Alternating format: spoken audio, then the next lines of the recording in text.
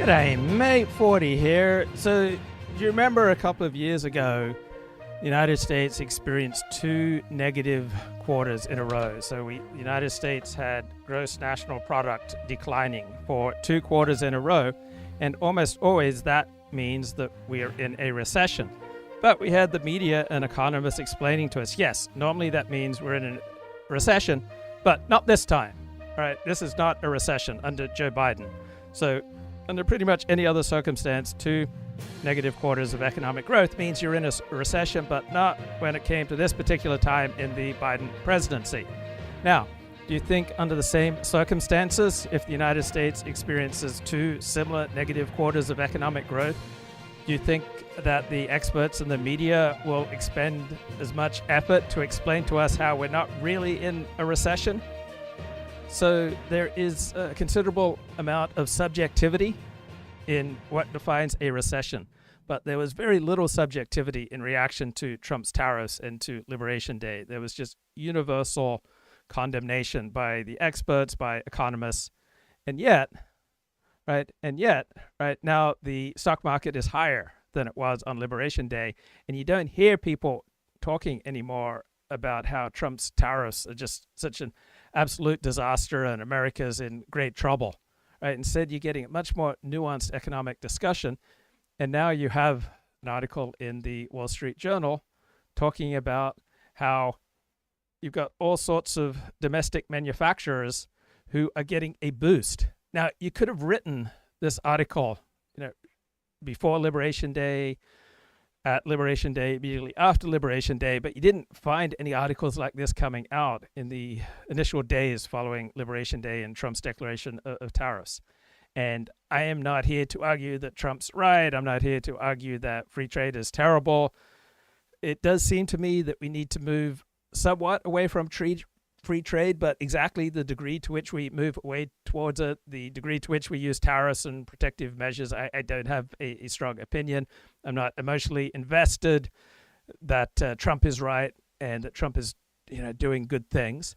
But what bothered me about the analysis and coverage of Trump's tariffs is how there was nearly universal condemnation.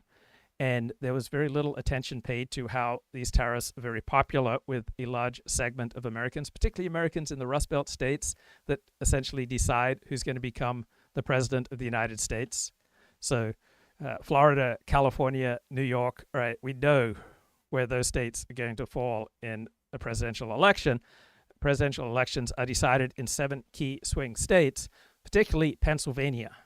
And tariffs are popular among many swing voters in Pennsylvania, right? Not all voters receive the same attention from politicians. It's the swing voters in the key states such as Pennsylvania and Michigan and Wisconsin, the Rust Belt states, who have the biggest influence on who the next president will be of the United States. And swing voters in those Rust Belt states tend to be much more pro-protectionism, pro-tariffs than other voters. And now we're seeing many manufacturers have increased orders of goods because companies are avoiding new tariffs, right? These 145% taxes on Chinese imports are boosting demand for some U.S.-made goods. Who would have thought? That's stunning. Why might this happen, right? Now, there are some manufacturers who depend heavily on imports. They have a less positive view of tariffs because they raise their production costs. But many small, mid-sized U.S. manufacturers seeing a dramatic increase in orders because companies are looking to avoid paying new tariffs, right? So when you have big economic changes, such as what Donald Trump is doing, sometimes you have winners and sometimes you have losers. And yet the news media coverage was overwhelmingly on the side of, this is who's going to lose. The emphasis was entirely on the losers, very little attention paid to the winners. And it seems to me that the winners deserve some attention too. That segment of Americans who would like protectionism, right, they probably deserve some consideration as well. Perhaps the case around free trade is a little bit more nuanced than we're otherwise presented with. I like some of the reflections by this Sri Lankan guy, Chamath, on the All In podcast. My overall grade, and then I'll tell you how I get to that. I think the first 100 days have been A B plus. And here's how I get to that score. There have been two things where I think Trump has, frankly, hit a home run. Now, it's about another hour into the podcast before they describe what's probably the most important thing that Donald Trump has done, and that is reduce the chances of the United States getting into a nuclear war. Right? We have reduced tensions with Russia. We have likely reduced tensions with Iran. Right? We may very well have, I'm not sure if we've reduced tensions with China over Taiwan, but simply reducing tensions with Russia, reducing the chances of a war with Russia. And we found out in that stunning, detailed, in-depth New York Times article about 3 weeks ago, the extent of American involvement in the Ukraine war. Right? We were providing intelligence and targeting information and directing Ukrainian attacks often inside of Russia. Right? This is just an insane level of American involvement in a war that has absolutely nothing to do with the interests of Americans. It's completely outside of our vital interests, and yet we are provoking the Russians to retaliate. And when the Russians retaliate, or when in your life you hurt somebody, they don't always retaliate in ways that you expect. Instead, people tend to escalate, and they look for your areas of biggest vulnerability, and they often hit you where you're not expecting. And so we haven't necessarily seen or been aware of how Russia has been hurting us since we have been deeply in the Ukrainian war and deeply providing intelligence and direction on Ukrainian attacks into Russia. So tamping down tensions with Russia and reducing the chances of a nuclear exchange with Russia, that's may well be the most significant thing that Donald Trump has done. The first is all of the direct investment, and specifically the foreign direct investment into the United States. I think it's approaching, if not, it has already exceeded $1 trillion from corporations and organizations and individuals from around the world who have committed to bringing money into the United States. And I think strategically, that's a legacy that will live past him. So I think that's been an A+. The second is we had a very unsafe border situation, and he ran on shutting it down. I'm not talking about the execution of the deportations. I'm just saying getting the illegal crossings to zero. And he's done that. So that's been an A+. I think what's going to be more controversial are these next three things, though. In my interpretation, I think the tariffs have been an A. And I think that the market reaction, the stock market is only down 4%, and the interest rate markets are, 4.25%. I think those have been an A. Now, the reason I think tariffs have been an A is because it has uncovered, in my opinion, how beholden we are to a brittle supply chain, and specifically to China, who is a friend, but who's also an enemy. And I think that that's going to really severely complicate our flexibility and optionality. Right. There are other considerations aside from economic efficiency, and that is national interest and protecting ourselves against disaster or against over-reliance and vulnerability. Right. Interdependence means you're always going to have some amount of vulnerability, but vulnerability is a trade-off. All right. And so with these vast global supply chains, right, we become much more vulnerable than is not necessarily in our national interest. Right. It may be worth it to have a little less economic efficiency and a little bit more robustness, a little bit more protection against global supply chains in the future as they do what is in their best interests. Okay, so where have they then not done so well? I think the documents have been, frankly, a D. We were supposed to get the Epstein files. We haven't yet. We were supposed to get the Martin Luther King files. We haven't. We did get the redacted JFK files. I don't think there's been very good communication about why it's taking so long.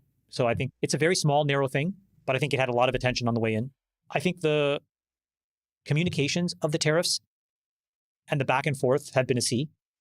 I think the markets were not led in enough of a way where they could absorb the volatility.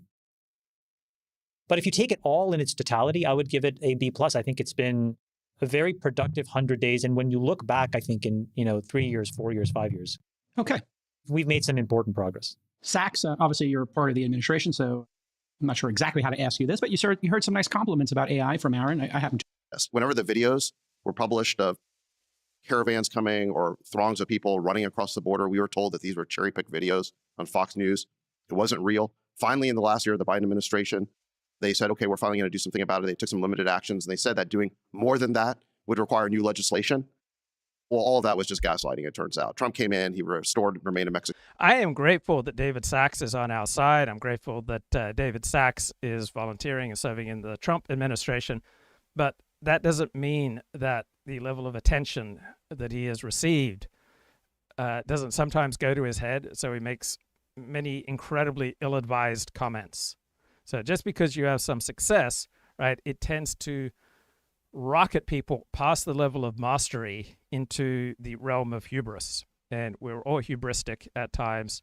And it's just inevitable, right? You experience some success and you lose touch with reality. Mexico and other policies completely stopped it. He had this line at the State of the Union, which I think is exactly right, which is we didn't need a new law. We just needed a new president. So I think that's area number one. Area number two, I would say, would be the vibe shift in the culture around wokeism and DEI. How quickly we forget about this, but wokeism has completely collapsed. I don't know that anyone is. So one of the insights from the alternative right is that politics is downstream from culture, and the culture changed before Trump's election, right? The culture became less woke and more conservative many, many months before Donald Trump was elected in November of 2024. Endorsing in a full-throated way. Moreover, right, Donald Trump is both a significant player in history, and he's also representative of a particular situation, circumstance, a slice of time in history, as we all are, right? We both have an ability to influence ourselves and have an influence over other people, but we're also always conditioned and reacting to the particular circumstance in which we find ourselves. Or beyond just sort of the cultural aspect of it, I think we've had significant policy changes on DEI. Trump has basically ended DEI at the government level. He also signed an executive order ending the use of disparate impact for affirmative action. This is the policy that said that even if you have a policy that's applied in a completely neutral and objective way, if it results in a disparate impact where different groups are represented in a different way in the outcomes, then somehow that must be racist. And that led to essentially engineering the results of various populations to basically fit quotas. And I think all of that now has fallen by the wayside. And I think that meritocracy and colorblindness are back. The only holdout really has been these universities, where Trump is now taking action against Harvard.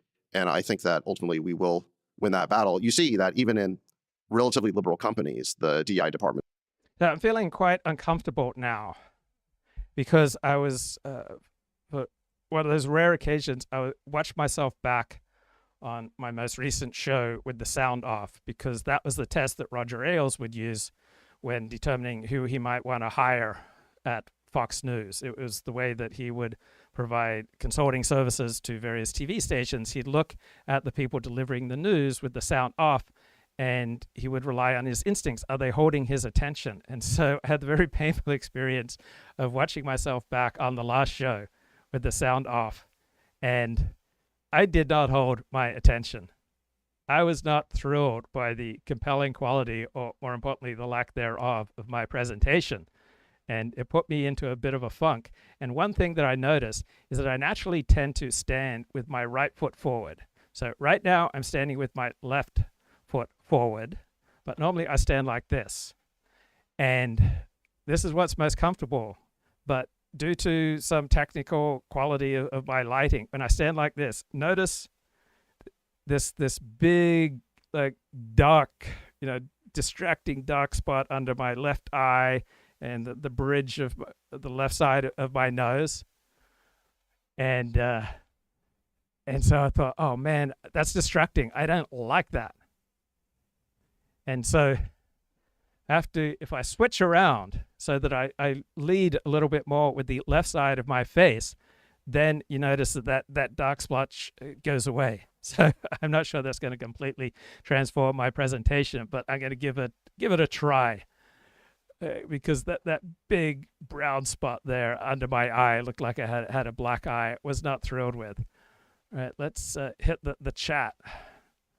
Okay, let's move it out of top chat into live chat. And let's have a look here on X. And Typo Pen. Luke jumped the shark when he falsely accused that helicopter pilot of deliberately crashing into that plane.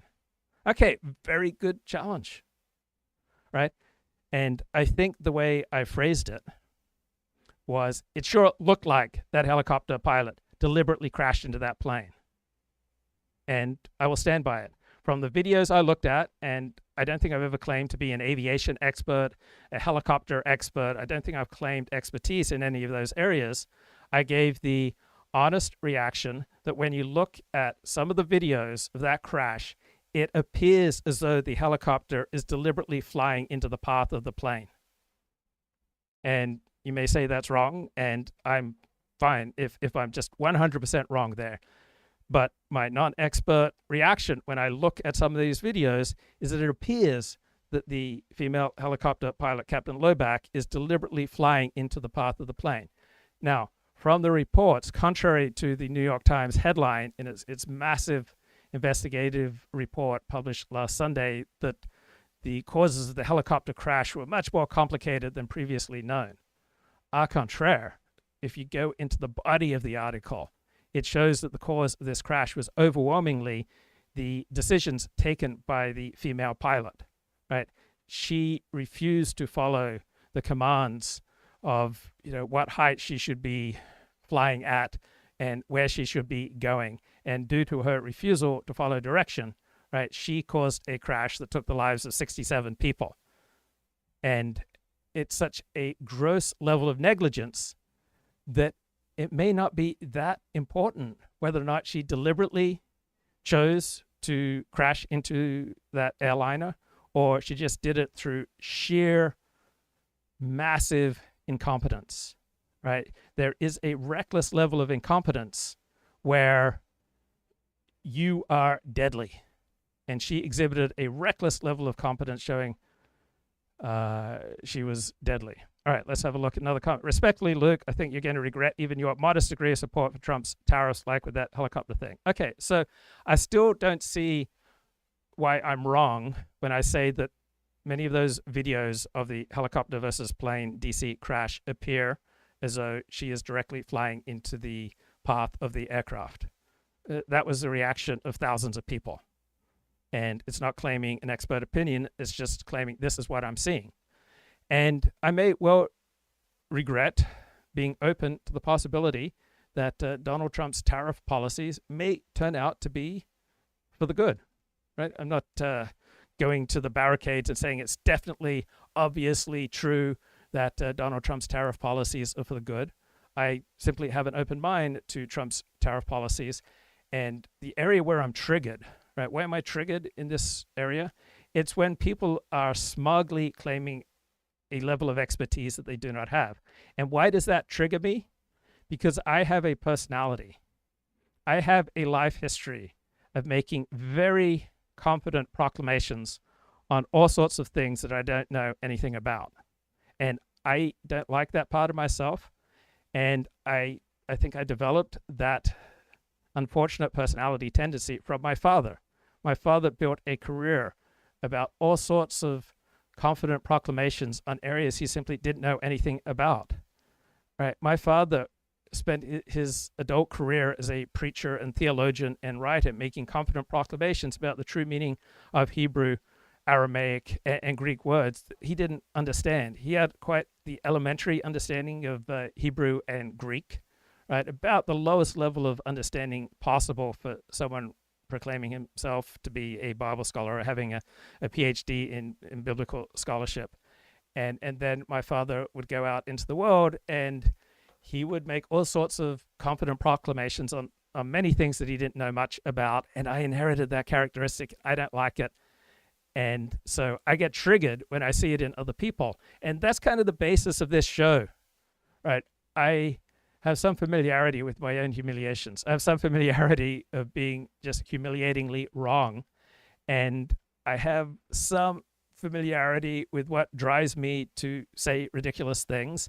And so when I spot these traits in other people, it's like, oh, I recognize that because I do that all the time. It's very easy for me to do that. So there is a philosopher who I like. His name is Michael Huemer, and he's not on the left. And he just wrote a post, Trade, Tariffs, and the Make Work Bias. And so he begins his essay, Trade is in the news because of the Trump tariffs. I've finally given in and written this post in case any of you still don't know why free trade is good. Thank you, Michael Huemer. So, to the best of my knowledge, he has no expertise in economics or in trade policy, but he just thinks it's blindingly obvious that free trade is good. So, freedom is good, but is freedom in all circumstances, in all situations, for all peoples, always good? Or are there sometimes compelling cases for reducing freedom? So here is where I think I differ from most people who sit around giving their opinions about what's going on in the world. So for most people, they have a hierarchy of values. So for many conventional conservatives in America, freedom is right up there. And or traditions is right up there, or religion or Christianity is right up there. And they have this hierarchy of values. And I don't see good things in a hierarchy, usually. I see them in a constellation, meaning they're constantly competing with each other. So I love freedom, but I give up some freedom for human connection. So I don't talk about my closest friendships, my closest relationships, because they are so important to me that I leave them outside of this show, and I give up my freedom to talk about these relationships for the sake of other values. I give up a lot of my freedom to belong to an Orthodox Jewish community. There are all sorts of other trade-offs in life. There's safety versus truth. All right, sometimes telling the truth might make people feel unsafe. And sometimes safety is more important, and sometimes truth is more important. So I would think that generally for a man to tell his wife about all the other women he's thinking about having sex with, that's a really bad idea, even though it's true. Right? A dog humping your leg is true, but it sucks. And so there are some times when safety is more important than truth. Public health announcements, such as during COVID, they have to work for people with 80, 85, 90, 95 IQ levels.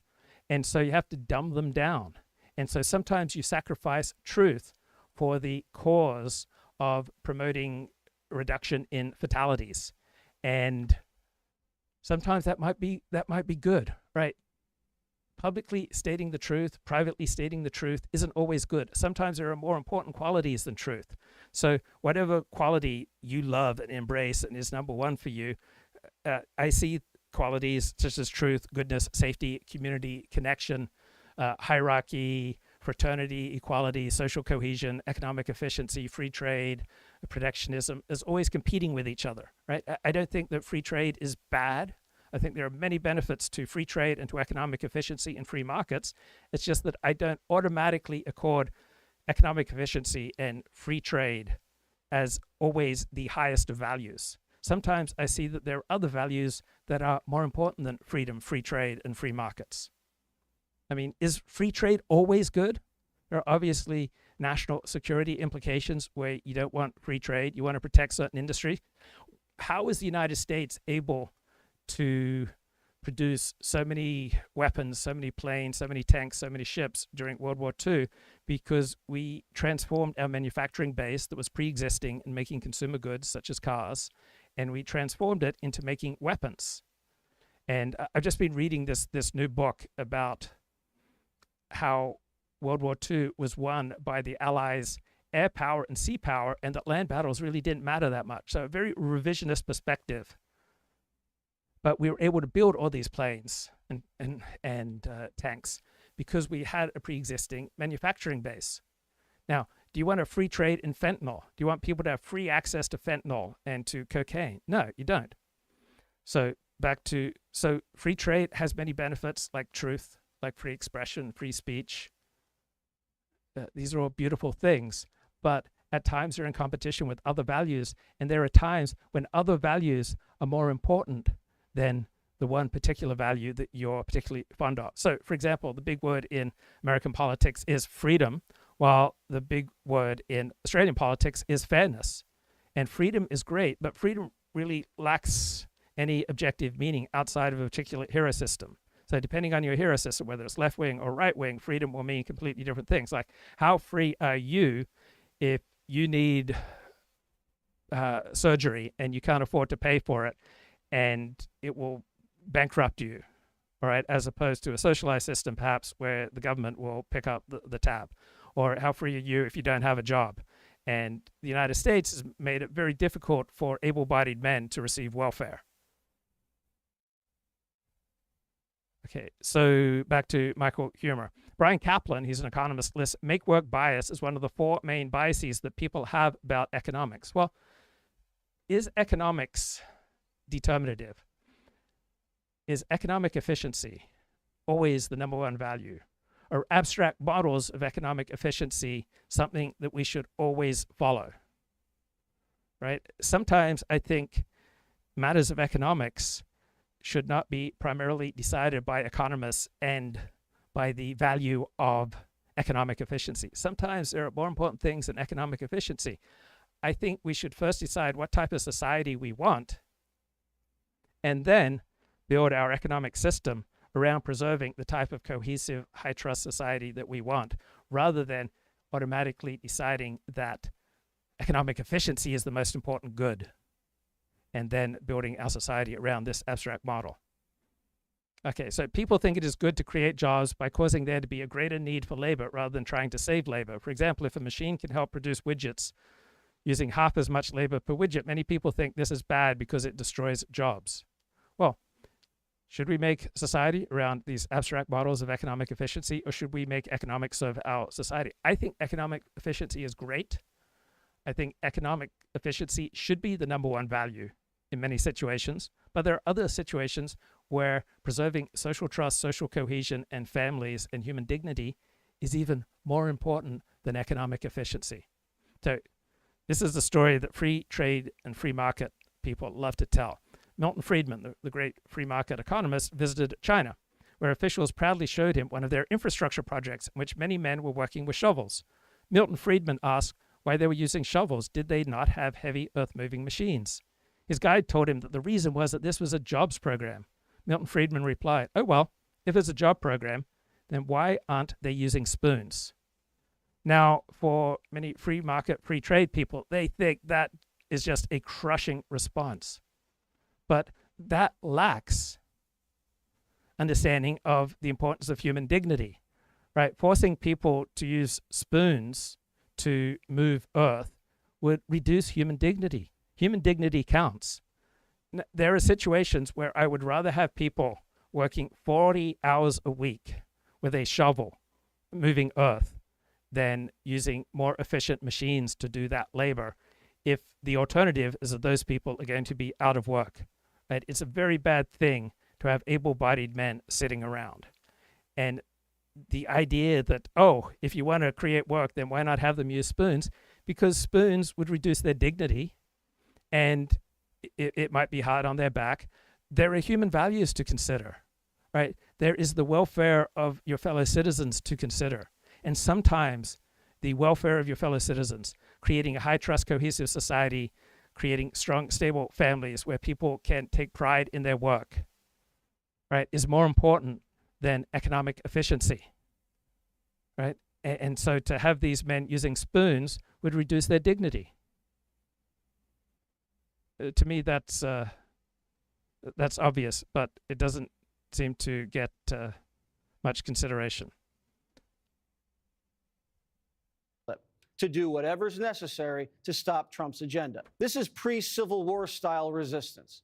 We're getting into traitorous territory. So it's not like we didn't know it was going to be terrible, and it is terrible. He really did have a judge arrested today. Arresting a judge today. Are you kidding me? It's to make an example to the dozens of judges that have ruled against this administration, up to and including the justices of the Supreme Court unanimously. Joining us now from Clearwater, Florida, Jonathan Turley, a George Washington University law professor and Fox News contributor. So what evidence is there that Donald Trump was involved in this case or even knew about it?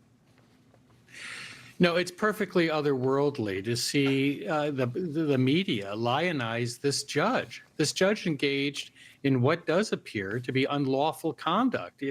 All the documents that have been filed in this case are largely unrebutted. You'll notice that most of her supporters don't challenge the fact that these agents actually tried to de-escalate. She told them to go talk to the chief judge. They went to the chief judge and he said, yeah, of course you can arrest him in the hallway. And during that time, she used her authority in her courtroom to help a person evade arrest. That's extraordinary. You know, I mean, I'm down here in Florida speaking to federal and state judges. Many of them, I'm sure, have disagreed with past administrations, but none of them crossed that line. None of them decided that gives me a license to become a lawbreaker. Well, if you want to defend Judge Dugan, that's fine. But how do you just brush aside, as in my view many have done, the obstruction of justice charge and concealing a suspect to prevent an arrest? Much of the coverage just sort of goes past that and says, oh, this is. Have you heard the expression sober as a judge? Right, it comes from many judges have a drinking problem. There's nothing inherently superior about judges. That judges have an important role to play, but sometimes judges can be wrong. Sometimes judges can be out of control. And when a judge deliberately obstructs the operation of justice and deliberately obstructs ICE taking into custody an illegal alien, it seems to me a good thing that they are taken into custody and charged for obstructing the rule of law. Right? The rule of courts is not coterminous with the rule of law. Right? Sometimes judges and courts, right, try to interfere and project themselves into areas where it's really none of their damn business. Right? So human dignity and social cohesion and social trust and the importance of strong families does not seem to play any consideration in those who think that free trade is automatically always right and that economic efficiency should be the great God to which we always bow. So back to Michael Huemer. This is just applying the same logic that had them using hand shovels instead of steam shovels. The essence of the make-work bias is the belief that inefficiency is good. No. Wiser people who have some skepticism of free trade don't believe that inefficiency is always good. There are times, however, when efficiency is not the number one goal. Right? If you being efficient so ticks off your spouse that your spouse divorces you, then your dedication to efficiency is probably a bad choice. Efficiency is usually a wonderful thing. Sometimes, however, there are more important values than being efficient. I don't see why that is so difficult to believe. No one would think this way in their personal life, right? So what's that? The essence of the make-work bias is the belief that inefficiency is good. If you can achieve a given result by expending either 3 hours work or 6 hours, you should take 6 hours. No one would think this way in their personal. Yes, we think that way in our personal life all the time. For example, when we spend time socializing with other people, it's hard to optimize that time. There will be time when you're hanging around your friends that you are bored. Right? I'm thinking of multiple friends where there would be minutes and quite a while would go by, and I'm not exactly thrilled by the level of our conversation. But then it kicks into a different gear. And so it's really hard to make your time with other people as efficient as possible. Sometimes, however, it's worth taking 6 hours to do a task if you get to do it around people that you love, or you get to build your relationships with people that you love, rather than taking 3 hours on your own. So why should economic efficiency always be the number one goal for an economy, right? How about making your economy as robust as possible? What about the various national interests that your country might have? What about morale and dignity? If we listen to this kind of argument for inefficiency, says Huemer, we would end economic progress. We'd all still be living in an agricultural society where all of us would be farmers, right? Economic efficiency is a great thing, but it's not the only great thing. Right? If you want to deny that economic efficiency should always trump all other concerns in all circumstances, that does not mean that such economic efficiency has zero efficacy. Right? Banks are necessary. I don't know any prosperous economy that does not have the lending out of money at interest. Why should people be able to rent out their labor, rent out their equipment, rent out their real estate, but not be able to rent out their money and get a return for it? So Huemer says it doesn't matter economically what goes on in the Pacific. It doesn't matter if the Japanese are involved or if there's some kind of magic spell that they can cast. It's just a matter of using the most efficient method to get the product. It's not economically harmful to be efficient. Well, it can be economically harmful to be efficient if it comes at the cost of your national security or the robustness of your economy or social cohesion, social trust, the strength of your families, and the extension of human dignity. everybody seems to want to extend the power, the status, and the income of their profession at the expense of all other considerations, right? Economists want the rule of economists. Lawyers want the rule of lawyers. Doctors want as much status, power, and income as possible. Psychiatrists want to limit competition, have as much power, status, and income as possible. Right? Sometimes the rule of lawyers is not the rule of law. Sometimes it is a usurpation of law. The rule of courts is not always the rule of law. Right? Law, economics, theology, these are not always disciplines that automatically should have the right to rule in absolutely every circumstance.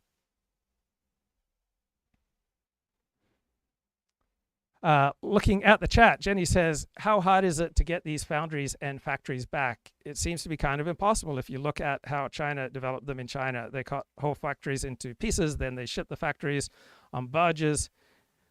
I don't see us bringing them back. Well, we have had reshoring of American industry for about 10 years now. So I'll just put it into grok, right? This was going on, right, starting in about 2014, 2015, right? Reshoring is not something new in just the last few months. So tell me about the trend towards reshoring in America. So just ask grok, and I assume it's going to tell me that refers to bringing manufacturing production back to the United States. It's gained momentum over the past decade, right? Reshoring began about a decade ago, right? The COVID pandemic exposed vulnerabilities in global supply chains, right? You had shortages of critical goods like semiconductors, medical supplies, consumer electronics. So this prompted companies to prioritize domestic production for reliability, right? Apple has put into place plans so that 100% of the iPhones it sells in the United States will be assembled in India rather than China. Right. Geopolitical tensions have increased costs and risks of offshore manufacturing. Federal and state governments have introduced policies to encourage reshoring. They're using tax incentives, subsidies, and grants. Rising labor costs in countries like China have reduced the cost advantage of offshoring. Automation in the United States makes domestic production more competitive. The costs of labor in India are about 1/5 the costs of labor in China, which in turn are about 1/5 the cost of labor in the United States. You've got a growing demand for made in USA products. Right? Consumers are showing growing preference for supporting their own national economy, and there's concern about quality from overseas products. National security concerns, particularly around critical industries such as pharmaceuticals, semiconductors, and defense, have pushed politicians to make domestic production a priority.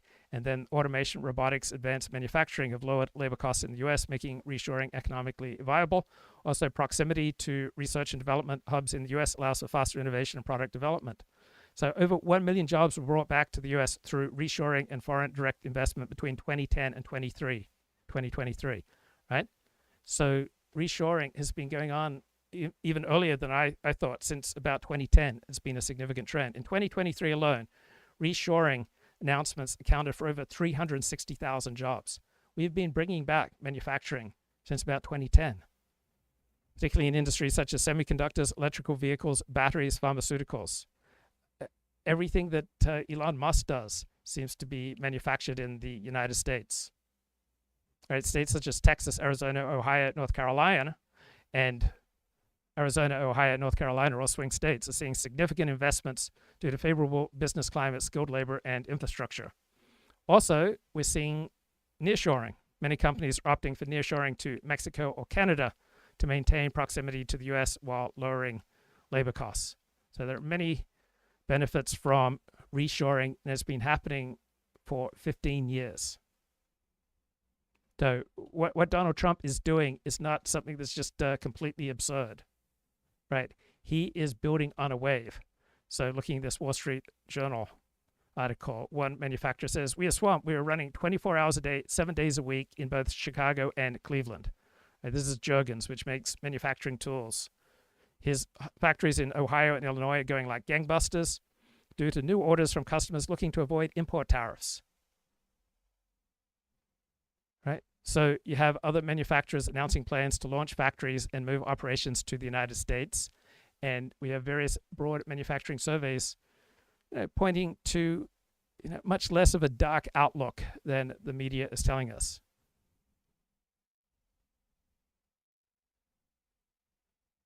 So perhaps the case for Trump's tariffs is a little stronger than the news media indicated. But there are also many strong criticisms to make. And looking at Typo Fan says, the U.S. has been strategically promoting manufacturing for national security under Joe Biden. Yes, Joe Biden essentially continued Trump's tariff policies and being tough on China. Trump is wrecking U.S. manufacturing by cutting them off from parts. Biden is a smart version of what people think Trump is. Okay, there's a strong case to be made there. Hey, Colin Liddell is in the chat. Colin, are you available to jump on the show? Haven't spoken to you for a while. Have been canceled, and they're moving back towards more of a meritocracy. So I would say that that's like big shift number two. And I think if any of us had tried to predict that 100 days ago, we would have thought, yes, Trump will do something about it. But I don't think we would have predicted the total collapse of wokeism and DEI so quickly. And then I'd say the third area, which is still in flight, is the reprivatization of the economy. That's a term that Scott Bessent used. I think that the Trump administration needs to reprivatize the economy. And I like that framing of it. And there's a bunch of different pieces under that. I'd say number one is Doge. Again, ending this hog-wild government spending. I do think that Trump has come into office inheriting a very weak Biden economy that was being propped up by massive amounts of government spending. That was not only... So the elites, the news media, were telling us that regular Americans didn't understand how good the economy was under Joe Biden. And the Democrats primarily had a problem with branding, right? So do you really think that the Democratic Party's number one problem right now is branding? You really think that Joe Biden's number one problem was an inability to sell his economic accomplishments, right? For most Americans, the Biden years were bad for them in their pocketbook, in their economics. They were going backward. So for a minority of Americans, those who owned real estate and had substantial 401k plans, the Biden years were good. But for about 60% of Americans, they clearly went backwards, and their discontent had a very solid basis. Okay, let's bring Michael back to the show. Michael, what's going on, man? 40, how are you? I'm blessed. Blessings. So, yeah, on the topic, I will say I have noticed the negative indicators of the tariffs and the trade wars, to be fair. But that doesn't mean that we didn't expect that, or that doesn't mean that it's not working. I'll give you a couple examples. My 401k completely took a nosedive, and then it recovered. So it was like a hockey stick. So, and I don't really follow that too closely, but just out of morbid curiosity, I looked at it, and it was like the most dramatic drop I've ever seen. But it recovered like 75%, I believe. So that's number one. And number two, we were thinking about buying this little car for my kid, like plastic car, by the way, like that you can put a kid in. And my ex sent me a screenshot of it from about a month ago, and it was $50. And now it was finally time to buy it. And I looked on Walmart, and it was $70, the same car. So that's about a 50% increase in the price, like over a very short period of time for no reason, except I think you can logically infer that that's the China trade war tariff resulting in that. And so my ex is like, oh, so how do you like Trump now? I said, no, I support it. I'll pay. No problem. I accept the consequences. Yeah, I think you're touching here on something that's important, that's only tangentially related to your remarks, but it's just what entered my head, and that is principles versus interests. And sometimes holding onto your principles is more important than pursuing your interests. And other times, pursuing your interests should be your highest principle. So there's no inherent reason why dedication to principles or dedication to interests is inherently better, right? There's a time and place for both. Anglo-Saxons, right, tend to frame things in terms of universal principles, and pretty much every other group tends to be much more pragmatic in following their interests. But totally. There's this Anglo thing. They always need to frame things in terms of universal principles of right and wrong, and it's always more important to stick up for your principles. And one of the worst things that you can be is tribal. Don't be tribal. Instead, be universalist and stick up for universal principles. Exactly. I'm such an Anglo-Saxon at heart, even though I'm not Anglo, by ethnicity. I feel I'm constantly, thinking of the public good, waving to people in traffic, letting them go, or waving if they let me go. Like, no one does that over here in Dallas. That's a crazy thing to do.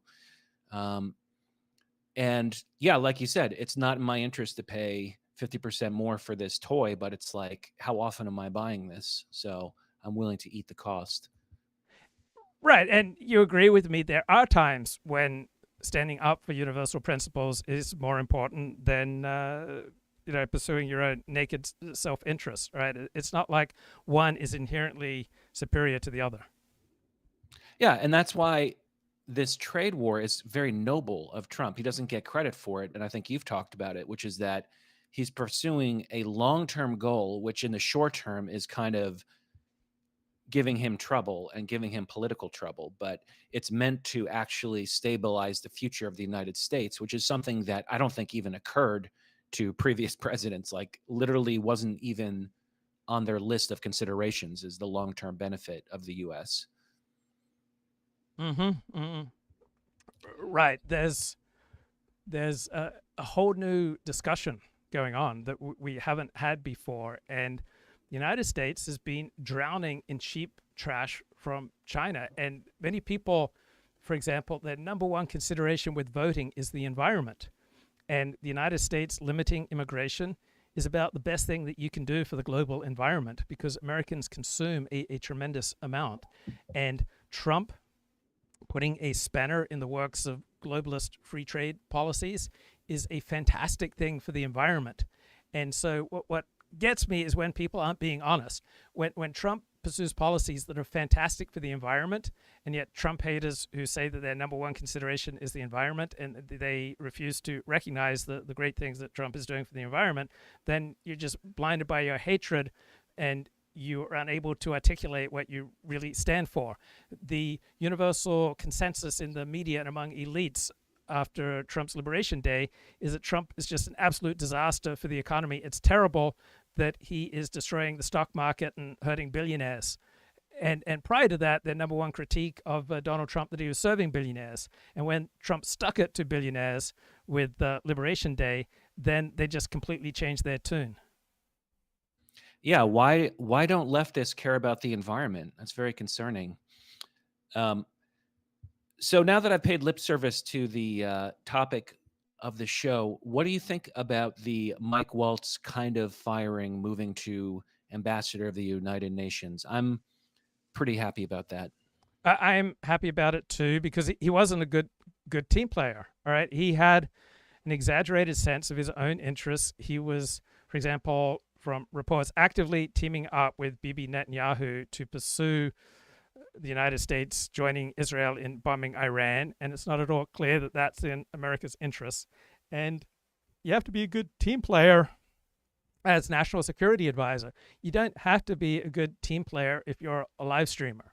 All right, you can, if you are able to produce compelling live streams on your own, or you're able to have some interactions where you get to, set the rules, and you can be a selfish bastard and be a great writer, great live streamer. But to work in a political administration, you almost always need to get along well with other people. And one of the things that will tend to trip you up in life is if you have an exaggerated sense of your own importance. And there is a killer tell that you have an exaggerated sense of your own importance, and that is you will experience humiliation.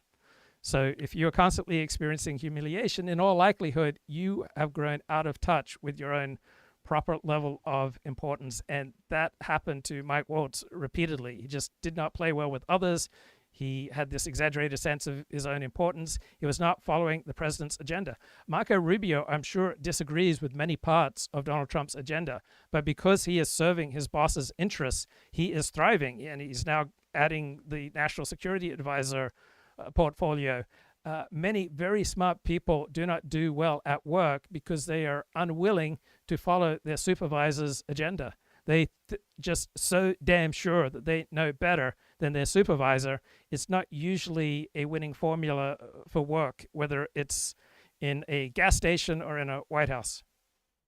That's exactly what happened. And I think Marco Rubio probably agrees with Mike Waltz on a lot of stuff. But as you said, he has enough emotional intelligence to know that, to read the room and say that he's actually become a rather articulate spokesman for a lot of Trump's ideas, even if he might not be really 100% populist MAGA on the issues, if you really look at his real views. But I mean, yeah, you really just nailed it. From the start, Mike Waltz was very hubristic. His input on that Signal chat, he just came off like a total prick to everybody else, very kind of domineering and very set on attacking the Houthis. So there's a lot of hypocrisy in this story. It seemed to me like when the Signal chat story happened, the media kind of implied that it wanted Mike Waltz to be fired, which was actually kind of reasonable. He probably should have resigned if he had any honor. I think that there are some mistakes that are so bad that resigning is appropriate. Wouldn't you agree?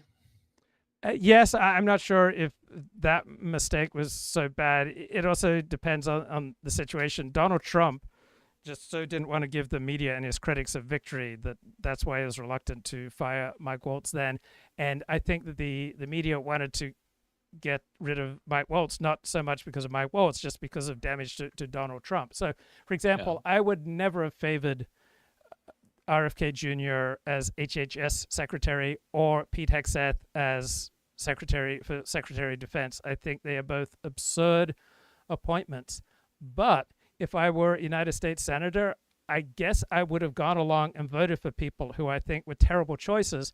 But because I was part of a team, and if I'd gone against Trump, I would have weakened the Trump administration and his image of power. Sometimes image is more important than substance, right? And the aura of Trump getting wins is sometimes more important than the details.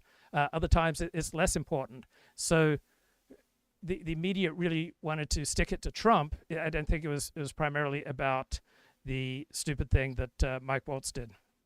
I agree. Yeah. So they wanted him to be fired to embarrass Trump, but then when he was fired, the tone was, oh, he was really like the reasonable guy in there. So I wonder who's going to put the brakes on Trump. Did you catch that? I read that in the mainstream media. I heard John Allen is a Politico writer. I heard him say that with Mark Halperin. So it's kind of 180. This is the hypocrisy that I'm talking about. It's actually the opposite, that someone needed to put the brakes on Mike Waltz. He was the one who was like a cowboy and wanting to start up trouble. And JD Vance. Go ahead. Keep finish your point. Okay. JD Vance was on Brett Baier and he said, well, there's a perception that there's like a neocon wing and there's a MAGA wing, and Mike Waltz is on the, on this side and I'm on that side. And that's just not the case. So everything he said was true there, except for that's not the case. He basically just honestly characterized it and then said, not true, but. Yeah, that's a tell. When everyone says, I'm not deflecting, I'm telling you the truth, this is not the case, that's almost always a tell that they are doing the very thing that they point out. So yeah, obviously there are different wings, and the dominant American foreign policy elite consensus is highly interventionist because that's how these individuals get to feel important. For example, if America doesn't do anything, how does a member of the foreign policy elite get to feel important if America does not do something, right? It's only by doing things in the world that you get to feel important. And most people will choose importance over every other quality, right? There is just this enormous human thirst for status, which people think that is something peculiar to twisted people such as myself. And I just think that I'm more open and willing to talk about uncomfortable topics, and that is after our basic needs for food, water, and shelter, our strongest drive is for status. And we have to look at what brings people status, and in the foreign policy establishment, they get a status from intervening. How would you get status as a Secretary of State or a national security advisor or some kind of foreign policy player from not intervening overseas, from not doing something? That does not usually correlate with status. You get status by intervening all over the world. That's exciting. That's playing the great game. That fills your life with meaning and purpose. Meaning and purpose are beautiful things. Sometimes your pursuit of meaning and purpose come at the expense of the common good. Yeah, that could be part of it. But here's the other hypocrisy, and this is more for our side, which is that when the Signal chat scandal happened, the MAGA influencers their reaction was, this is a non-story. Stop talking about this.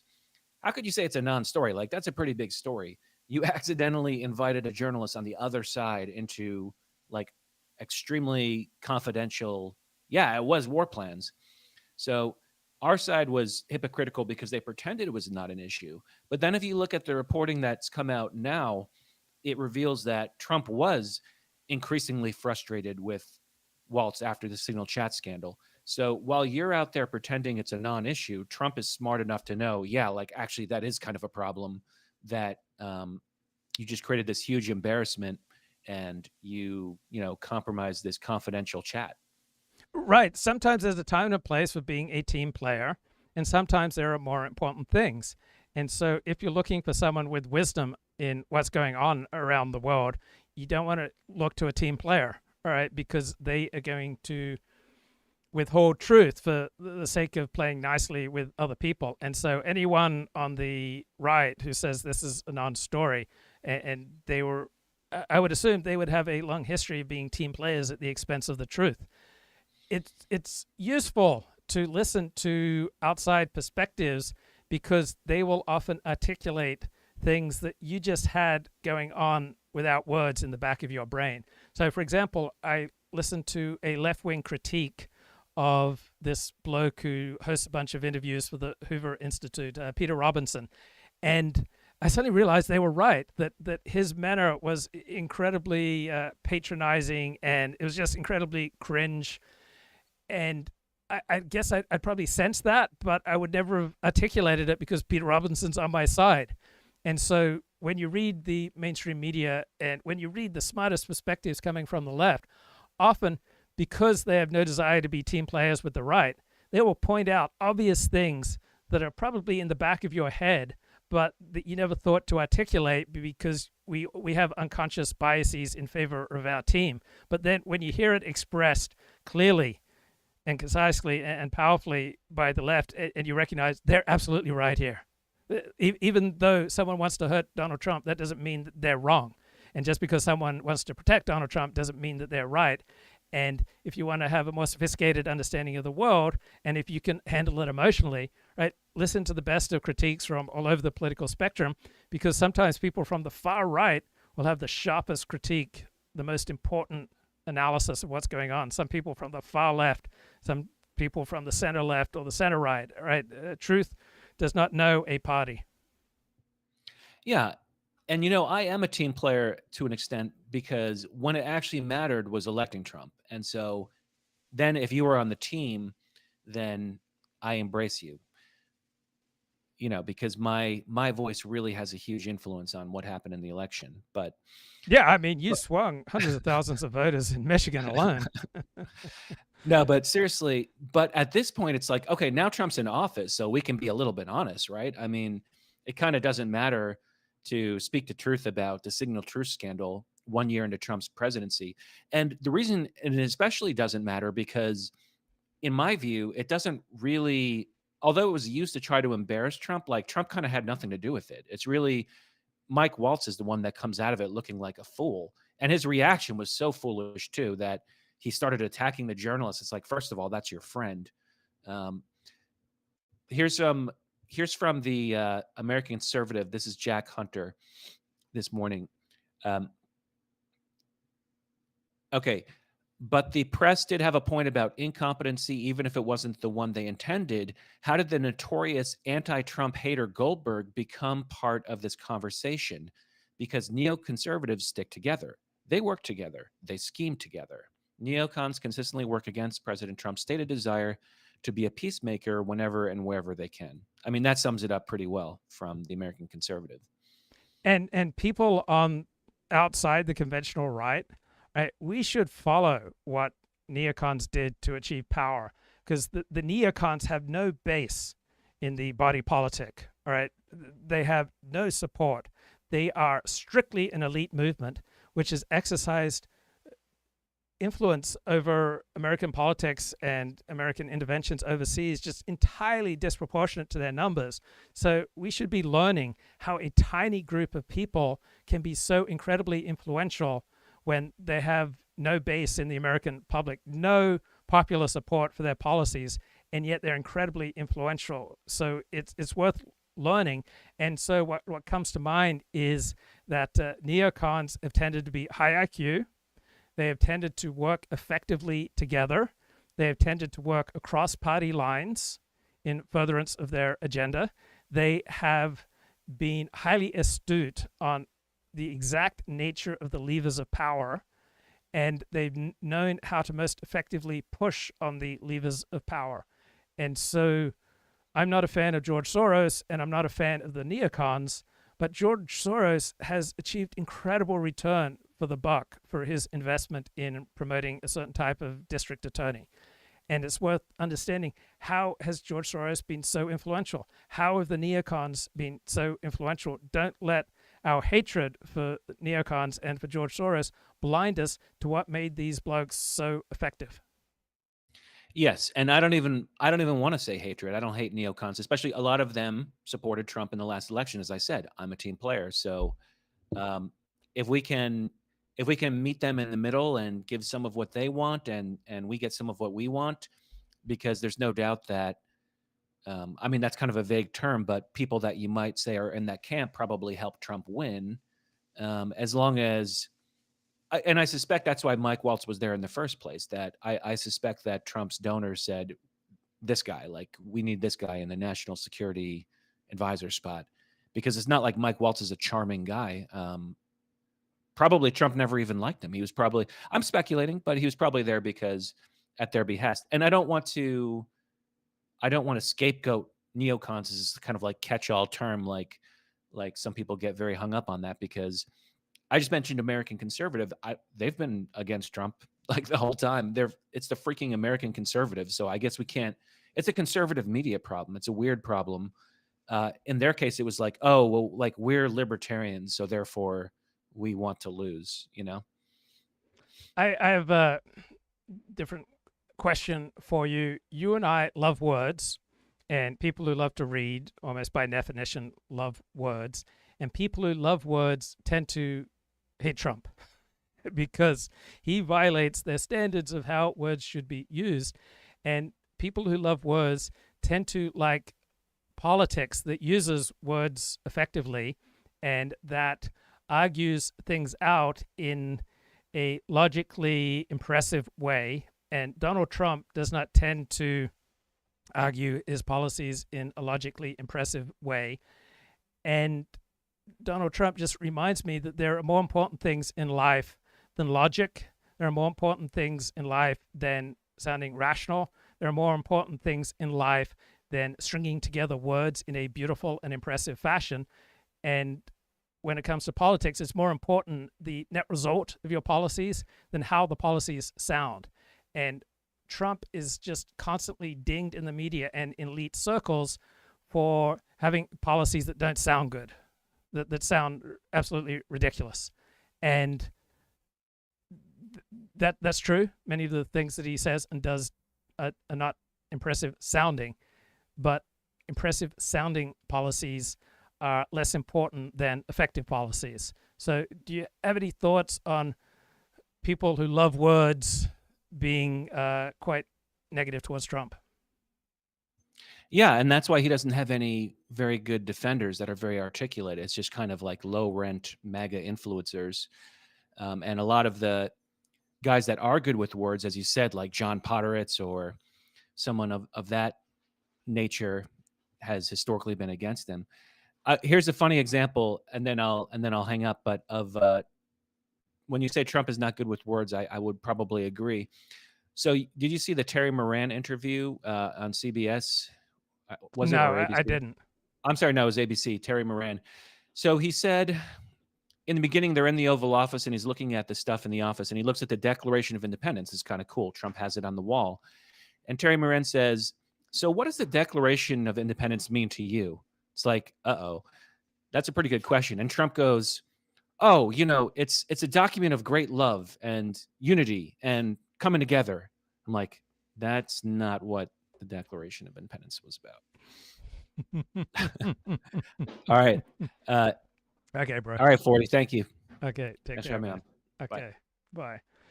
Okay, that was Michael, and I linked to his Twitter feed in the comments. So let me reset here. I liked much of this week's All In podcast. Stimulating the public sector, but it was also goosing the employment numbers as well.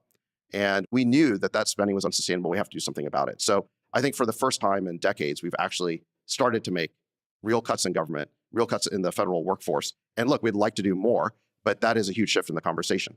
There's other pieces of it as well. I mean, President Trump has signed a significant number of executive orders on deregulation. There's also been unleashing energy. Man, do you tend to stand with your right foot forward? I would think that if you're right-handed, you will tend to stand with one foot ahead of the other, and it will usually be your right foot, and it just feels so discombobulating to be standing and delivering here with my left foot forward. Okay, let's scroll through the chat. Lighting is super important, says Jenny. I have food lighting for my mood. I have purple and orange and pink lights. I love the color of Himalayan pink salt lamps. Just kind of reminds me what a woman can do for the quality of your life and the quality of your home, right? All sorts of things that I tend not to think about, right? A woman will come in and just dramatically improve these details. I feel like since AI blew up, now people are showing their faces and their real rooms, so people know that they're real. We went from anonymity to the opposite instantly. Interesting.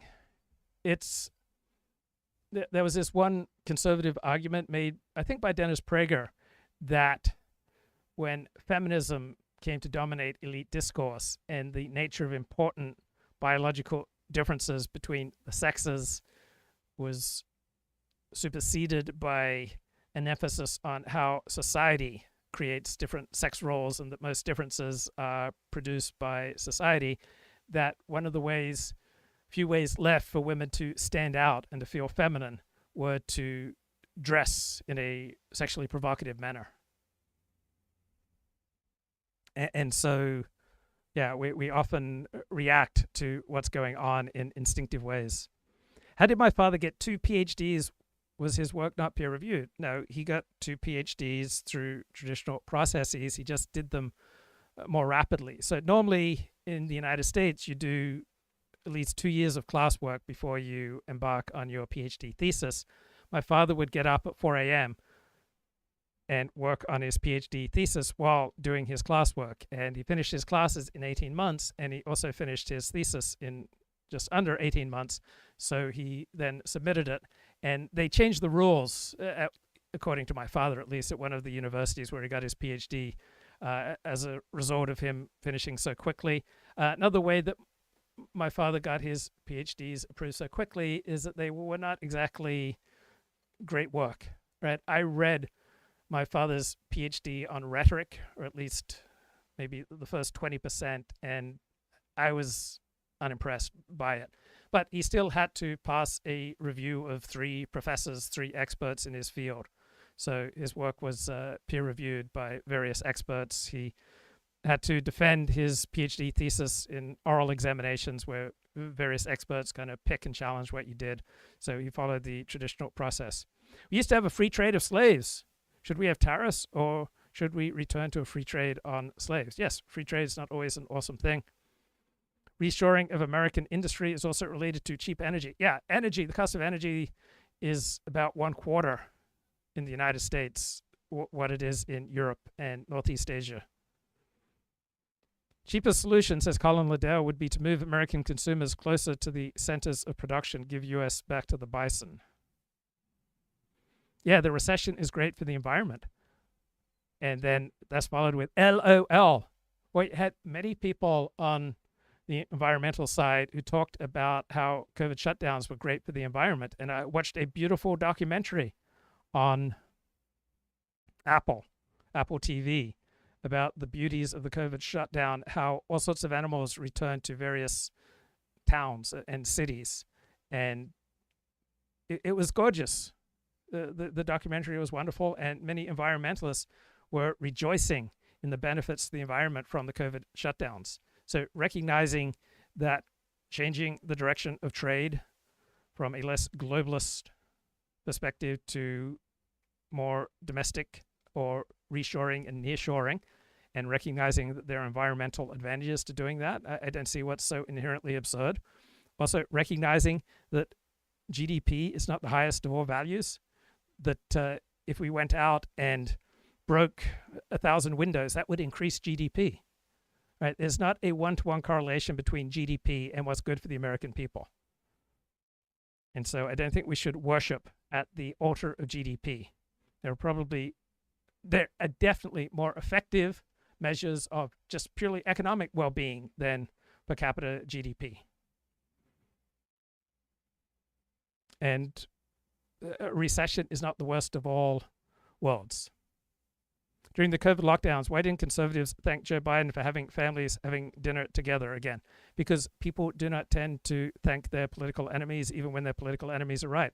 I overwhelmingly agree with the elites on the COVID lockdowns. I believe that it's probably best to shut down public schools until we got the vaccine, right? Until the vaccine was widely available. You cannot effectively have a social distancing and shutdowns unless you shut down the schools. Now, I recognize that shutting down the schools did tremendous damage to many students, and so public health is not automatically the one value to which all other values must always bow. So I'm open to those competing arguments. It seems to me that shutting down schools until we got the vaccine and having social distancing until we got the vaccine, that these probably were good decisions. Now, public schools in many of America's biggest cities were shut down for 2 years, right? A year after we had vaccines, public school teacher unions banded together and used their power and influence to increase the shutdown to 2 years. That was absolutely, clearly ridiculous.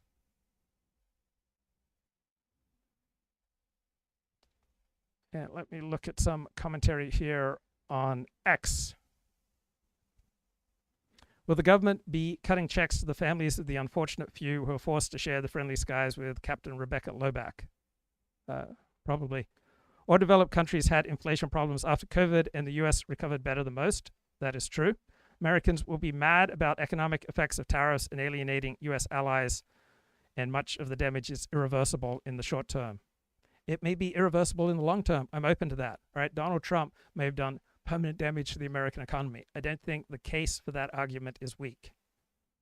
Luke is entering his degrowth era. No, I'm not. I'm saying that GDP growth is not 100% coterminous with the best interests of Americans, and that there are better ways of measuring purely economic growth, and that there are sometimes more important considerations than economic growth. I'm sure that has nothing to do with being blinded by hatred and political tribalism. All these traits of neocons are the opposite of populists. Yes, populists are frequently popular and usually quite ineffective in government. And neocons have no popular support and have been incredibly effective at pushing on the levers of power. Energy. He ended Biden's EV mandate and a lot of these like green new scam projects, offshore wind, and he's been encouraging oil and gas exploration. So I think there's that. And then I appreciate what Aaron said about tech innovation. We did repeal Biden's exec order on AI, which was 100 pages of unnecessary regulation on AI. We've ended the war on crypto. And I think we're trying to stop the regulatory capture that benefits large incumbents. So you have all these things. And there's been other things that have been done on the economy as well. But I do think that this... Count me as a skeptic on crypto. Count me as appalled the way that Donald Trump has released meme coins to financially benefit his family through him being president of the United States. I think that's disgusting. Sets us up for a Trump boom in the future. It's just that a lot of these changes take time to play out. Okay, great, well done. And well, I think when you actually be very pro.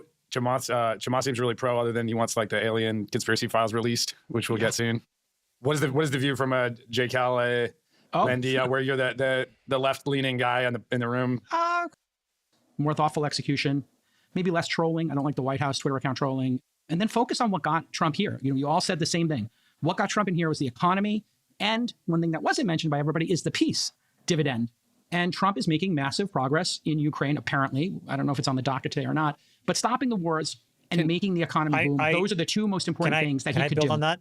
I totally missed that. You're absolutely right. That's another one where I would give Trump an A+. Nat and I had dinner with POTUS 2 weeks ago. And wait, you had dinner with Trump. This is breaking news. Well, okay, whatever. Yes. Well, I think it's remarkable how much of a Putin apologist J. Cal's become. I mean, you want to end the war in Ukraine now? You're going to just give it? You're just going to give it to Putin? No, you're not going to stop Putin? I'm totally in favor of what Trump's doing in negotiating a deal to get our money back. You want to talk to Putin now? I've always wanted to talk to Putin. I just don't trust him, but you can trust him. Let me tell you what Trump said. So there we go. There was a handful of us at dinner, and then he got up to say a few words at the end.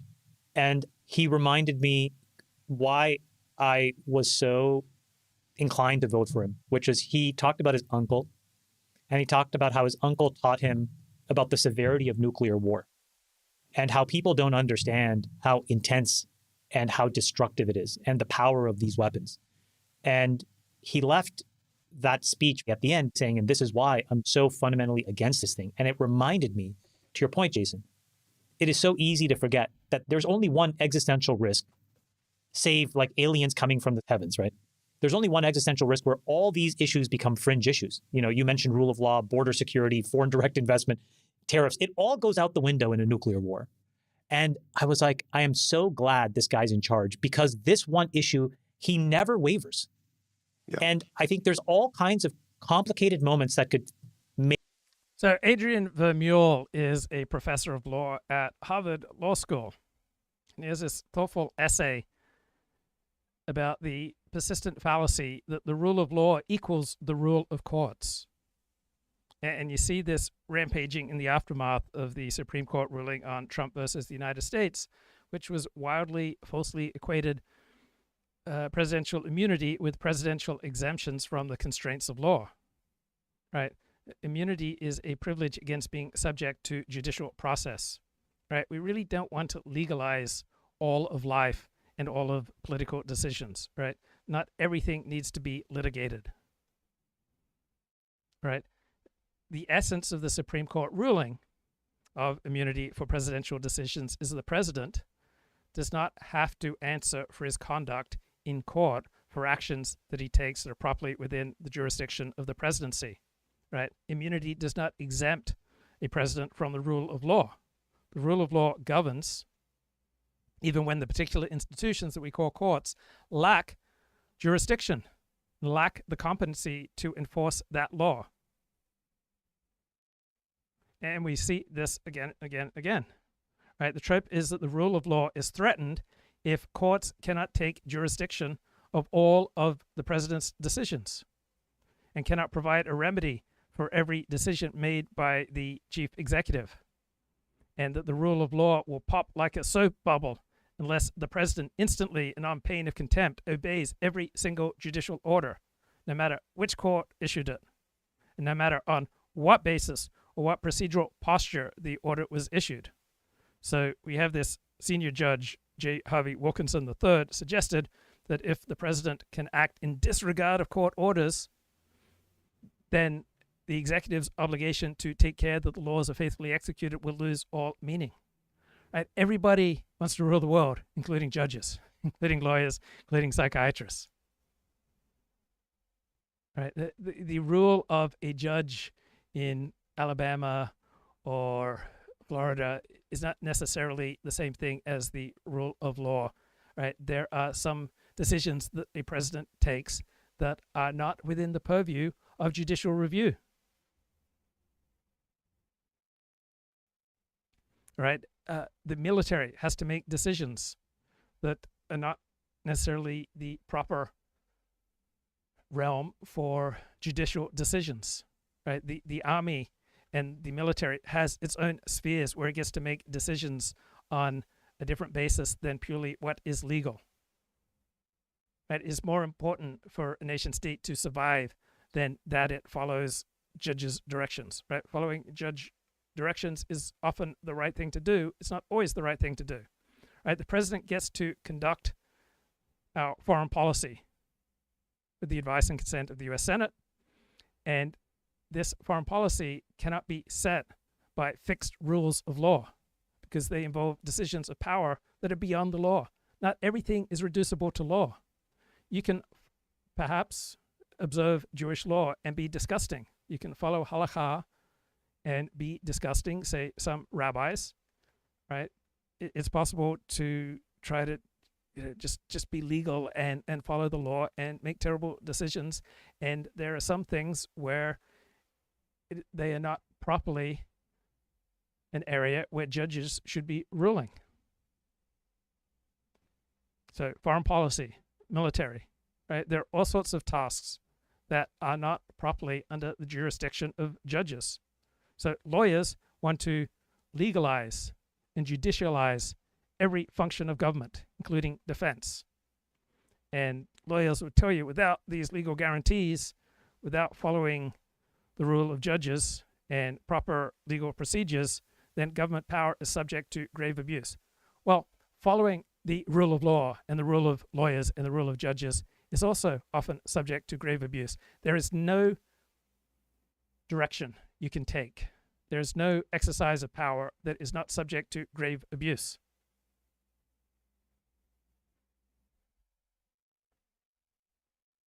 So there is a difference between the rule of law and the rule of courts, reading here from this Adrian Vermeule essay. Sometimes courts lack the authority and the jurisdiction to rule. Right? There's difference between law-governed official action and all sorts of executive presidential actions that are not subject to specific laws. Right? There are matters subject to the rule of law and within the purview of courts. There are matters subject to the rule of law, but outside the competence of courts to address. And then there are matters that are outside the rule of law, so filled with discretion, so filled with irreducible judgment, so filled with the necessity of allocating scarce resources in ways that cannot be reduced to questions of legality, that the very enterprise of governance through rational principle legal rules is misplaced. So in both the second and the third categories, courts have no role to play. There is law, but not law that can be enforced through the forms and procedures that courts use. The situation involves government action over which the law properly has no direct sway in the first place.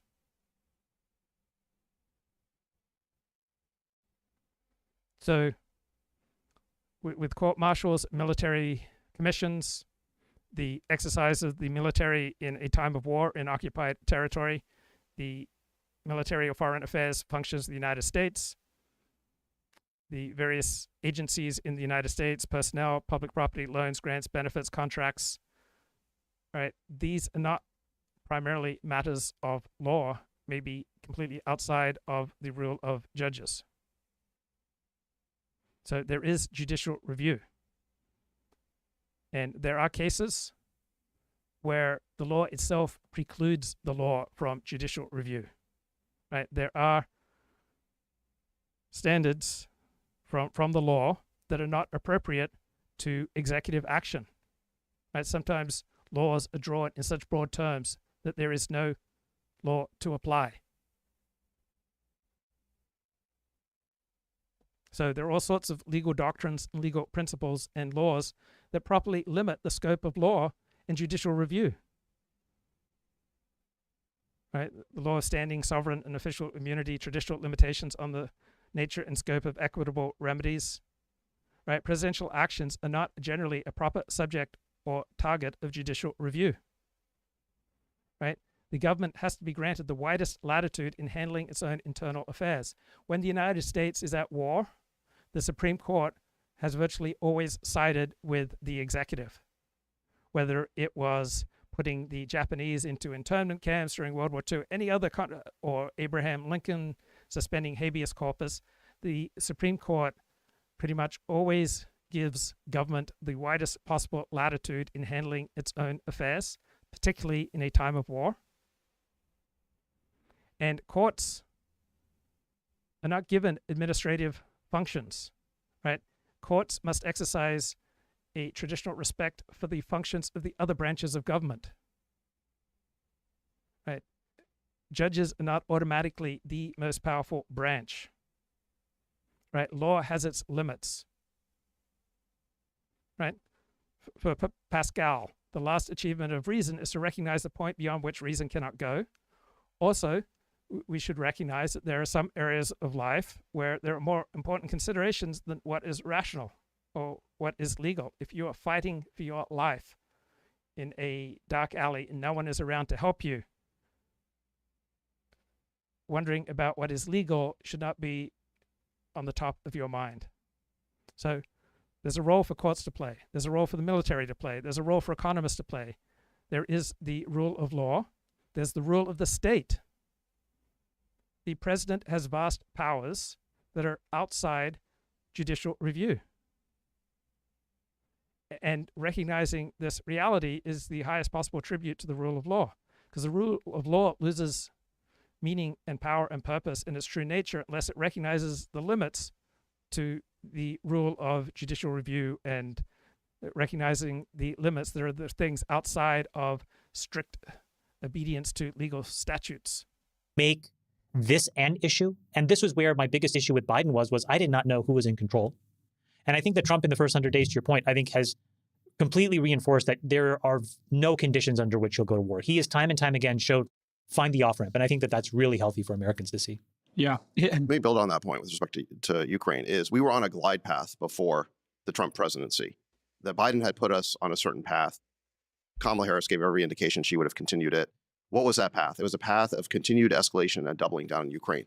Recall that it was Biden himself at the beginning of the war who said that if we give Ukraine Abrams tanks and F-16s or ATACMS or HIMARS, or if we allow them to hit targets inside of Russia, it would lead to World War III. He actually used the word Armageddon. So at the beginning of that administration, they were very concerned about how an escalatory path could lead us into direct conflict with Russia and World War III. And yet, despite that, at every fork in the road where they had a choice, they ended up doubling down. They gave the Abrams tanks, they gave the F-16s. So there's so many things that Donald Trump is doing that have absolutely no precedent. Steve Witkoff's role as Donald Trump's foreign envoy to solve the Russia-Ukraine crisis, the Israel-Gaza crisis, the Iranian crisis, absolutely no precedent. Steve Witkoff does not have foreign policy experience. He doesn't have a vast team behind him. It's just incredible, the amount of power he has. Completely unprecedented. Maybe it'll work out, maybe it won't. They gave the HIMARS, they gave the ATACMS, and finally, when Biden was a lame duck in his last couple months in office, they did the most reckless and irresponsible thing, which is allow American weapons to be used to strike targets on Russian soil, not just fighting in Ukraine, but on Russian soil. Moreover, we now know from a New York Times article that just came out in the last few weeks that it was American generals and American intelligence who were planning this war. So when you're talking about striking Russian targets on Russian soil, it's not just the Ukrainians using our weapons. They're using our targeting. They're using our guidance. They're using our satellites. I mean, we are deeply integrated in the kill chain. This is the United States being a co-belligerent in the war, hitting Russian soil. That is incredibly reckless and dangerous. I have no doubt that if the Democrats were still in office, we would be in an escalatory spiral right now with the destination being World War III. And I do think that Trump has pulled us back from the brink there. There's obviously still more work to do, but I really appreciate the efforts that Steve Witkoff has undertaken where for the first time in 3 years, we've at least had direct diplomacy with the Russians. We weren't even talking before. I mean, talking is a great thing, and apparently we're going to keep supplying with them with weapons as long as they pay for them. So it's going to be very interesting to see how this all hashes out over the next 100 days or so. Let's keep moving. I don't think we know that yet. Let's wait and see on that. Okay. Yeah. I mean, I think that's what was reported, but you're right. We should wait and see. Okay. Downstream tariff impacts. We got to talk about this, and this is why we have you here, Ryan. Since you're in the thick of it, you tweeted a thread last week about the lag time of shipments from China. And when you were on, I guess during COVID, you really educated us to how the supply chain works. And according to the thread that you shared somewhere around early June, we're going to expect warehouses, trucking, the entire supply chain, maybe to start to seize up or layoffs. I don't know how you would frame it, Ryan, but are we past the point of no return with regard to the supply chain? Is there an off-ramp for this tariff conflict war negotiation with China in your mind? What are you seeing on the streets and in the purchase orders and the invoices at Flexport. Definitely not past the point of no return. I think we're still right in the middle of the don't judge the cook while he's cooking is one, like let's see what it tastes like at the end is I think a starting point here. And they're still in active negotiations. So I don't think it's not static. Now, the world does want a lot more certainty. And that's a big cause of what's happened here. And what has happened is a 60% decline in bookings of ocean freight from China to the US. I mean, so that's really, really pretty dramatic, like probably exceeding what was expected. Around, yeah. Like instead of paying the China tariff, now you pay a Mexico tariff, which should be less. Is that the idea? Well, you can move it into a bonded warehouse in Mexico even and not pay Mexican tariffs either. And you just wait until it imports. But I mean, what's the Department of Commerce or the Customs to do? It's sort of, you just to see as, people are hand-wringing empty store shelves, Christmas gets ruined, and all these layoffs start happening in the supply chain. Take us through the two scenarios that people are debating. Yeah, I mean, the bleak scenario, which is, I don't really think it's going to happen. I think that the administration doesn't want this to be their legacy, that they created a policy that just kind of tanked small business and supply chain. So I don't actually think you're not there for cheap labor. You're there for quality manufacturing at this point. There's much cheaper labor in Southeast Asia or other parts of the world than there is in China. So you're in China because of the manufacturing capabilities, the ecosystem, not just for cheap labor. And if you could have moved, you would have already with the 25%. Definition means that they expect the tariffs to sort of persist. Which is totally different from let's go negotiate deals that just allow for the free trade to actually increase. And so are we worried about the reciprocity or are we worried about kind of revenue streams? So that's a whole issue. You also have people on this call have managed teams. Like you do change management. You lead people to the end state that they even remotely competitive in car manufacturing. So where should, in your mind, this all lead? Because you have some thoughts on American exceptionalism and maybe skating to where the puck is going. So if you were to become an advisor. Yeah. Where are they allowed to have their supply chain operate? That ends up with just lots of economic distortions that everybody on the right would have called, the left socialists for trying to kind of implement central planning around supply chains. So that's my piece. Well, one example, by the way, just a shout out to our friend, completely brazen, ridiculous, shitty reporting by the Wall Street Journal last night. When they were told that this whole Tesla thing was a total farce, they continued to publish it. Okay, fine. You're referring to Elon, the board. Yeah. Starting a search to replace Elon. And then the board said, well, wait, we told you we weren't doing that. And they didn't even mention They communicated that directly to the Wall Street Journal. The Wall Street Journal said, I don't care. I have an axe to grind. Correct. Yeah. I think that Trump has a strength, which is he shapes these potholes for the mainstream media to fall into.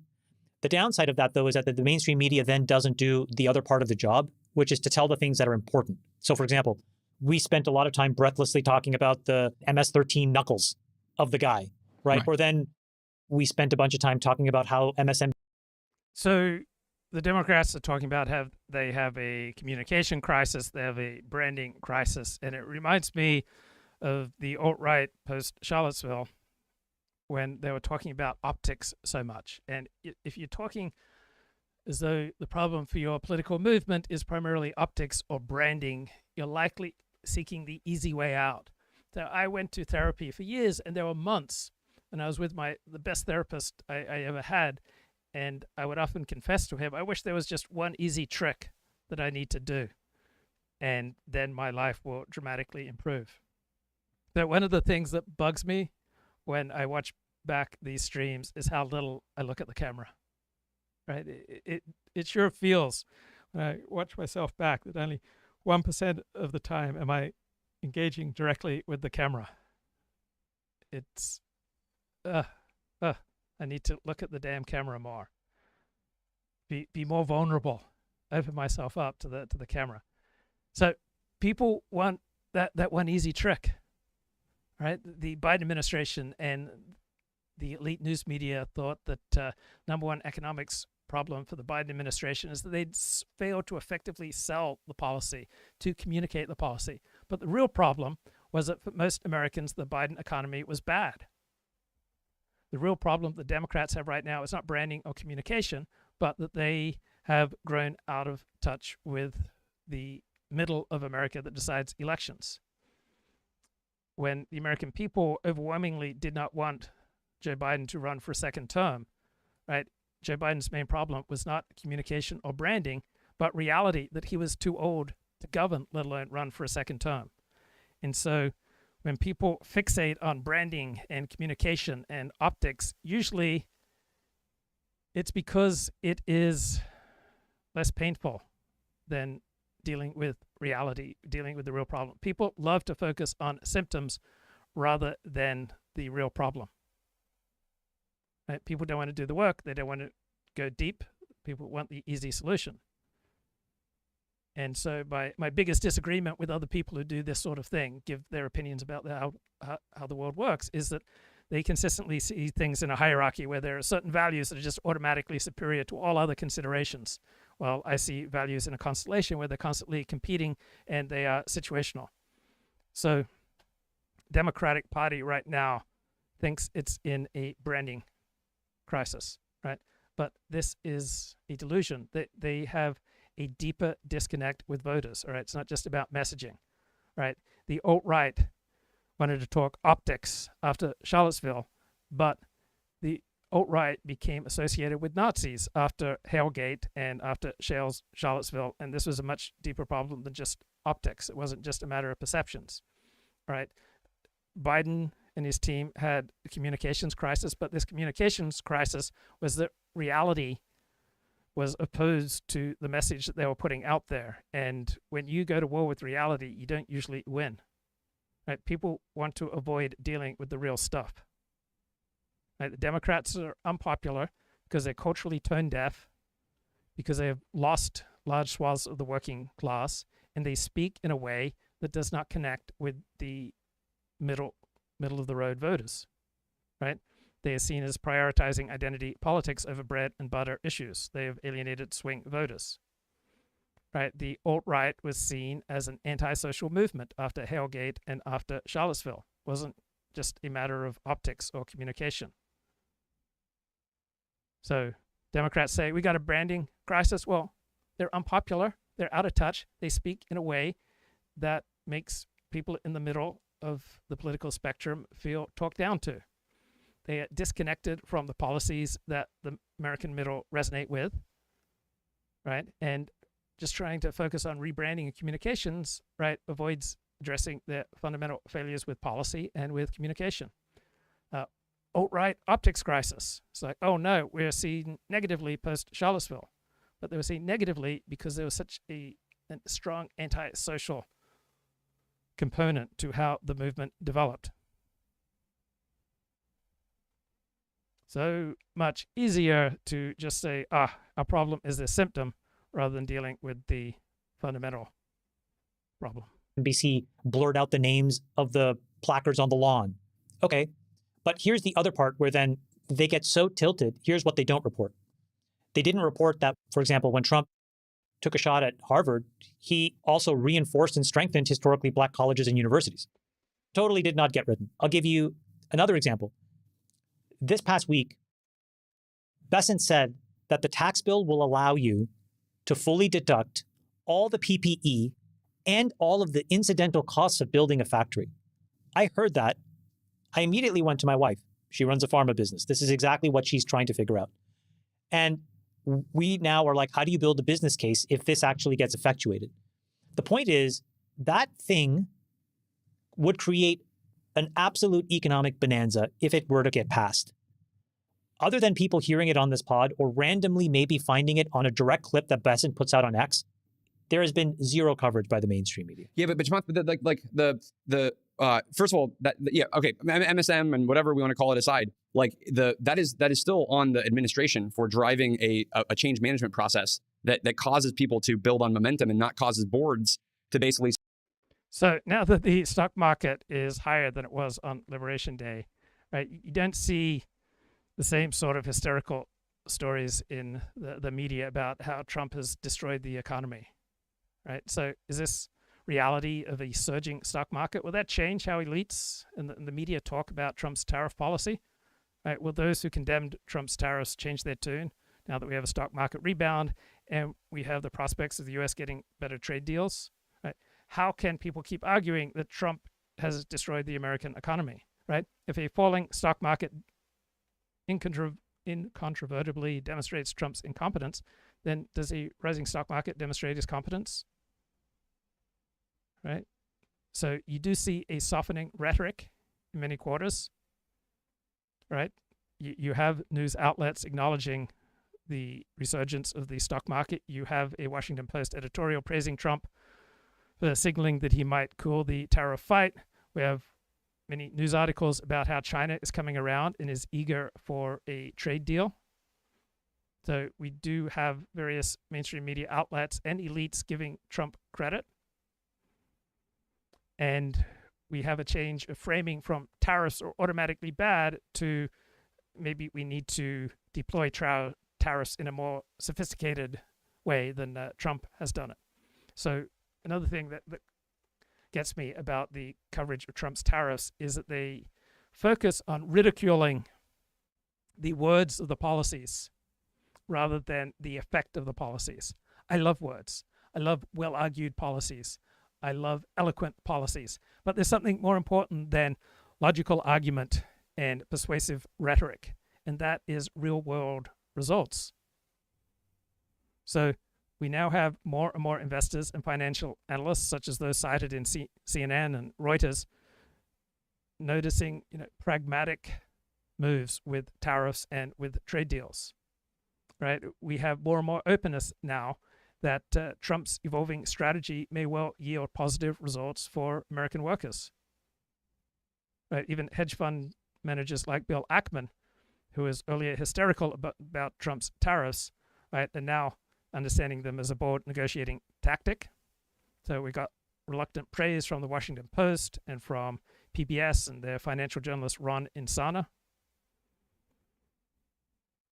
And you still have critics arguing that Trump has destroyed the economy because Trump's moves go against their ideological biases and they are not framed in the most eloquent fashion.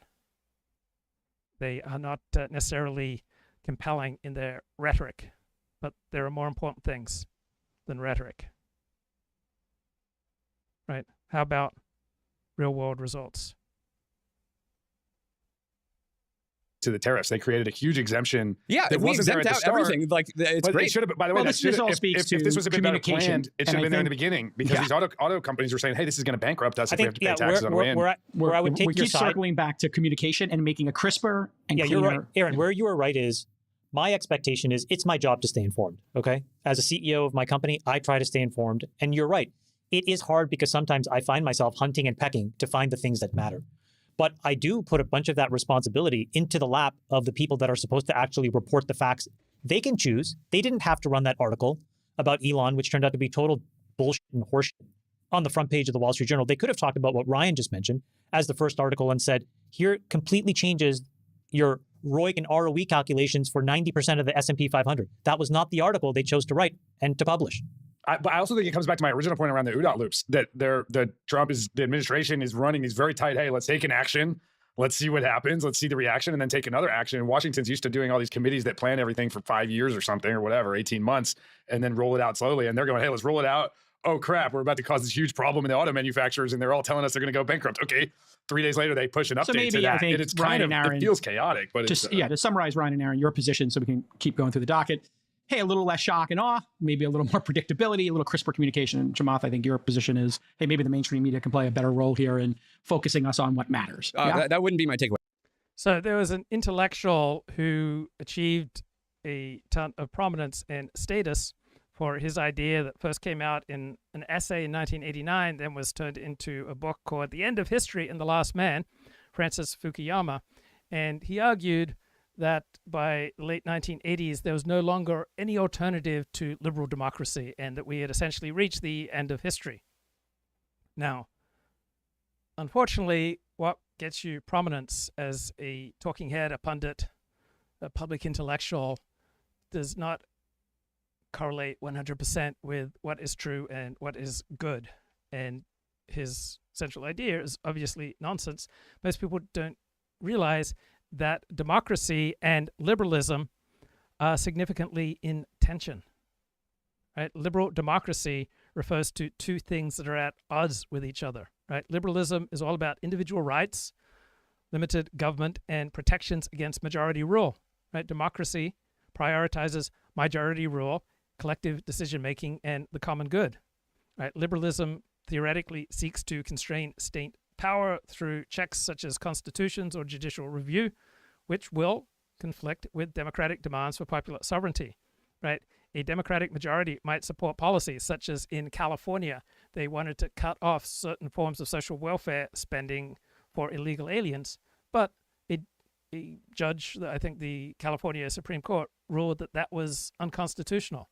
So you had liberalism triumphing over democracy. You have all sorts of liberal institutions such as courts overturning these popular laws, essentially frustrating democratic will. And in the mainstream media, you hear talk about how majoritarianism, meaning the majority of the people getting their way, that's really at odds with democracy. Right? That seems weird. But from an elite perspective, right, the will of the majority, if it clashes with certain protections for individual or minority rights, then democracy has to give in to liberalism. And Adrian Vermeule at Harvard, he's got this interesting critique. He says, liberalism is created by and in service of elites who capture most of the upside gains of ever greater release from customary moral and economic constraints, and who are buffered economically and personally from the downside risks and losses. So liberalism essentially collectivizes the losses, but allows the privatization of gains. Right? Liberalism's advocates fear that the people might reject their aspirations for ever more satisfying forms of creativity and self-fulfillment.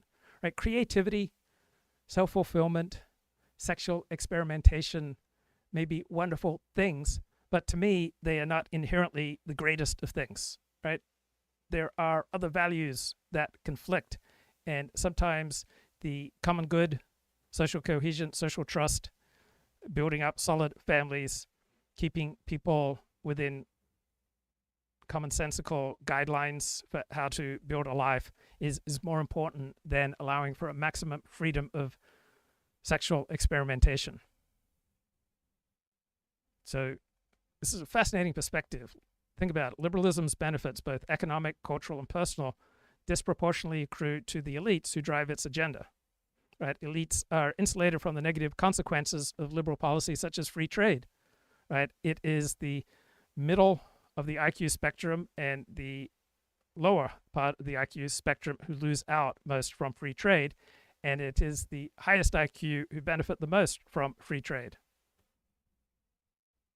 So those who promote liberalism essentially want elite rule, and the opposite of elite rule is popular rule. So the further left you go on the political spectrum, the more you have veneration of elite rule. So communism means elite rule, right? A tiny number of people make decisions on behalf of the people. These are the vanguard of the proletariat. Socialism very much believes in elite rule. The elite professors at Harvard University believe very much in elite rule, right?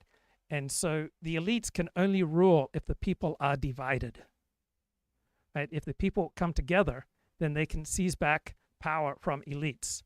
But if elites are able to make deals, such as the Democratic Party has traditionally, over the past few decades, made very effective deals with those on the lowest part of the socioeconomic spectrum and those at the highest end of the socioeconomic spectrum. They've made those deals, and so they pay off those two groups, and they're able to rule.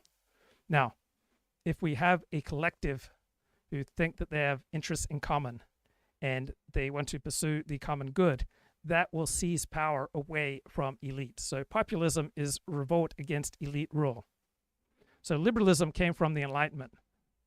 It may have come from coffee and caffeine. It stimulated people meeting in coffee shops and talking, and coffee is a stimulant, unlike alcohol, which is a depressive substance. So you have people stimulated, gathering in coffee shops and talking about how wonderful it'd be to have individual rights and free markets and secular government. That this is better than collective traditions and religious rule or the rule of kings. So you have these now post-liberal thinkers such as Adrian Vermeule and Patrick Deneen, who argue that liberalism erodes community, family, and virtue, and it creates a fragmented society where only the elite thrive. Now, I am not inherently against liberalism. I see many advantages to liberalism. I recognize that there are different situations, and in some situations, a liberal framework will be the most adaptive to reality. In other situations, a xenophobic, authoritarian police state will be most adaptive to reality. So I'm not inherently opposed to the xenophobic police state. I see that there is a time and a place and a situation where that is the best. And then there are other situations where an open, egalitarian, liberal, enlightened perspective will be the most adaptive to reality. So what does Adrian Vermeer mean that elites capture the benefits from liberalism? So liberalism has certain economic policies: free markets, globalization, deregulation. And these policies generate immense wealth and immense inequality. So elites, right, benefit from open borders, technological disruption, and flexible labor markets. So the top 1% US now hold over 30% of the nation's wealth. I don't begrudge that. I don't hate it, and I don't love it. If that is best for the American people, then fine. But if there are other policies that are more in the interest of the common good, then I'm open to those. So 10 years ago, 20 years ago, 30 years ago, 40 years ago, I wanted tax rates as low as possible, including for rich people, to give them as much incentive to produce. Now I'm perhaps more open to higher tax rates for billionaires. Don't have a strong opinion either way. I'm just moving a little bit away from my University of Chicago free market roots. So globalization creates many benefits, but most of those benefits are captured by the elite, right? So the working class experience tremendous job loss, cultural erosion, loss of families, loss of dignity, loss of traditional ways of doing things. Elites are buffered from these downsides because they have the wealth, the mobility, and the access to private systems such as elite education and healthcare. But the broader population faces wage stagnation, right? Many sectors of the American economy have not had significant wage growth in 4 or 5 decades. Now, under this new Trump economy and under Trump's first term, we had the least educated sector of the workforce experiencing real wage growth for the first time in decades. And we're seeing some of that return this time around. So most of the jobs that Joe Biden created over the past 2 years of his term were government jobs. Now with Trump, we're seeing a reduction of 1% in government jobs and a growth in private sector jobs. So liberalism celebrates individual self-expression, the challenging of traditional norms around family value and community. So elites get to have more and more experimental forms of sexual expression and new ways of forming community and families. So we have all these cultural shifts driven by elites towards secularism and individualism, and elites tend to navigate this with ease due to their high IQs, their elite education, their resources, their social networks. But the promotion of cosmopolitan values that align with the lifestyles of the elites tend to do tremendous damage for the middle and lower IQ. And Adam Smith noted this in his great 1776 book, The Wealth of Nations, that there are many vices that the upper class can engage in and get away with, such as sexual promiscuity, that will ruin someone's life if they're in a lower class. Right? Jack Nicholson, for example, appears to be able to handle sexual promiscuity and experimentation with drugs, and it doesn't appear to have ruined his life. But these same vices have ruined the lives of tens of thousands of people in lower classes. So regular people with average and below average IQ are just less equipped to adapt to rapid cultural change, right? What they hold sacred, which is usually tied to religion, family, into a particular place, may well feel devalued and under siege. And so this fuels populist backlash movements such as Brexit and Trumpism, which elites fear. So most Americans believe that traditional values are declining, and rural and working class people are the most likely to express concern. So liberals are confident in elite rule, and they want the courts, the media, the universities to do what they do, even if most people hate what they're doing. So now we have the rise of populist leaders challenging the liberal orthodoxies. So we've got Viktor Orban in Hungary, we had Bolsonaro in Brazil, and we have steady declining trust in our major institutions, right? Not just in America, but also in Europe. And our elite, for example, they favor far more restrictions on speech than do regular people.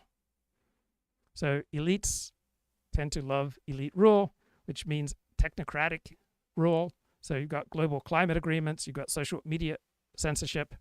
So elite policies provoke resistance, which the elites then say we need more control to handle the resistance, and you have erosion of the democratic will. So now you have in Germany, right, the German intelligence have effectively ruled that AfD is an extremist party. Why is the AfD an extremist party? Because it believes that Germans are a people, an ethnicity, and have interests. And those interests do not correspond to the massive amount of immigration that Germany has had over the past 10 years. Wait, so yeah. Okay. What's your takeaway? I mean, like zero shock and awe. Like not a little less. Like my strategy would be 100% different. Actually, Scott Bessent has an incredible podcast from like September of last year. And he basically said, you know, Bidenomics got it all wrong. And I was like listening to it. I was like, oh, okay, actually, this is kind of cool. Like he basically says, deregulate the US. Make it easier to build manufacturing in the US, increase the GDP, and then you'll be able to take in less tax revenue, spend less in the government. And it was like, oh, this is actually like a glide path. We could take the fact that we did a soft landing relative to the rest of the globe. We're winning in AI. We're winning in a number of categories. We obviously need more energy. We need to bring in manufacturing into the US. And so you have this great momentum, which is we are the tech leader, in the world. Let's like just pour fuel on that. And so to pour fuel on that, you just do a series of carrots and the wins that build a flywheel of positive energy. Like the reason why I take a little bit of exception to Chamath's MSM point is that I think to some extent Fortune 500 CEOs are not the ones like, oh my gosh, like Rachel Maddow said this, like I'm going to go and worry about this topic now. Like the information coming at them is. I'm not talking about the information that's presented. I'm talking about the information that's excluded. How do you get the information that's not published and shared broadly? No, but come on, like Goldman Sachs and JP Morgan are not writing reports on the fact that we might enter a recession because of MSNBC's reporting on this topic. But that's not what I'm talking about. Okay. I'm saying like glad handing some high level prognostication, which nobody ever gets right, is in my opinion worthless. What I'm talking about is the details. So when you talk about something as narrow and specific as excluding PPE or allowing you to double or triple depreciate something in a given calendar year, fantastic. That is narrow. Yep. It's precise, it's 100%. Specific, it's actionable. And what I'm saying is, if I surveyed the 500 CEO of the S&P 500, dollars to donuts, the overwhelming majority would not have known. And had they brushed up against that somehow in their normal media consumption to then ask their teams, the odds of that would have been zero as well. And all so I'm I guess saying then, is, who do we blame for this, Chamath? Is it the administration's job or mainstream media? But I bet you everybody knows about the blurring out of the stupid, pictures on the lawn and the MS-13 knuckle tattoos. Yeah. Okay. So let's wrap up on this. Just really lightning round here. Amazon flip-flopped on a new tariff notification on their websites. Trump said he had a great discussion with Bezos. He solved the problem very quickly. He did the right thing, good guy, etc. If you haven't seen this, it's something that Temu is doing. Here's what Temu does currently today. Nick, you have that image if you could pull it up of just when there is a tariff, they explain the tariff coming into the country. They put it as like a line item. I thought this was actually kind of cool. I don't know why people take offense with it. Ryan, this is pretty standard stuff. So Amazon's competitor Temu is putting in the import charges. They don't say tariffs. They don't say taxes. Import charges. This is like a standard thing. This happens in other countries too. What is this? What is Temu? This is like a dollar store? It's basically like a dollar. This is the last place you would ever buy anything, but it's a place where jeans? You can buy $12 jeans. Basically, your left sock from Laura Piana costs less than Temu's entire inventory of jeans. The point being, I thought this was actually a plus for. I think Amazon totally misplayed this. They did it. They rolled it out. Then they got criticized. I think they were called a treasonous company from the White House press, by the press secretary. They totally misplayed this because they should have gone and leaned into it and said, yeah, we're showing you all these tariffs when you buy from China. If you buy from America, you don't have to pay any tariff. And look at all these other products. Come on. That would have lasted 3.5 seconds. This is exactly consistent with the other issue, which is they're playing whack-a-mole. Okay, we're going to do something with the automakers. We're going to try and solve some problem with Amazon. Like this is a sign that it's not a good strategy if you have to do this much whack-a-mole. They're not they can't cover up what Amazon is going to end up dealing with because there's going to be 500 other retailers that don't get the call with Trump. So this is to me, that's evidence of clearly they didn't think through the entire downstream set of conditions that are going to change as a result of this. Sure. Yeah, I thought this was a big win, Chamath, because they could then have Amazon. Here's a mock-up somebody made. I'll pull it up here. It was interesting. They could, to Aaron's point, just show, hey, here's a bunch of American companies. Buy American when you do a search. That's Ryan's point. I'm sorry, Ryan's point. Hey, here's what it might look like. Pull that the Oral-B toothbrush one up, Nick, if you got it right there. So somebody mocked this up. I think this could be the hugest win. You could have the retailers do buy American, buy it once, buy a high-quality product from America. If you look here. We don't have the products. It wouldn't work. We don't have the products. Well, I mean, we do have for some products, American-made products. I buy my boots from Danner, and those are all American-made. So we should just go back to communism. Okay, let's get a burst here from Stephen Miller last week. Universities across this country are in plain and direct violation of the Supreme Court's ruling that affirmative action, as in racial quotas and set-asides, are illegal. Students must be admitted to universities on a color-blind basis. But we have demonstrated through clear evidence that our university system, including our medical schools, and perhaps particularly our medical schools, are engaging in race-based discrimination, racial set-asides, racial quota schemes, and other efforts to evade the Supreme Court's ruling, and again, the plain text of federal statute. So universities are on notice, and universities are already facing the financial consequences of their noncompliance with federal law. The clearest example that we're all familiar with, of course, being Harvard, which is engaged in repeat, systemic, and sustained violations of federal civil rights law.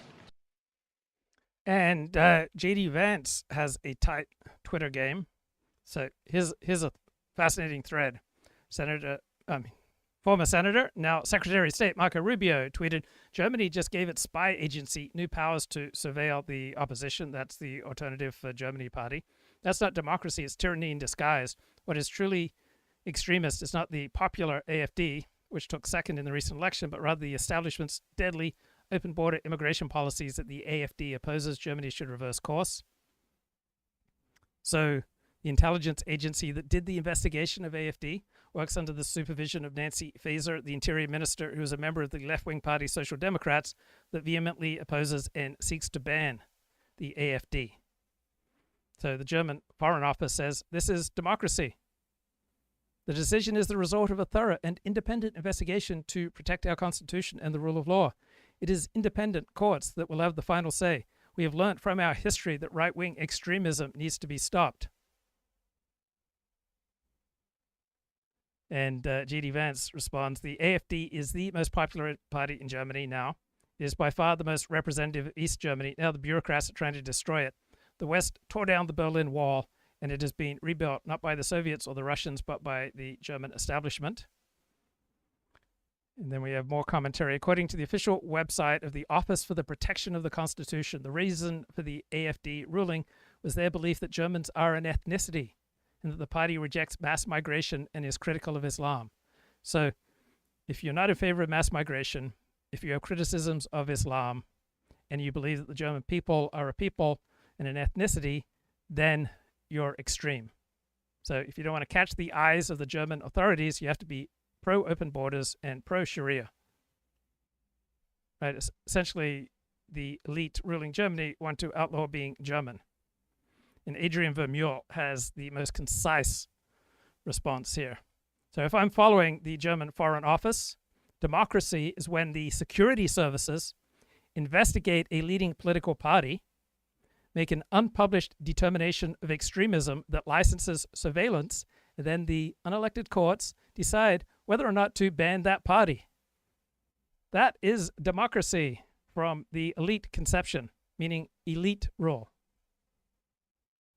And we're all going to make our shoes. Like it's like that's like we're in a global market. Like we buy shit from everywhere. Chamath, any thoughts on this? I mean, obviously there's the whack-a-mole angle. There's buy American and be proud of it. There's communication. Here's a narrow question. I got a bunch of emails from people, and a bunch of them were Amazon sellers. And I don't know, Nick, if you can find it, but I posted their comments and I reshared them just to kind of highlight the issues that they were going through. And at the core of it was a feeling by them that Amazon had abandoned them as American purveyors and sellers of goods. And that Amazon, on the margins, had a tendency to help competitors from abroad come stand themselves up and compete and essentially cannibalize on price and margin. this is my view completely. And that this is the biggest opportunity that I think the Trump administration is flying at 40,000 feet, doing macro level negotiations and failing to see some of these micro optimizations that are really, really real. So in the United States, you can import goods as a foreign company. You do not have to create an LLC or any sort of registered entity in the United States to import goods. Sometimes they say, oh, Americans pay the tariff. Like, that is not true. In many, many cases, the foreign company just imports this stuff and they sell on Amazon. And when they get caught cheating. So a similar deep state intelligence agency, elite law enforcement agency thing is going on in Israel, where you have the elected government being consistently hamstrung by left-wing courts. About the load of work. No, he had an enormous capacity for work. Let's start with Israel then, and the rogue Shin Bet chief Ronen Bar. First of all, I contest your news bulletin where you said he resigned. He refused to leave his chair and announced he would only resign on the 15th of June. It's a very strange thing for a head of Shin Bet to defy the government to which he is supposed to be accountable and stay in his office and then announce where he would do us the great favor and leave it. Mind you that while this is going on, there is an investigation into the staff of the prime minister, which smells a lot like the Russian hoax. And he is also trying to undermine the police chief, the police in general, and of course, the minister in charge of the police, Itamar Ben-Gvir, the Minister of National Security.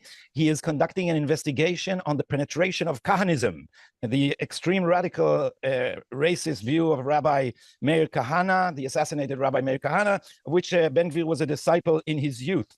And the investigation has been conducted, although there was no pretext for it whatever in evidence. And imagine what it would be if it was opposite. So they didn't even come up with a Steele dossier. Nothing. And imagine how it would be if there was a left-wing government and some right-wing Shin Bet chief would have investigated the penetration of Kaplanism, the anti-Bibism, into the police. It is a threat, and it went so far that the Shin Bet arrested a very important chief of police, the chief of police of Judea and Samaria, and then the chief of police of Judea and Samaria started recording the Shin Bet, and we have a lot on that too. So I'll say 2 sentences about this crazy stuff, and then go to the war of affidavit. Let me ask you one question first about just to say, Mike, to give it a headline, because I think we are now at a Hunter Biden laptop minute in Israel. Yeah. Okay. We'll come back to that in 1 second. Just let me understand something. Yes, my presentation of the news was deficient. I agree, and it is odd that that Ronen Bar announced that he's going to leave on June 15. What do you think is behind that? So he's stepping down, but not right away. Why is he? What's the purpose of the delay? What does he want to do between now and June 15? Undermine the government. My interpretation of Ronen Bar is that he's very consistent. The reason that the soldiers were asleep in their beds when the atrocities began on October 7th is that Ronen Bar thought that Hamas was preparing itself for an Israeli invasion and therefore might act nervously to any raising of the alert. You remember, I think we talked about it here in detail. So Ronen Bar thinks that the dangerous element is Netanyahu. Remember, this is a guy of the Kaplan milieu, and we heard from the Kaplan milieu a million times. Hamas is not the big problem. The big problem is Netanyahu. The enemy is Netanyahu, some of them say. Even some analysts on Channel 12, a regular analyst on Channel 12, his area of coverage is jurisprudence, said Netanyahu is the enemy. And this is their frame of mind. So remember, why didn't he wake Netanyahu up? He was afraid of a miscalculation. You don't know how many memes, Mike, there are on the Israeli internet now with the head of Ronen Bar juxtaposed on a pageant queen with a stripe across her chest saying miscalculation. Because the miscalculation allegedly is that everybody would be dragged into an escalation that nobody wanted because Israel would overreact to some Hamas intelligence. So this is why he did not wake up. So in other words, he was afraid of feeding the right-wing beast with intelligence assessments that said there was a serious threat. So exactly. he downplayed the threat. The threat analysis, maybe even unconsciously did it, not because he never believed that there would actually be such a serious attack. he didn't want to give the right wing anything that they could use. Yeah, he was in order to afraid that escalate. war would begin because of the Israelis. Got it. So he not only did he not wake up the theater, he hushed it and made sure there was not even a whisper. And certainly he did not wake up the prime minister, the hawkish, crazy prime minister who would overreact because of a miscalculation. And this was the Shin Bet analysis of what happened in previous rounds. They kept saying that the problem was that Israel overreacted. So this was his frame of mind on October 7. As I said here on television, Ronen Bar has situated himself as Shin Bet chief with his back to Gaza and his face to Judea and Samaria. That's where the danger would come from. And indeed, this Shin Bet who keeps underestimating the malevolence of Hamas keeps exaggerating the threat by rogue settlers. And so they keep arresting Jewish settlers, Mike, for months on end in preventive detention without a shred of evidence. And now they arrested Avishai Mualem because Avishai Mualem started refusing to arrest these people. He's the chief of police in Judea and Samaria. And so they arrested Avishai Mualem, the chief of police of Judea and Samaria. And what came out to the press, and the press, the press is totally sold out to the left. The press said that Avishai Mualem was bribing the Minister of National Security by carrying out his orders. You heard right. He was attempting to climb up the ladder of police jobs by doing what he was told. The minister said, which is a very dangerous thing because the minister is a carnist. And so Ronen Bar has been acting really wildly towards even the police. So what happened is Avishai Mualem began to record them. And then recordings were leaked that would make your hair stand if you have any. They actually, you can hear the guy, the head of the Jewish division of Shabak. They're so soft with the Palestinians. They're so tough with the Jews. So the head of the Jewish division said, arrest them. I don't care if there is any evidence. Put them in some hole with rats. And Avishai Mualem, he said, bro, we don't have anything against him. And he says, I don't care. Make it look like a proper investigation. Taseh mar'it ayn, a facade of a proper investigation. So this has been going on one side. And now let me play the other turntable on my political analysis DJ stand. The other side is the affidavits. Ronen Bar is refusing to leave his post. And he's saying, I will submit the case to the Supreme Court. So in effect, the people are treating the Supreme Court as the government, because although the law clearly says that the Shin Bet is subordinate to the cabinet, that the cabinet can dismiss the head of Shin Bet even without any demand for an explanation. It's enough that he doesn't get along with the prime minister. And this was a unanimous decision by the cabinet, and the Supreme Court, as our Supreme Court does, accepted this for debate, and it's been debating it. So Ronen Bar submitted an affidavit, and that affidavit, Mike, I'll try to be as moderate as I can, is a bunch of lies that are so obvious that you think not only was our security, we put in charge of our security a man who is not just irresponsible, ideological, arrogant, and whatnot. This affidavit sounds like an unintelligent move, because these are things that you can find out. So what does he do in his affidavit? First of all, he said, we of course treated some of this back when the Shin Bet came up with their report on October 7th, and that was transparently lies. Lies. Transparently a political document. Now the new document also contradicts some of the former lies that we had in the report. And now he says, they're not even keeping their story straight. No, not at all. And so now he says it's the idea that I did not provide a warning on that night is an attempt to delegitimize me and an attack on me by the prime minister. I did provide a warning, and he goes through the night, and he said there was an assessment at 3:13, and at 5:15, I think the phrase he uses is, I woke up the whole system, or I alerted the whole system. And look, a warning in a security professional parlance is not I talked with someone on the telephone and said I was concerned. That's not a warning. A warning is a procedure. It is a command. There is a formal command called warning, which has different aspects to it. Where is it? Who is it? What signs do we have, etc. And there was obviously no such thing. And to say that you alerted the system, you did not wake up the soldiers sleeping in their beds across the fence. You did not disperse the Nova Festival. You did not call the prime minister. And you are telling us to our face that you gave the warning? This is preposterous. And this is why I'm saying it's a Hunter Biden laptop moment. And I'll elaborate in a minute, because the lies are so obvious and the press is just towing the line. The press is just towing the line. It's unbelievable. So one thing he said, I did provide a warning. The second thing he said, the prime minister has been trying to use me in order to evade the testimony that he's giving in his own trial. So Wait, you got to unpack that a little bit. Yeah, that's worth unpacking. Everything is interlaced with everything else. Yeah. So what's the contention here? How is he? So the prime minister asked him to find a different location for the proceedings of the court that would be safer. And Ronen Bar framed that as an attempt by the prime minister to procrastinate and not show up to his court appearances. And now it's clear that the prime minister asked this after an Iranian drone hit the bedroom window of his private residence in Caesarea. And then he came to the Shin Bet guy and he said, look, if my court appearances in Jerusalem are in the same place always, and it's unprotected, and the times are publicized, then it's dangerous, and it is your responsibility to protect me.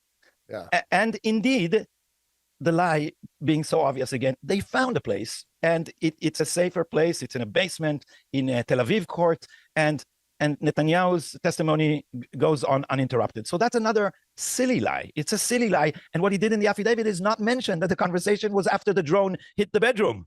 So he tried to conceal the context. And now the last and no less stupid lie was that the prime minister asked him, there's a fourth now, remember, it's not that important, but okay, so the same kind of battle with the deep state and unelected bureaucrats and elites trying to rule Israel against the elected government, right? Happening in Israel, happening in Poland, and in Germany. And Adrian Vermeule gave a lecture May 9th in 2018 in Poland, and title was Democratic Reformers or Liberal Backsliders. And so we have a professional hysteria, particularly directed at MAGA, Donald Trump's movement, at Poland and at Hungary and at Brexit. So free and fair elections now represent a threat to democracy. Germany's most popular party, AfD, now represents a threat to democracy. Right, passing legislation according to constitutional procedures, such as the Polish parliamentary law and the judiciary, this is now a threat to the rule of law. Right? So what accounts for this extraordinary reaction? Well, Poland and Hungary and Donald Trump are experimenting with non-liberal versions of democracy. So why isn't it countries such as Saudi Arabia or China that are the objects of hysteria? Right? These regimes are neither democratic nor liberal. So why would a regime that is democratic but a little less liberal be so objectionable? And the answer is liberalism's long-standing anxiety and fear about democracy and majority rule. Right? Liberalism has a parasitic relationship with democracy. Liberalism latches on to democracy and pretends that liberalism and democracy are just one and the same, essentially. Right? And it's also in service of elite rule. And you have all regimes essentially in advanced economies paying lip service to democracy means liberal democracy. Right? Liberalism needs democracy because it needs the legitimation that democracy provides. But liberalism fears majority rule. So what's the solution? To idealize and redescribe democracy so it's not mere majoritarianism. That's not what's truly democratic. What's truly democratic is to have a country's institutions operate on the basis of elite rule with tight constraints and procedures operated by fellow elites, so there can be no outcomes that threaten liberalism. And any majority rule that threatens liberalism is dismissed as non-democratic and inauthentic. Usually come in the form of a constitutional court or a security service purporting to speak in the name of a higher form of democracy, our democracy. So democracy becomes reduced under elite rule to a periodic ceremony of private voting by secret ballot for variations of liberal parties. So you will hear an appeal to a democracy of mankind that essentially erases nations, peoples, cultures, religions, and the particular ways of seeing things and doing things that create for most people the common good, the most meaningful parts of life. So liberalism has come to mean rule by elites and the hollowing out of democracy to protect elite rule. Right? This is why liberals are so much more threatened by populist, sometimes anti-liberal movements such as Trump and Brexit. Right? For one thing, the apostate is always more detested than the pagan. And the rise of populism makes the liberal elite confront how anti-democratic they are. Right? The democratic but non-liberal government exposes the elite rule of the liberal project. Right? Liberalism is an enterprise created by elites in service of elites who capture most of the upside gains of ever greater release from customary moral and economic constraints, and they are buffered economically and personally from the downside risks. Right? Liberalism's elite recognize that the people reject their aspirations for ever more satisfying forms of creativity and self-fulfillment. Right? Liberal elites know that the people are likely to rebel when customary norms and customary practices are cleared away to make room for the restless and ever-changing liturgy of liberalism. So this is the liberalism of fear.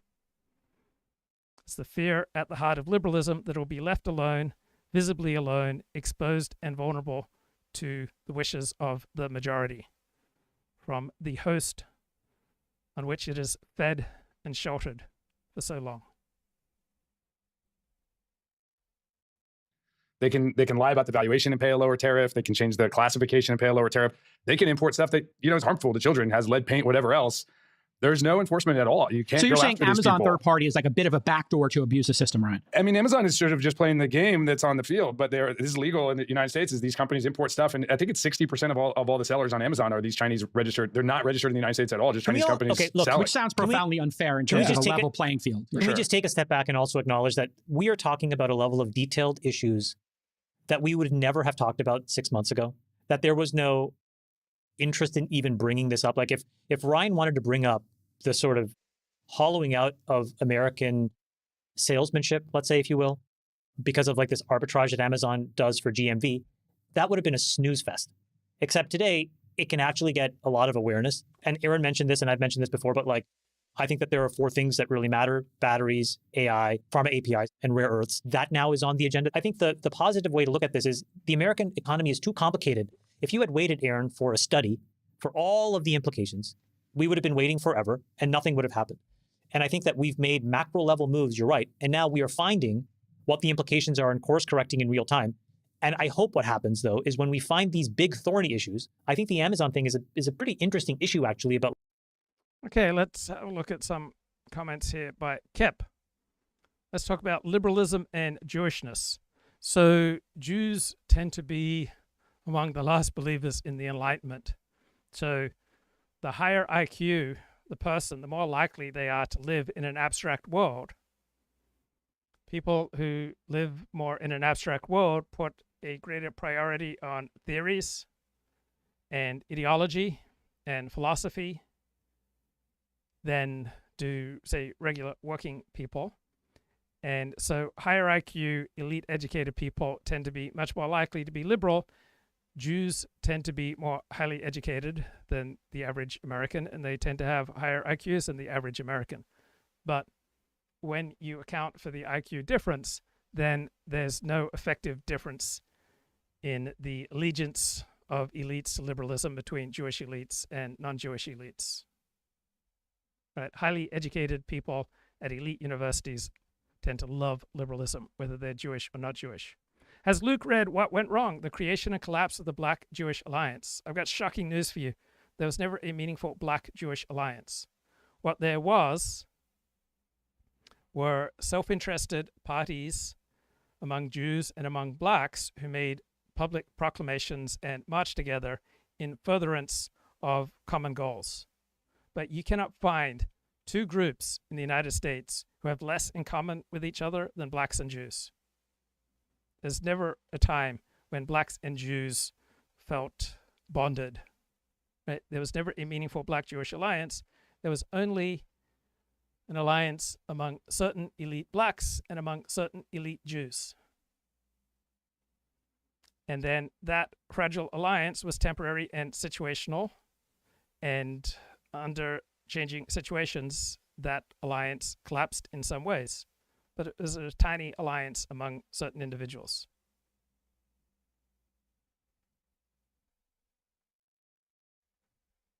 Like American competitiveness. Now the question is, do we follow through and get to the root cause of it and fix it? And those feedback loops are there. I mean, the Trump administration is going to act on this, and there's an act that's coming out of Congress as well to shut down the foreign import of records. So those feedback loops are there in ways that I don't know if they were there in the past. Go ahead, Aaron. We can totally chaos monkey the economy and just see what breaks. I think that you sort of phrase we could do the research paper, and we could do Aspen Institute as a bad thing, but also it could be a bad thing if you're the small business owner right now who has 30 employees and you just literally don't know what you're going to do next month. And so that's sort of then the argument to not, it's a good counterbalance. That's like why you do have some bureaucracy and you don't chaos monkey the economy, and why Rand Paul is literally saying maybe we shouldn't actually let, have unilateral, control over tariffs. So, interesting that like dynamic there. All right. Zach, you want to wrap us up here, or you want to pass? Oh, am I still on the pod? Yeah, well, you turned your camera off, so. Look, I spent 80 minutes debating this topic with Larry Summers 3 weeks ago. The point I made then is that we had in this city for 25 years a globalist consensus on trade that distorted a lot of outcomes. I don't need to rehash that debate, but I'll just recall that Larry Summers' main argument for why this would not work out is that the market was down. Do you remember that? That was his evidence that this wasn't going to work, okay? And it was all about the market not pricing in lower expectations. Well, guess what? The market is actually up since Liberation Day on April 2nd. So what happened 3 weeks ago was basically a panic in the market over this policy, and the media has been trying to fuel that panic. Now, what I said as well is we do have to stick the landing on this. I mean, President Trump shifted the conversation away from this globalist consensus, and he's now redefined the debate, but it is now up to Scott Bessent, the Treasury Secretary, Howard Lutnick, the Commerce Secretary, Jameson Greer, the U.S. Trade Rep, and so on, the Trump trade team, to now negotiate these deals, stick the landing. And I agree with you to the extent that the sooner that is done, the better, because it is good to provide business certainty. So I was looking at the New York Times this weekend, and there was an op-ed, Spain in the dark is safer than elsewhere with power. So there were massive power blackouts that rolled through Spain, and yet there wasn't criminal behavior, right? People kind of came together, and there was a lot of social trust, right? Average citizens directed traffic at intersections without working traffic lights. Average citizens brought water and food to passengers stranded on trains that had stopped in the middle of nowhere. Taxi drivers unable to process credit cards gave out their cell phone numbers so customers could pay their fares when the electricity returned. And you may well think that this is good and wonderful, and the writer of this essay thinks that this is great, and he attributes it to Spain's socialist policies, to Spain's welfare state. And yeah, I will admit that this sounds great on the surface, but what you're not being told is how incredibly racist Spain is. Only 0.3% of the Spanish population is black. And you can say that the Spanish are operating in socially cohesive and pro-social ways, but all I see is racism. Right? Why are the Spanish so closed-minded, so bigoted, so racist, so living in the dark about the benefits of a more vibrant and racially diverse society? Frankly, it sickens me. How dare the Spanish remain Spanish? The Spanish would be much better if they became African. Right? There's no such thing as the Spanish people. Right? What will make life better in Spain is importing 10 million people from Africa. And then life will become much more exciting. So Wall Street Journal reports, in Trump 2.0, free trade Republicans are a dying breed. So there's nothing inherently right-wing about supporting free trade and free markets, right? People who have a strong ethnic identity, people who like traditional ways of doing things, people who believe in hierarchy and stiff punishment for norm breakers, right? The traditional constituents of the right wing don't necessarily care about free trade or free markets. So there's no big contradiction that a party of the right may shift from promoting free trade to promoting protectionism, or may shift from an internationalist foreign policy that is wrestling with the challenge posed by the Soviet Union, or retreating to a more isolationist policy. So being internationalist to do battle with the Soviet Union, right, that reflects a right-wing tendency to have more fear and concern and anxiety about the threat posed by outsiders, foreigners, than the liberal, more egalitarian, more open impulse. Similarly, retreating to your home soil, your home nation, and putting up barriers against the outside world is also a right-wing impulse. It's not inherent in being right-wing to be either free trade or protectionist, to be either internationalist or isolationist, right? They can both reflect some right-wing tendencies, right? Traditional ways tend to be at ease with different groups having different gifts, tend to be at ease with people who develop resources, allowing them to keep those resources and not forcing them to share them with everybody else. The left-wing tendency is to force people with resources to share them with everyone else, and to be more open to the benefits from interacting with outsiders and even allowing them to immigrate to your country.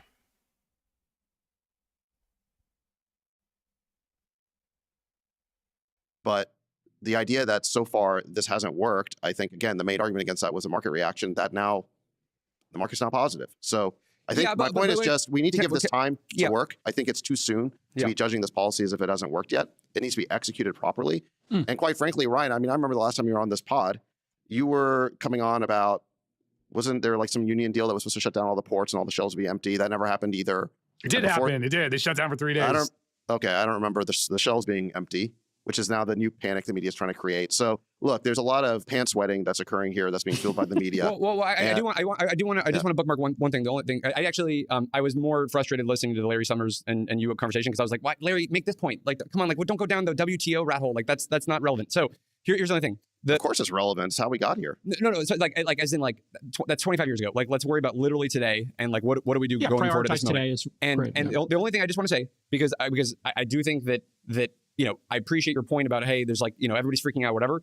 But to be totally fair, that some of that freak out, whether we can decide how emotional it needs to be, is the reason that then Trump walks back the things that then cause the market to correct. So we can't just say the market's back and like, see, we didn't need to freak out because it was literally. I said we have to make the deals. We have to stick the landing. But look, China over the last 25 years has been able to strategically annihilate our rare earth processing capability and our ability to cast rare earth magnets. We just sat back and watched as the market basically went to the lowest bidder, which was being subsidized by the Chinese government, which the WTO allowed them to do. We should totally and now we have a critical dependency in our supply chain on China. So Kip had jungle fever for a while. He had a girlfriend named Kenya, but Kip is so racist, he wouldn't take her home to mom and dad. He felt much more comfortable visiting black spaces like the mall and a black movie theater with his black girlfriend. And it was his white female friends who were most impressed by his black girlfriend. So between about 2002 and 2007, my primary social life was with writers. And during that time, I had a beautiful girlfriend who would speak to this highly accomplished, successful writers in a way that was discordant with how they expected.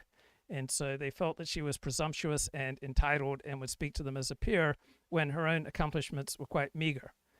And some of these writers who wanted to have a relationship with me were disturbed that they felt like my beautiful young girlfriend had a vibe that said, I'll let you do anything to me.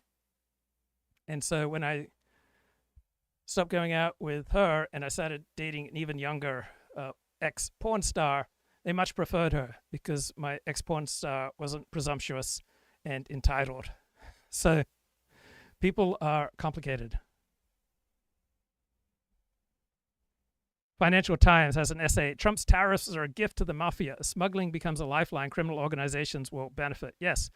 So at certain levels of government regulation and taxation, you will encourage the significant growth of the black market, and that should be taken into consideration. For example, in Australia, or at least in Queensland, if people smoke cigarettes, they're usually black market cigarettes because the government imposes such a tax on cigarettes that it has created the incentives for a black market in cigarettes. And so there are downsides to taxes. There are downsides to tariffs.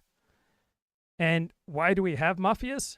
Because mafias will be the best organization to deal with certain circumstances, right? Not ideal to make deals with the mafia, but there are going to be certain circumstances where the mafia is most effective, is most aligned with your interests. And at certain levels of tariffs and taxation and government regulation, normally law-abiding people will start doing deals with mafias and criminal organizations and will start breaking the law. And that can fuel a diminishment of social trust and social cohesion. So for every action, there's a reaction. For every increase in tax or tariff, right, you are creating more and more of an incentive for the black market and for challenges to social trust and social cohesion. China for basically every electric motor in every product, including cars. That was crazy. We should not have allowed that to happen. Yeah, how are you going to change that? We needed to shift the political conversation to recognize the ways in which free trade led to unfair trade and created unacceptable dependencies on the American economy. I just want to make one point. It's more than that. Final point, and then I'll. This is the national security of the United States that's at stake. Let's go take your favorite pet issue. China invades Taiwan. Okay, and we have to take a side, Jason. My pet issue? Hold on, let me just finish. And the Chinese say, here are the implications of supporting Taiwan on this. A, B, C, and D. You don't get any pharma APIs. You don't get any rare earths. You don't get any batteries. Okay, it'll send life back 50 years. Or let's say China and India get into a fight and we're forced to pick a side. Same situation. The point is there's all these scenarios that we never even considered us being able to have strategic optionality to make the decision that's morally and ethically right for the United States. And I think that we have learned through this lens that these are huge issues. The thing that the Chinese did that was so brilliant, which we still don't have an answer for, is they have these national champions. And being a national champion allows you, and we'll talk about this in AI, it allows you to blur the lines between the public and private partnership. It allows you to blur the law. It allows you to blur capital. And I'm not saying we have to do that, but what I am saying is we need to have our own answer to it. And that was never on the table until April 9th. All right. Well, so yeah, but like 100%, like do that strategy, and then don't have a mad rush. It is the. So final reflections from Kip, working the black market, and his black girlfriend Kenya, says that back in 1993 she was engaged to the starting fullback for the Tennessee Volunteers. So we were sharing each other's company without any notions of long-term romance. So I've seen, I think I'm trying to remember a book, it might have been by Laura Kipnis, on the beauty of the doomed relationship. So from a trad perspective, that's kind of unfathomable. I think in general, women regret sex that doesn't lead to a long-term commitment. But some people get a lot of excitement out of the doomed relationship. Strategy. No, because that's if you have Ryan, what is the number? I don't know, $1 trillion of imports or whatever. Like you don't need everybody then jamming the system to build their supply chain, in the U.S. to solve that problem immediately. Look, if we're sitting here in 9 months and you're saying this and there are no deals, I would say that you're right. What Howard Lutnick said last week, and again, we may have all gotten caught up in the knuckle tattoos and we missed this, but he was very clear. We have a country, a deal is already done. Yep. We're convening parliament. It's going to be the first of many. So for all we know, there's like 30 deals that are waiting in the wings, and the first one will set the tone.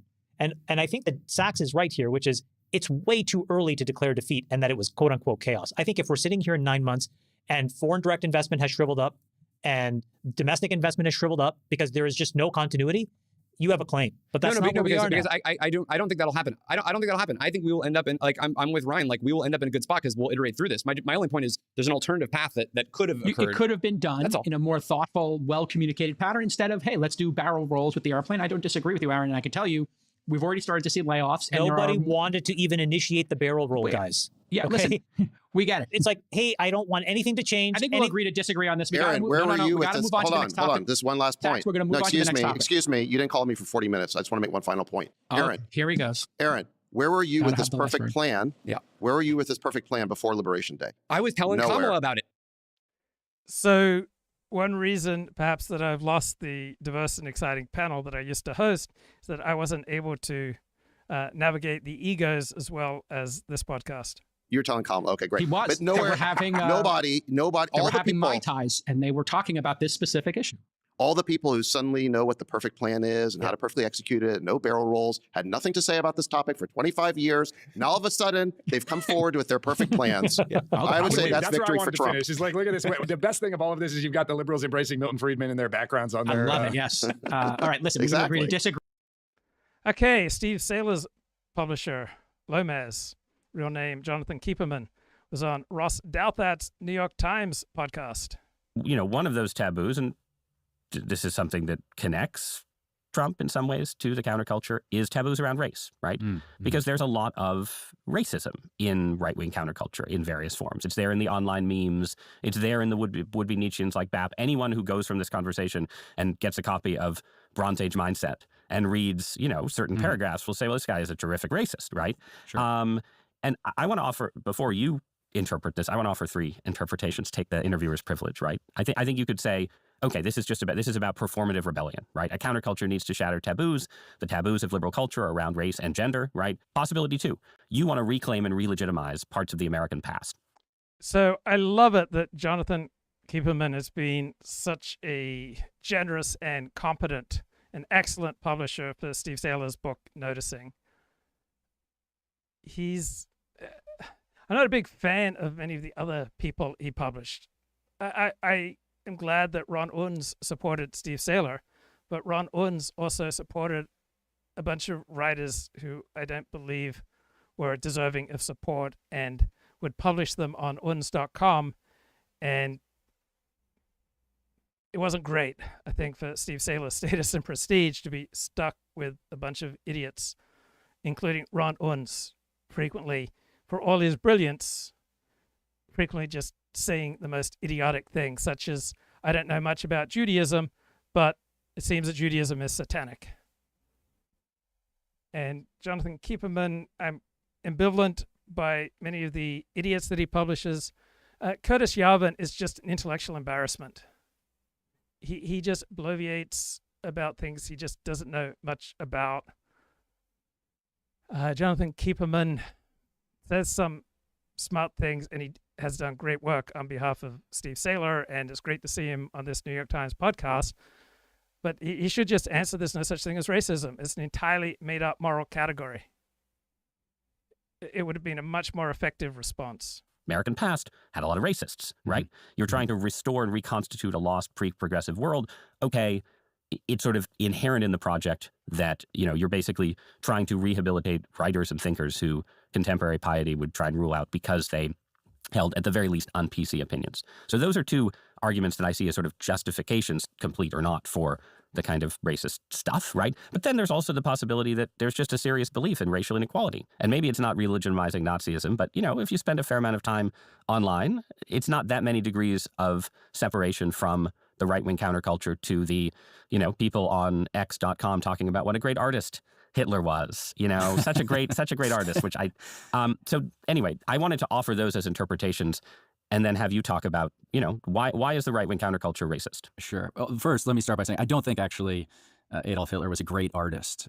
You just shouldn't buy into the premise that there's any such moral sin as racism. It's entirely an invented, made-up moral category. I think he was actually deficient and technically deficient in certain ways that are very obvious when you look at his painting. But okay, the technical deficiencies of Adolf Hitler are definitely there in a few places in his life. Yes. So this is a really interesting question, and of course it's worth addressing. And I think all the things you said can simultaneously be true. And I think there's a fourth point I want to add here, which is sort of historically contextual. We started this conversation by trying to think back. So he has a PhD in English literature, and there's something about people with PhDs in the humanities who don't seem to have the veneration for facts. They just seem to be incredibly slippery, and it's just a weird type of argumentation to me, right? I'm much more Steve Saylor style in my understanding of reality and of proper argument. Back to where this current sort of moment of our cultural, social, intellectual, ideological path began.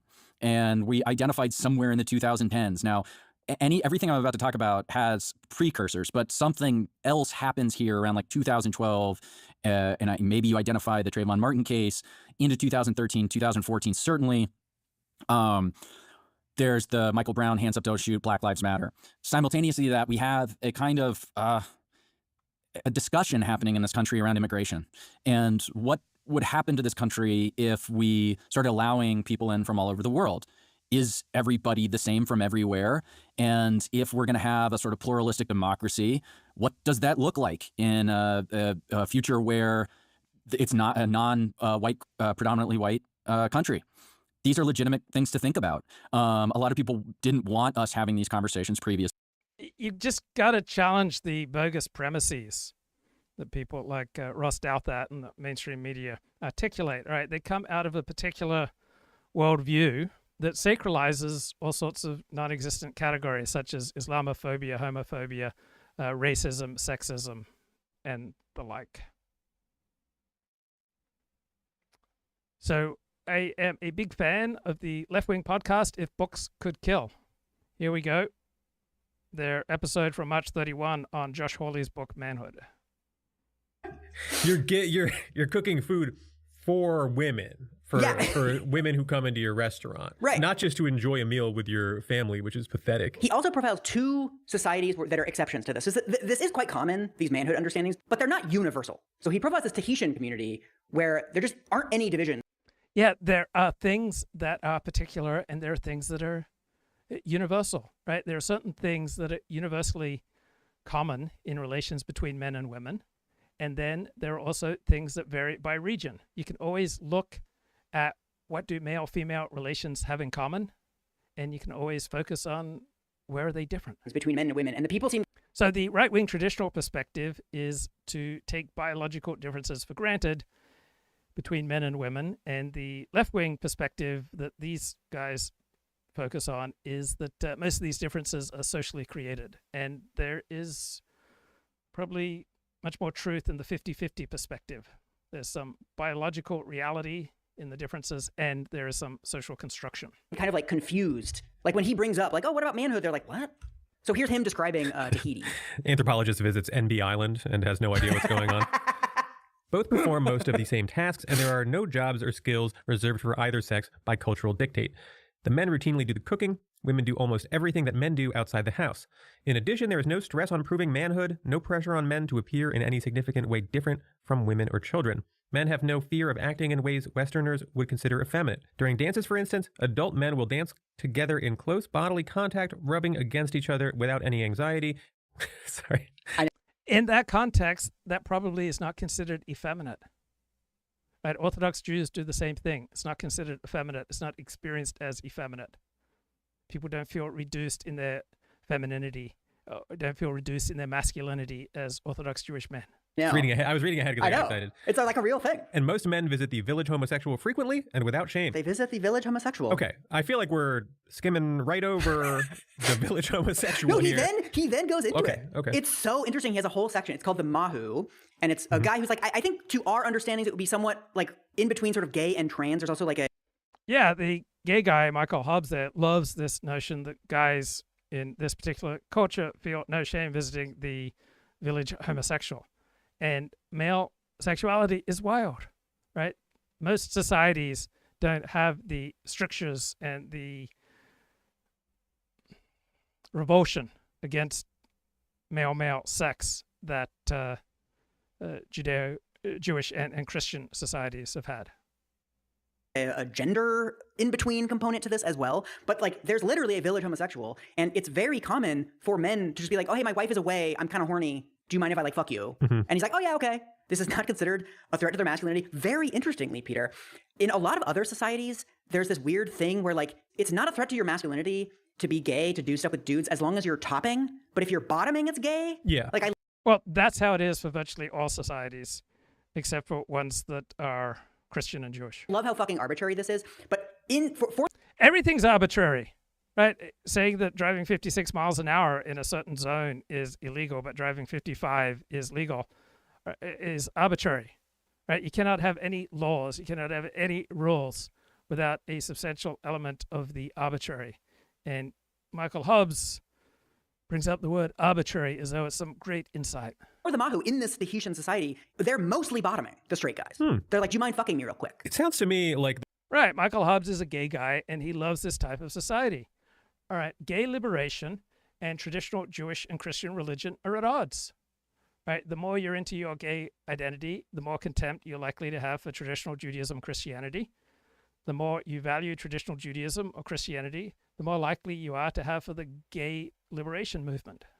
The village homosexual rules over this place like royalty. No, this is lit. Yeah. I want to hear a lot more about the village homosexual. He also profiles a society in Papua New Guinea where part of the manhood ritual is filleting a grown man and swallowing his semen, because that's like the seed of manhood inside of you. What? Yeah. What's more manly than a cock? Yes. And so you, in order to... Right, so Michael Hobbes, the gay guy, he loves this discussion. Right, Kip says Southern Cal, meaning USC, paid a shooting guard named Rice $3 million to play next year in LA. Rice is supposedly the 28th best player in the spring transfer portal. Sounds pricey to me. The recession must not be here yet. Well, it depends on their need, right? Some teams badly need a shooting guard and are willing to pay for one. Other teams don't need a shooting guard. So your value depends on the situation. Absorb its essence, you must suck it. Well, Yeah. what was so fascinating to me about this book is like, to any, I think, like American straight male, like there's nothing gayer, less masculine than like blowing another man and swallowing, right? But that's completely socially constructed. In this society, they're like, no, it's gay not to swallow. It's gay not to blow another. Right, so for many gay men, having sex with straight dudes is an ultimate fantasy. So this guy gets to indulge his sexual fantasies. Not to suck dick, dude. It's gay to fuck chicks, bro. Yeah. Chicks are girls and therefore not masculine. You want to be spending your time around men. It makes perfect sense. I just like, I think this stuff is so fascinating, just how fucking fake it is everywhere. And also the fact that this society... So it's also worth asking, where do I find X or Y fascinating? Right, it reveals something about you. All right, I love the movie Cinema Paradiso. I love the movie Legends of the Fall. I think because they both touch on the theme of loss, which has particular emotional power to me from growing up in foster care. It's like, yeah, why wouldn't men be doing the cooking? You can even see this like on the right, where like they are so disdainful of women and femininity that like even pursuing women is like embarrassing to some degree, right? And in fact, like they have personalities that start to revolve around hating women and therefore not getting laid, right? Which is like the thing that traditionally you would have thought is seen as masculine, right? Being able to impress women or whatever. All right, it doesn't shock me that there are heterosexual communities, such as traditional communities, that do not put a high value on sexual promiscuity, even with women. Andrew Tate stuff, like, fellas, is it gay to have sex for more than like 6 minutes? Is like one of Andrew Tate's fucking things. Right. That's right. like, you're just making up a masculinity. No, standard. but like, when you have a huge incel following, you can just make all of your failures gay, right? Yeah, so you're yeah, just yeah. like you're trying to not bust after 6 minutes. Yeah. You can't do it. And so you're like, actually, it's gay. It's Yeah, gay to it's go super longer than gay. 6 minutes. Yeah. It's gay when the woman. If you're in a society where there are still residues of traditional Judaism and Christianity, right, saying that something's gay is a reflex put down, because traditional Jewish and Christian societies have looked askance at same-sex sex. And even in an increasingly secular and anti-Christian society, you'll still see the residues of those traditions. Comes, actually. Gilmore also profiles another very egalitarian society called the Semi in central Malaysia. And what he notes about these exceptions is... Yes, aside from Jewish and Christian influenced societies, most other societies we've known in history are not particularly appalled at same-sex sex. Yeah, we get it. Both societies where the genders are super equal are characterized by a lot of abundance. That both of these places have a ton of arable land. There's in central Malaysia, they do hunting, but they're hunting like small, kind of like capybaras or like quokkas or something, like not a dangerous animal. And there's just like a shitload. So people on the left love the idea that the most important differences between men and women in our current society are socially constructed rather than biological. And so they love visions of an egalitarian relationship between people. Of them around. There's like a lot of food and enough time in the day to rest. And so his theory on this, the fact that these masculinity myths and masculinity norms are fairly common, right? Not universal, but fairly common around the world. His theory on this is that evolutionarily, life is hard. And because men are more physically strong and taller than women, societies over time have come up with these manhood norms, basically to get men to get off of their asses and like take care of the collective. Yeah. Somebody has to hunt the mammoth. And nobody wants to hunt the mammoth because hunting the mammoth sucks shit. And so societies, not really deliberately, but over time have developed these manhood norms to say like, oh, you're a fucking pussy if you don't hunt the mammoth. You got to hunt the mammoth to prove yourself to other. Yes, we all take for granted essentially the way that we were raised and that this is the one true prism through which to understand the world. Men. And that was the way that societies got through times of scarcity. And the fact that, for most of human history, like there just wasn't abundant resources. Right. You need some social pressure for people to do stuff, right? Yeah, because exactly. it's important that people do stuff. You need social pressure for women to cook, not necessarily, but because someone has to cook. Yeah, right? exactly. Yeah. And also he says what you find in these manhood norms across the world is that women, the norms of femininity are oftentimes about caretaking for individuals, right? You have to take care of your kids, you take care of your husband, whereas manhood norms are oftentimes about taking care of the community. Mm-hmm. And so a lot of these manhood norms, they are actually nurturing norms, but they're nurturing of the collective rather than the individual. I just want to have you read a little bit of his conclusion. When I started researching this book, I was prepared to read a... So yes, femininity and masculinity express themselves differently in different situations, but there are also some through lines in different situations where men and women, there are similarities all over the globe in how men and women operate. Discovered the old saw that conventional femininity is nurturing and passive and that masculinity is self-serving, egotistical, and uncaring, but I did not find this. One of my findings here is that manhood ideologies always include a criterion of selfless generosity, even to the point of sacrifice. Again and again, we find that real men are those who give more than they take. They serve others.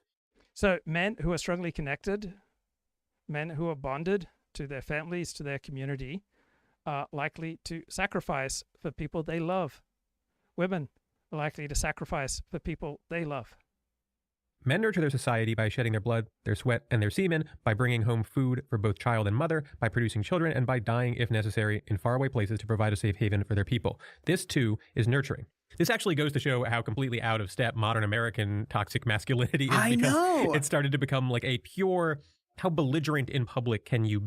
So what type of masculinity is toxic or weak or strong or great or bad? It depends entirely on the nature of your particular hero system, right? The vision of masculinity in traditional Judaism and traditional Christianity is different from the vision of masculinity by Harvard-educated liberal elites. How uncaring about others can you be publicly? What Hawley is doing is focus exclusively on the individual, right? He's not really focusing on, like, yeah, you can nurture your wife and kids. You can treat other people well. You can ignore the fact that there's an X fucking marker on a passport. If you're not X, don't fill out X then. Who cares, right? Mm-hmm, There are positive examples of masculinity. Who cares? It depends entirely upon your hero system.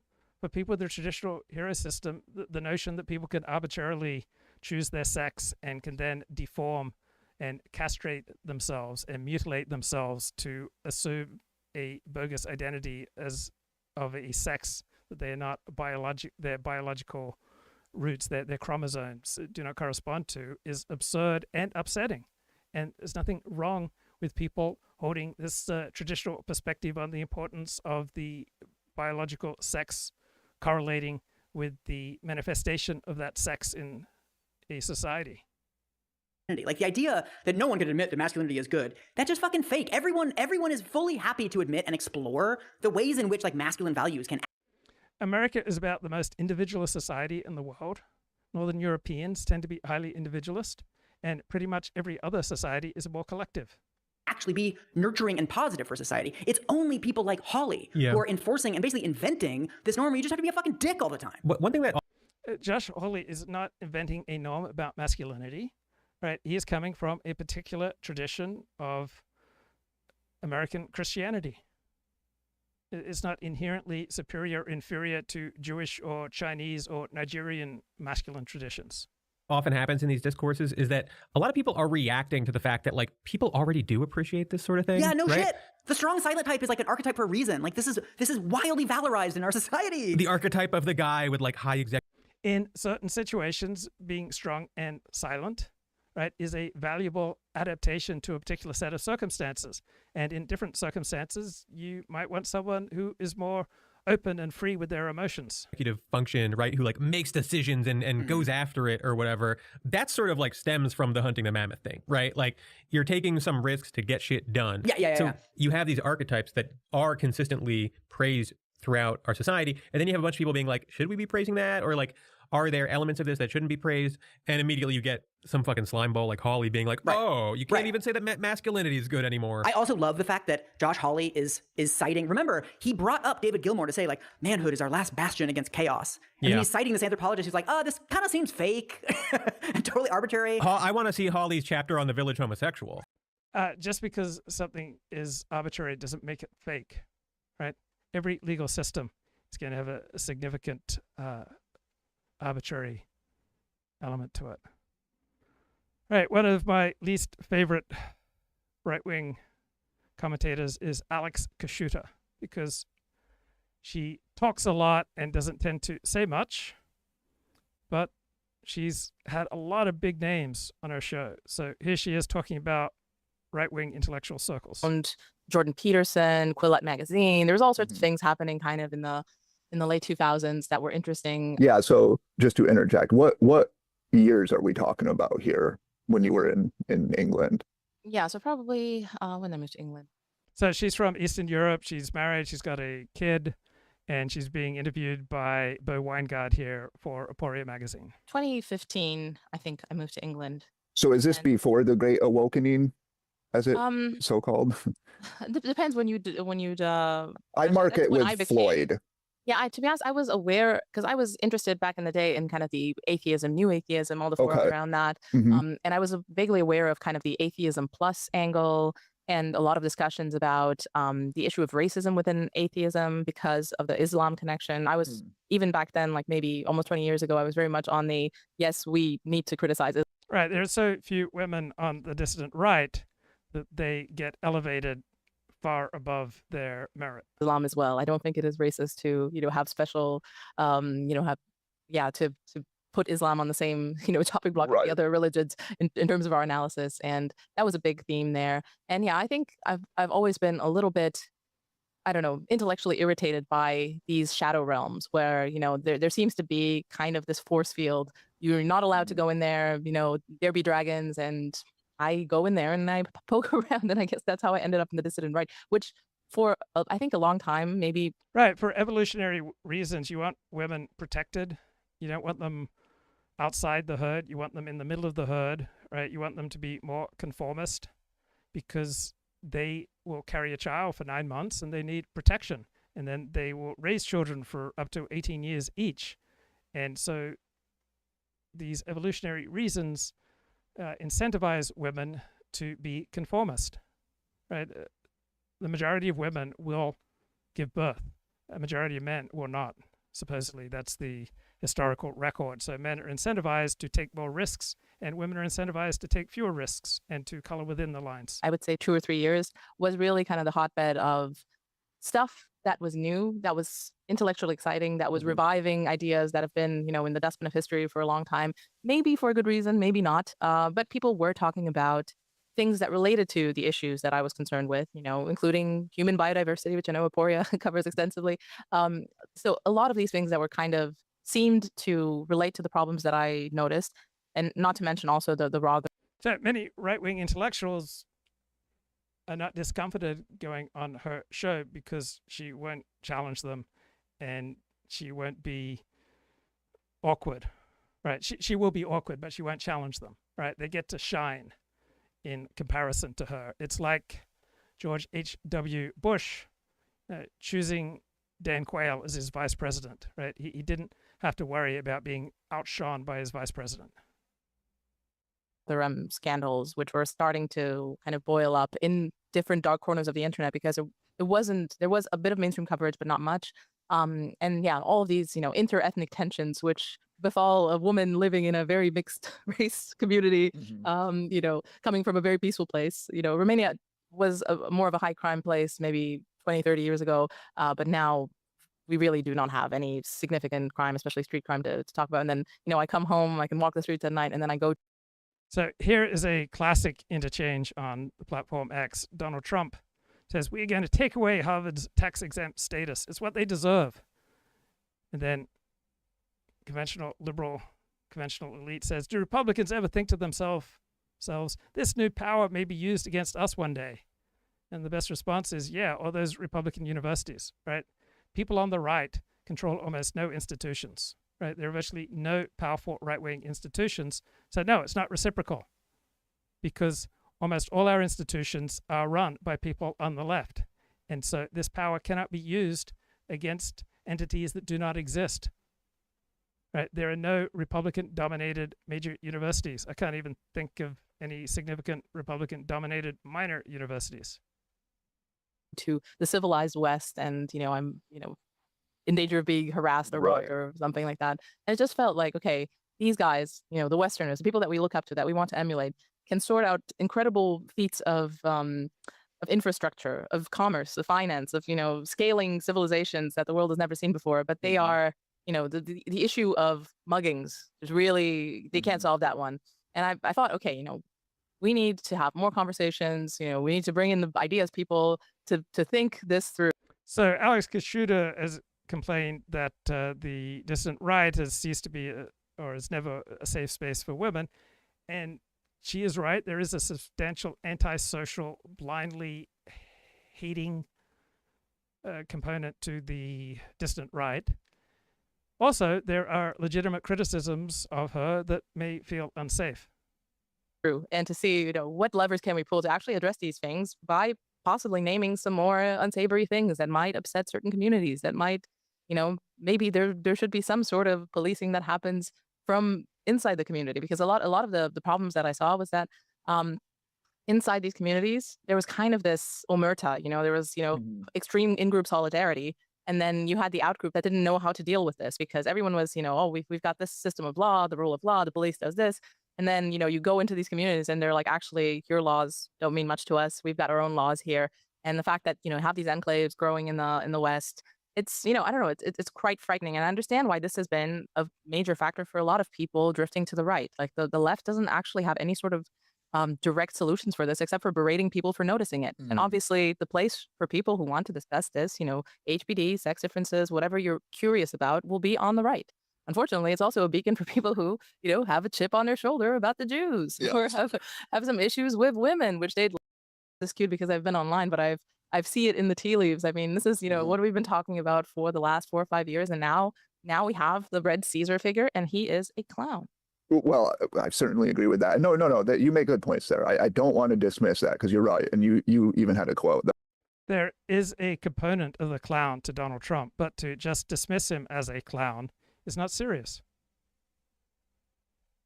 What I thought was interesting, you said reality bends to the meme. So in some sense, you're right. There are a lot of these influencers, including J.D. Vance, who himself became quite a gifted troll, who are around the Trump orbit, who undoubtedly have power and undoubtedly were influenced by meme wars online. So that's fair. I take that point. And what I do wonder then, to go to your story before maybe we can debate this toward the end, but like, what is it? Why did you become alienated from this? Like, why is it that some people go all in, right? They see this and they're like, it's friend-enemy war, Alex. So I think a lot of normal pro-social people became excited by the opening of the Overton window with the growth of the dissident right, and then became turned off by the overwhelming anti-social, dysfunctional nature of the overwhelming number of people on the dissident right. And part of the social dysfunction is just blind hatred. including blind hatred for people who are more functional than they are. So you don't understand this. Like, I'm going to go on there and I'm just winning the meme war. You're weak if you can't do this. Why is it that like some people are like, whoa, this is getting ridiculous. Some of this stuff is absurd. You know, you called Trump a name. You and I both share a very low opinion of Trump, I'm sure. So why do you think it is that you resisted that or moved back, despite the fact that it was against your own financial interests, right? Like, I mean, your own audience became disgruntled with you. Yes, I mean, I think I've got some natural advantages. I mean, I am online in these milieux, but I don't live in New York or Silicon Valley or places where I actually have like real life friends where I meet these people. I'm not beholden to the social group. And luckily, I have other streams of income. I'm not beholden to my income as a pundit either. So if there's money coming in from the online, that's fine. If not, we'll make it work. Right. Obviously, do I like money? I prefer to have more subscribers, but if they don't like my stuff, that's also fine. So I have a certain independence of this. But I do think, you know, people meet friends, and I've obviously lost friends because of this, or people that I considered relatively close to me. I haven't had, you know, people being really angry at me in my DMs, but it's just, you know, people fade out and they're like, yeah, she's not one of us anymore. And it's just, I can see how it's kind of scary to do this. But at the same time, I've also gotten a lot of, you know, secret messages, which reminds me of the, you know, the academics during wokeness. You know, they no one wanted to come forward. Yes. But they all sent the DMs. You're being brave. I have a lot of those. Yeah. Yeah. Well, I have a lot of those too now. So I see. On the other on the other end, of course. You know, yeah. Did you don't want to alienate their audiences? Yeah. I mean, when did you start Subversive? 20. So we're evolutionarily incentivized to want to live in the center of the herd and to have status within our herd. And so there's nothing surprising that dissidents who will experience low social status as a result of their dissident thinking, their dissident pronouncements, will have a substantial part of them that yearns to rejoin the herd, that yearns for respectability. And one of the fastest ways as a dissident to gain respectability and newfound appreciation and to raise your status is by condemning your dissident group and your fellow dissidents. And so you'll see this with porn stars, and you'll see this with all sorts of people who gained prominence in a dissident movement, because most people who gain prominence in a dissident movement would not have the skills to be prominent in a respectable, above ground society, right? They could only be a big star in a filthy sewer. But sometimes the price of being a big star in a filthy sewer becomes too high, and people look for a way to regain some respectability and newfound appreciation and rejoin a little bit more of polite society. I think February 2021. Okay. During, like, say, 2020, 2021, did you... So I've met a lot of really smart people who were intrigued by the rise of the dissident right, and they managed not to destroy their lives. And many people who were initially intrigued by the expansion of the Overton window through the rise of the dissident right, you know, very quickly came to find that the overwhelming majority of the most passionate online characters in the dissident right were antisocial freaks and weirdos that you wanted nothing to do with. Think that it would come to like that this dissident right, or the you know, like this more traditionalist right, let's say, would become equally tribalistic as the progressive left? Because I guess I thought this was probably human beings are inherently tribal. Inevitable given human nature. That's just how humans work. So I guess I'm not that surprised, although I would say the inanity and stupidity perhaps are more profound than I had. So there was a moment when I noticed how lacking in intellectual rigor the dissident right was, and that was in its pathetic reaction to the Nathan Coffness critique of Kevin McDonald's culture of critique, right? If the dissident right was intellectually serious, they would have engaged with the critique. But instead, the quality of their rejoinders was pathetic. And then COVID came along, and all these dissidents who were turned on to dissident thinking when they realized that mainstream leaders were lying to them about various facts of life, such as that different groups have different gifts, then took from that the elites in our institutions are lying to us about everything. And so that was another time when the dissident right just took a dramatic nosedive, in my view. But that also extended to the mainstream conservative movement. Mainstream talkers and pundits were pathetic in their reaction to COVID. Anticipated, with the tariffs, for example, it was like a moment of real, like just looking at a economically suicidal policy and having people online defend it just because maybe it hurt the right people. That was like at some point the last resort of defense was, well, a bunch of Wall Street people are losing money and these liberals are crying. And that is a reaction in itself to the 100% universal elite condemnation of Donald Trump's tariff policy and a complete dismissal of the possibility that there might be some benefits to Donald Trump changing America's trade relationships. And I think someone who doesn't have a strong ideological axe to grind and is not so up themselves that they're absolutely convinced of their intellectual superiority on a topic they know nothing about, to have some openness that there's a possibility that a new trade direction for America might be a good idea. Drink that up. So quaffing liberal tears is not my idea of a productive policy discourse. But I guess I did see this coming, and I thought it was probably inevitable. Were you? So one of the dominant themes of the right in reaction to COVID was that the left was going to use COVID to make permanent ever greater government restrictions on our liberties. And that's not what happened, right? Restrictions on movement, restrictions on speech, restrictions on work and worship, right? They all started to dissolve after a year or so of COVID. They did not become permanent forms of totalitarian government. Surprised by it? Did you think like maybe these people aren't as tribalistic, or was this kind of predictable? I guess in hindsight, it was predictable. I don't know. Everything is. Yes, indeed. I should have seen it coming. I think I was kind of taken by the fun, the fun of the act of owning the libs. It was kind of an euphoric time where. So I'm not exactly a normie, and I have often experienced the fun of doing things against the consensus, but usually that fun turns to disgust and horror when I recognize that the consensus had a lot more going for it than the new crowd of dissidents that I found myself talking to. The exact things that were, on my nerves or creating fear in me while I was walking down the street. Here, finally, there was a group of people, it wasn't that big, who are very kind of intelligently and with a lot of humor discussing these things, even if they do get into edgy territory. And I was really kind of keen on exploring this, and I made friendships, and, I was the enthusiasm of it, kind of took me over, and I was like, okay, I'm just going to make a podcast about this space, inviting people over, giving them a platform, and just wanting to chat about these themes that I was so interested in. Obviously, I think I underestimated the medium itself and kind of what the incentives are in the medium. Obviously, human nature as well. And I think there was a certain levity to it. It was all in the spirit of owning the libs. Even if someone would invoke Hitler, it was just kind of as a counter to, the left invoking everything I don't like is Hitler type.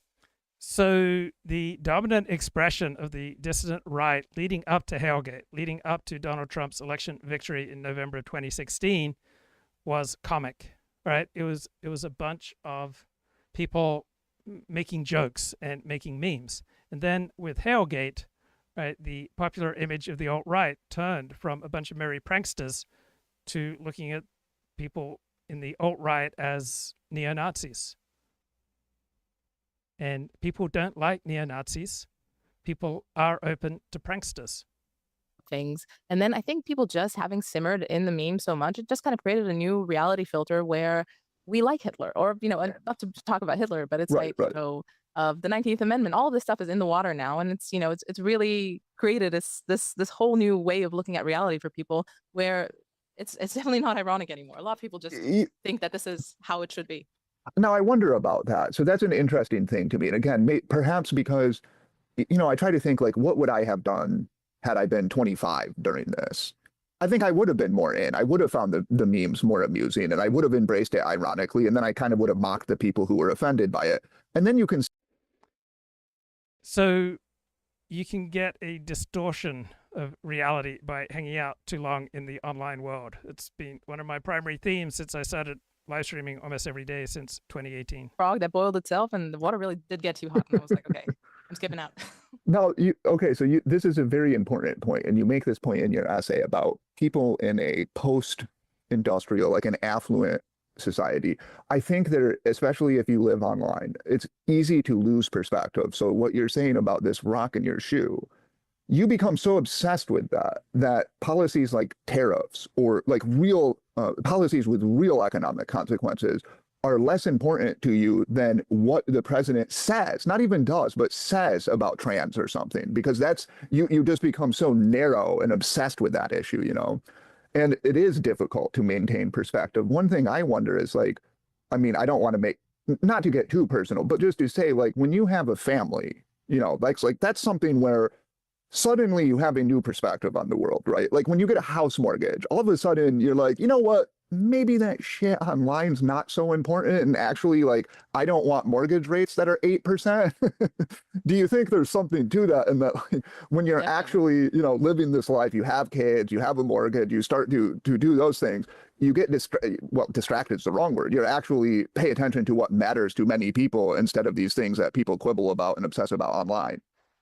Yeah, absolutely. I think as a parent, you reorient yourself to the future, and then you kind of have a stake in the future. And I think a lot of these energies that animate people online is that, okay, I really hate the rock in my shoe. I think we need to burn down civilization. We need a hard reset.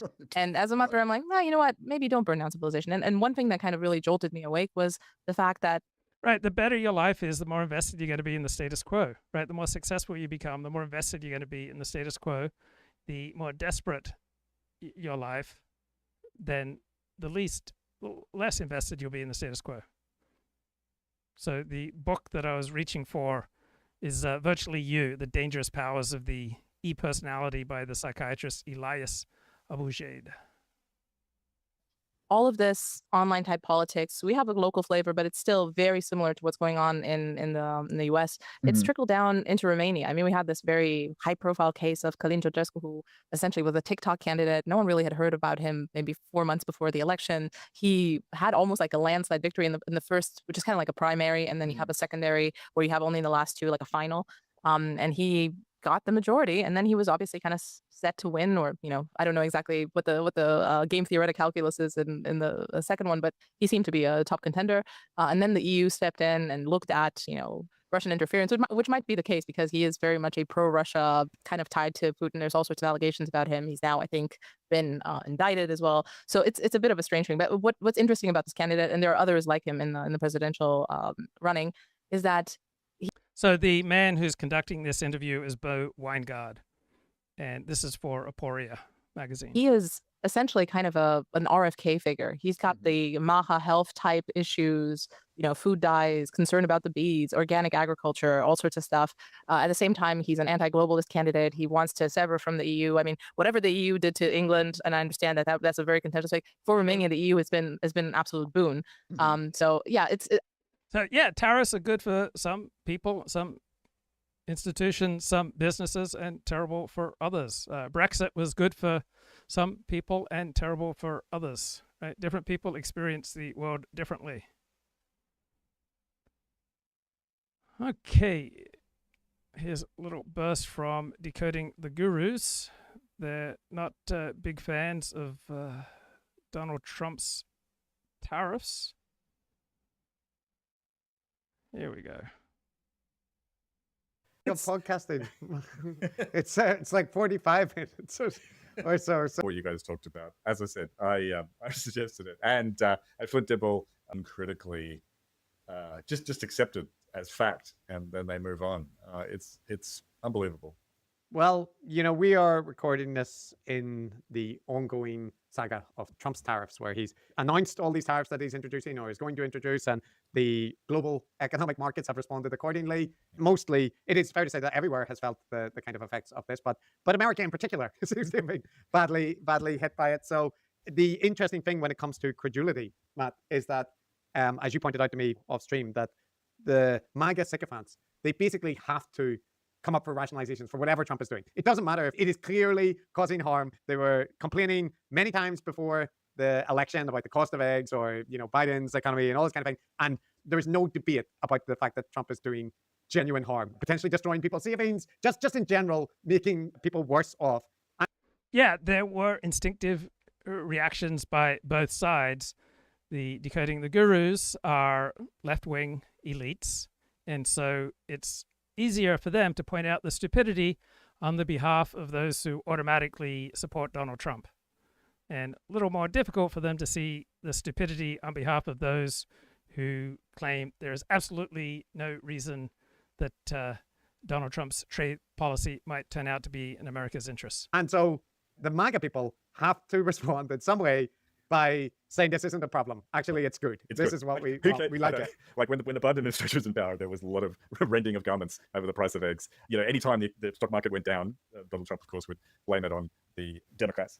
Now, who cares about money, right? If you're a true red-blooded American, you don't care about money. You care about being a real man. Well, there is a middle ground between saying money and economic growth and the GDP and economic efficiency is the value to which all other values must bow, right? And saying that economic efficiency and money and GNP growth mean nothing, right? How about the middle road there between those two perspectives? The UN doesn't really matter. Like, the UN's not important. This isn't really a serious job. And now this is the prize supposedly they're giving to Mike Walz. Suspect he still wants it. And I suspect we're going to have a contentious confirmation hearing. And Olivia and I will be there. Yes, you will.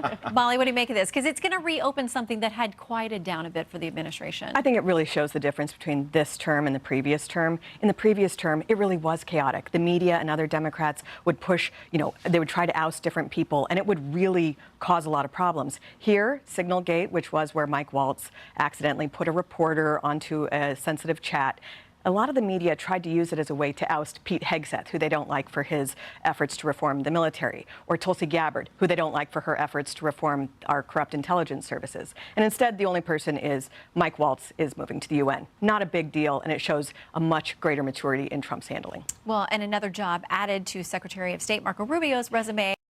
All right, back here to Decoding the Gurus. And high levels of testosterone. I've even seen this take, right? It's good, right? It's good to be poorer because it'll bring us back. It'll take us back to the time when men were real men and life was... Guess what? There are benefits to being poor. There are benefits to having economic policies that don't prioritize GDP growth. There are not 100% coterminous values between Wall Street and Main Street.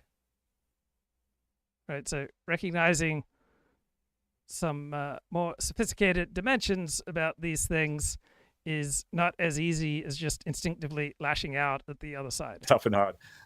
So yeah, I think that was that guy Benny Johnson, or somebody was like saying, actually losing money is character building, and like, what is money? Losing money can be character building. Anyway, losing money costs you nothing. This is just the reality of life. Were you young and dumb? How much money did you lose?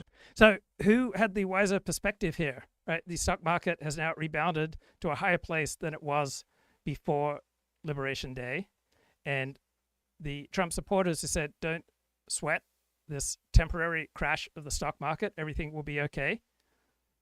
Maybe they were more right, more accurate, had a more profound understanding of reality than the sophisticated analysts dominating the mainstream media who said this is a disaster.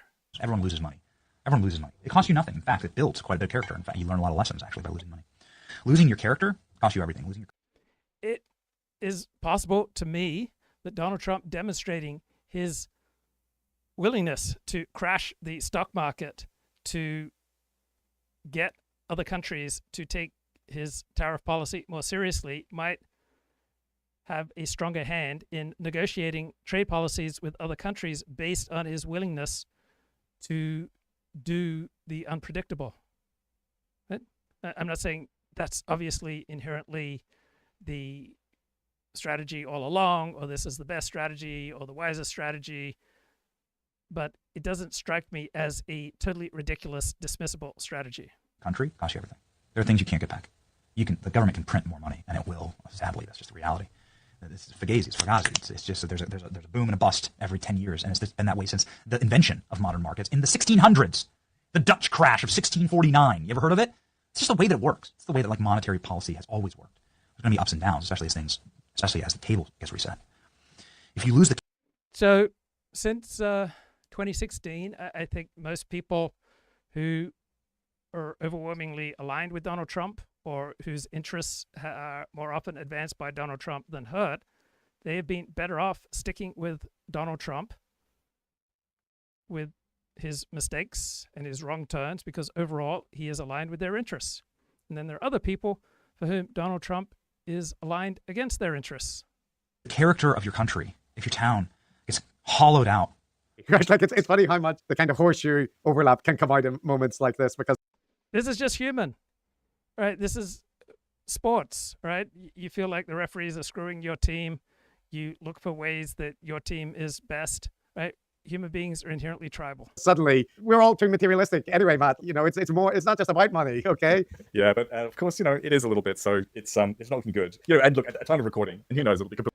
Okay, Kip says Carolyn Levitt, the White House press secretary, is just 27. She is married to a 59-year-old man. She recently gave birth to a child. Where is 40s Caroline Levitt? I've got Caroline Levitt, bro. Right? I've got a young woman who will have my baby. Should I do it? Is it important if she is Jewish or not? Asking for a friend. What should I do? Probably different tomorrow, but just to let you know, yeah. Where we're recording, he backflipped back down on the tariffs after the bond yields spiked, which is He backed down on some of the tariffs. He kept other tariffs. absolutely crazy. Like, we won't go into this too much because we're not an economics political pundit thing. But it's interesting, right? Usually when there's panic on the markets, money flees to a safe haven, which is typically government bonds. So usually when the world is often a confusing and dangerous place, and people feel safety in tribal allegiances. And so they will see things differently depending upon their position, depending upon their tribe, depending upon the group that they most want to belong to. Shocking. The position of the observer is often an important part of the data. the equities go down, the bond prices go up, right? And bond yields go down. But now it's really weird because it's in the opposite direction. So bonds are selling off as well. And we don't really know why. There was abundant reason to panic following Liberation Day. There were many terrible signs for the economy. Why? It doesn't seem to have been China that has dumped its government debt, but somebody has been. And that may well have been the thing that caused Trump to back down, because obviously that affects government, the cost of the huge amount of government debt. So when you realize you've made a mistake, I think backing down is usually a good thing to do. So anyway, that's all boring economic stuff, I suppose. But that's where we are now. There's been a bit of a rebound, but the trade war with China is happening. The amazing tariff formula, which I want to talk about, Chris. Is it happening? Right? Maybe there will be a new deal reached. Oh, yes, yeah. I don't know what's happened with that, because it's kind of old news now. It's been discarded, the amazing tariff formula that's basically starting a trade war on everything. So how the Trump administration arrived at its tariff formula is interesting to some people, but it's hardly the most important thing. The most important thing is how do Trump's actions and decisions and policies affect the lives of American citizens, American society.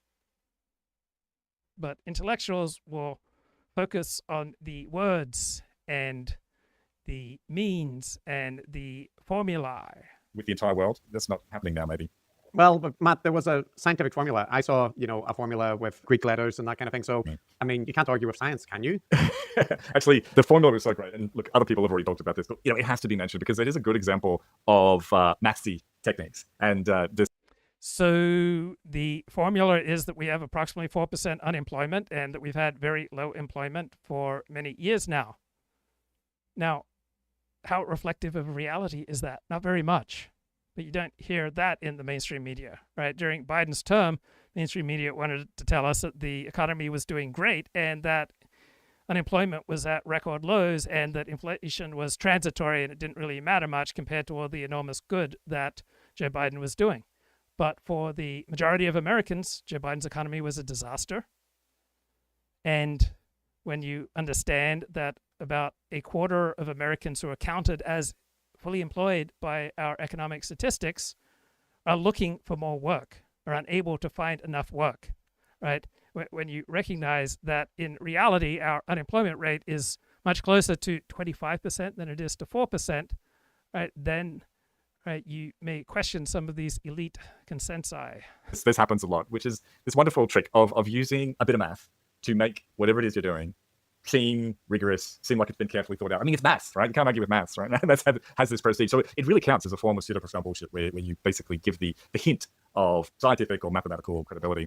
And Bayesians online like to do this as well. Yeah, they do. That's right. Let me just integrate and recalibrate my priors. So the tariff formula involved, they had a delta in there. Delta, I forget what that symbol is, but delta something is a change in tariff. And then there was some other stuff in the numerator, some other stuff on the denominator, including a couple of Greek symbols, epsilon and phi.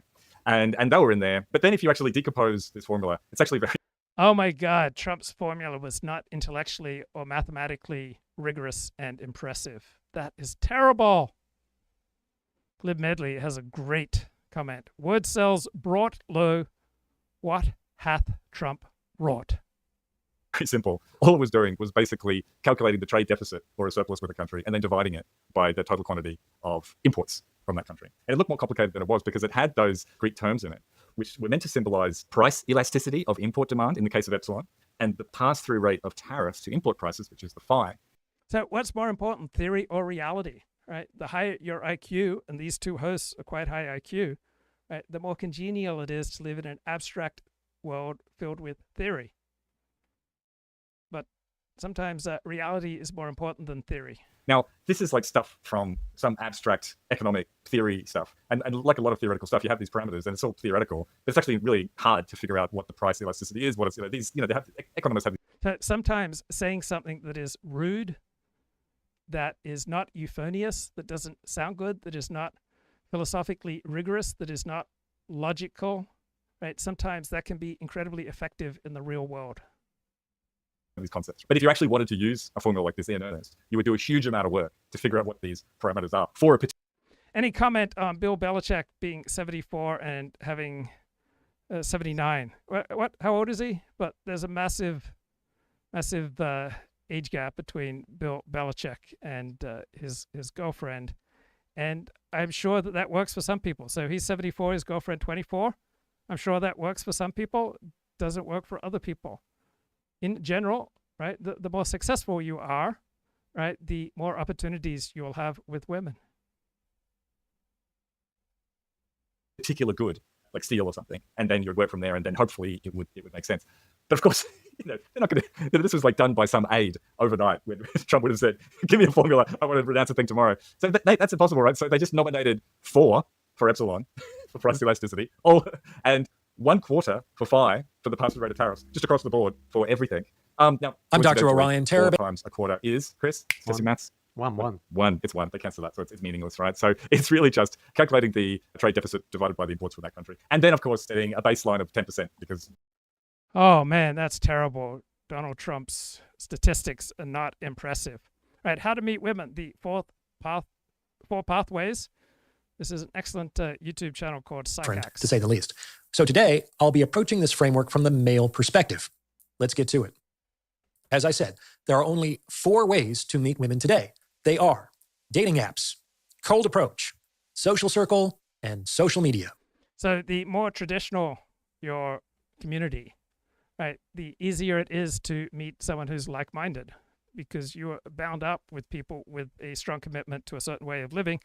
And in general, the more you have in common with your spouse, right, the better your chances of lasting together.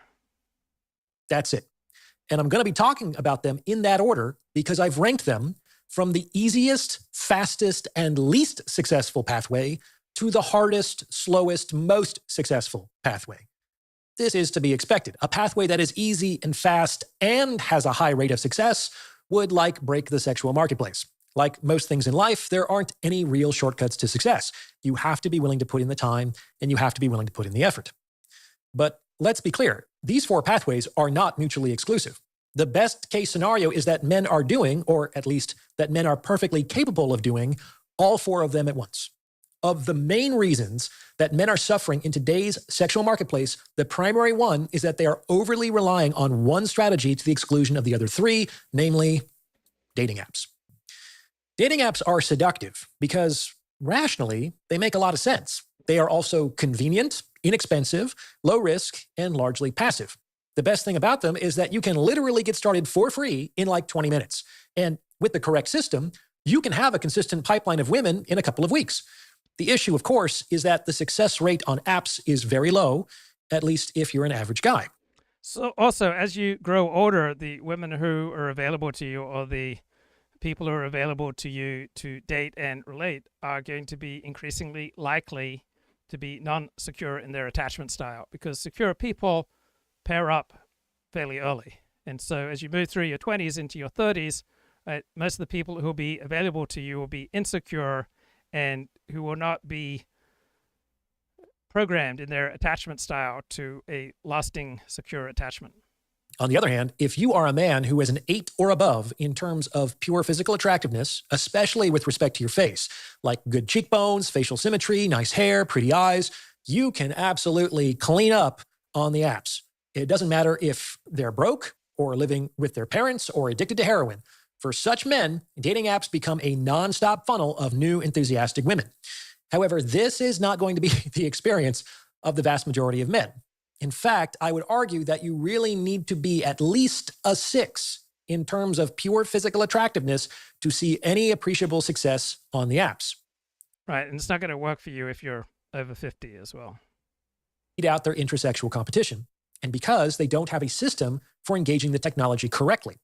Average guys who are just randomly swiping are much more likely to end up feeling frustrated, demoralized, and hopeless than they are finding a woman to date. Makes it more likely for them to succeed in the future. Cold approach also has 2 definite pluses. First, you know what the woman looks like, and you know that you are attracted to her. I lost count of the number of women I met from dating apps who either were not using recent representative. So when I am feeling confident, it's a lot easier for me to cold approach women and have more success with that. And I've met a number of great women through a cold approach. On the other hand, when my life feels like constant humiliation and failure and insecurity and anxiety, right, that's not a great place to meet women from. Pictures of themselves, and or for whom I failed to feel even the slightest sexual interest on the date. In cold approach, this isn't an issue, as you're likely sufficiently attracted to the woman to functionally intrude into her life. And second, you have direct access to the woman right here, right now. She might not be on the apps. She might not ever enter into your social circles, and she might receive hundreds of DMs every day on social. The third pathway is social circle. This is the way that people used to meet. They had the same friend group in college, or they attended the same local church, or they even worked together. Okay, Michael says this dating guru guy is so toxic. Why do you say that? He seems to be quite commonsensical, logical, and aligned with evolution. Basically, in social circle game, you date your friends, colleagues, and coworkers. And there are a number of pros to this approach. Most notably, it's the safest bet when it comes to long-term relationships, because you can vet women slowly and over time. This could occur over So one of the great things about growing older is you tend to be more sensitive to the signals that people are putting out, and so you're less likely to make a total fool of yourself, right? If you share the same social circle, same synagogue or church or workplace, you don't want to make a move on someone who doesn't have feelings for you. And so if you're learning from life and learning from your humiliations, you're less likely to make an idiot of yourself. Second, once this starts to work, you don't have to approach women anymore. Women will approach you. Or if you do choose to So he's talking about fame, particularly fame achieved on social media. Initiate, they are much more likely to be receptive to your advances. This is because, contrary to popular belief, the most reinforcing resource to a woman is not money or power or visible abs. It's attention. Attention. More than anything else, the ability to command attention makes men irresistible to women. Among other reasons, this is because it can actually be fairly difficult for women to recognize things like money, status, and power. And this isn't only due to the fact that men habitually put false signals out into the sexual marketplace. Think about it. Would you be able to recognize a European noble if he sat next to you on an airplane in plain clothes? Or how about the CFO of a major bank? Or the general manager of a sports franchise? Or a 2-star general? Probably not. I know I couldn't. And this means that women could literally be sitting next to royalty or billionaires and not know it. However, This is not true if you're famous. When millions of people know your face, then you become recognizable to women in a way that many people with more wealth or more status or more power aren't. What's more, fame, with the halo effect it produces, can make men who are otherwise not very physically attractive much more desirable. Like, I guarantee that a decent-looking but famous man has better optionality than a very attractive man on the apps. Fame is a force multiplier for men in the game of mating and dating. Right. So modern social media is an evolutionary mismatch for women because they feel this instinctive draw towards famous men, and these famous men are not necessarily good for them. Right, back to If Books Could Kill, analyzing Josh Hawley's work on manhood. The feminists say you can't swallow cum anymore. So that was kind of the introduction. We then get to chapter 2, A Man's Mission. Can't believe we're only at the introduction of it. We've already. So Michael says that this psychax dude is cynical, and that's a very common put down that I hear of many of my favorite thinkers, that they're cynical because they don't pay obeisance to the popular pieties. So I don't think this guy is cynical. I just think he's a truth teller. I just don't see any signs of toxicity. I remember a friend of mine described Mark Shapiro as cynical, and I don't see cynicism in Shapiro. I just see someone who loves truth. Talking about the village homosexual and sucking dick to prove your masculinity. Well, we're kind of going to speed through the book because the book gets very boring after the first 2 chapters. This is where he lays out kind of the philosophy and the guiding principle of the book. He basically says, men are valueless, they're flailing. Yes, I find politicians boring, usually. All right, I don't know any great books written by modern politicians. I have no doubt that Josh Hawley's book on manhood, along with every other book by a major American politician, is pretty boring. They have this kind of overall general aimlessness. Richard Reeves said this too, this general sense of ennui that men are having trouble putting their finger on. Mm-hmm. Well, traditional male responsibilities and the traditional honored path for men is to provide and protect, and an ever-expanding state has diminished those 2 roles, which has resulted in confusion. Also, the hollowing out of America's manufacturing base makes it much more difficult for average and below average men to have a dignified, important role to play in providing and protecting. And it may also be that the development of modernity is more suited to many female gifts than traditional male gifts. What he says is there's no real guiding principle of society. There's no guiding philosophy, right? We're kind of adrift in this morally relativistic void. There's no village homosexual. You're going to severely regret teaching me the term village homosexual. I'm like, all right, I'll let Peter spin his wheels on this for a couple more minutes. We're going to be like doing a business book in a year and a half, and I'm going to be zoning out while you talk about like shareholders. So I really wanted to develop my eye contact with the camera, and I'm just fearing that I haven't done so. Because when I occasionally rewatch a stream with the sound off, I am so annoyed that I'm almost never speaking to the camera. Holder returns trying to think of a village homosexual joke. Hawley is very explicit that men should be referring to the Bible for their definition of masculinity. So in chapter 2, that's a great strategy for some men and an average strategy for other men and a terrible strategy for other men. Right? There's nothing inherently good or bad about using the Bible as your guide to life. It works for some people in some contexts. Opening anecdote of chapter 2 is literally just the creation story. He's like, the first day God created the heavens and earth. He literally just goes through the Bible at length in this book. Jesus Christ. I know. It's so Peter. No pun intended. So boring. But my God, it is truly so dull. Although, are we about to do an episode within an episode? It does take a special person to make the Bible exciting. It takes a special person to make the big book of Alcoholics Anonymous exciting. I will confess, I cannot pick up Shakespeare and read Shakespeare for pleasure. I have to have commentary. I have to tune in to some special person who can make Shakespeare come alive for me.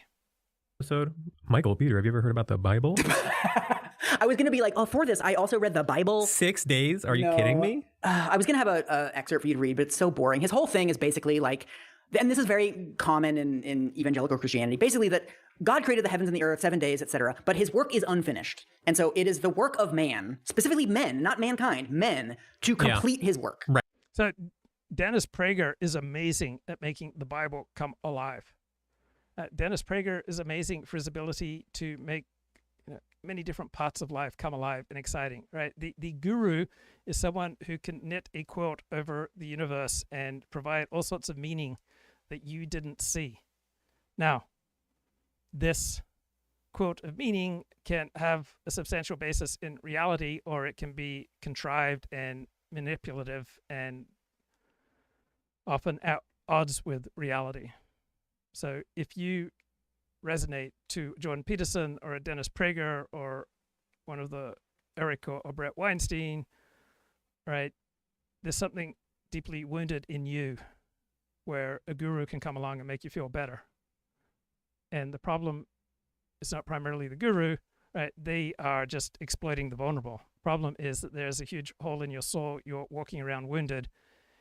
And there are legitimate ways to meet these needs, but they require work, they're painful, and the quick fix that the Dennis Pragers of the world provide are ultimately unsatisfying. Right. Men are called upon to continue creating the universe. We should be creating the world that we want to see. And Fine, women whatever.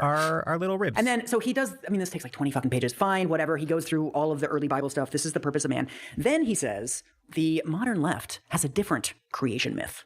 He says, modern liberalism comes to these conclusions by way of an alternative origin story, a rival account to Genesis about the beginning of all things. And so then he goes through the philosophy of a Greek philosopher called Epicurus.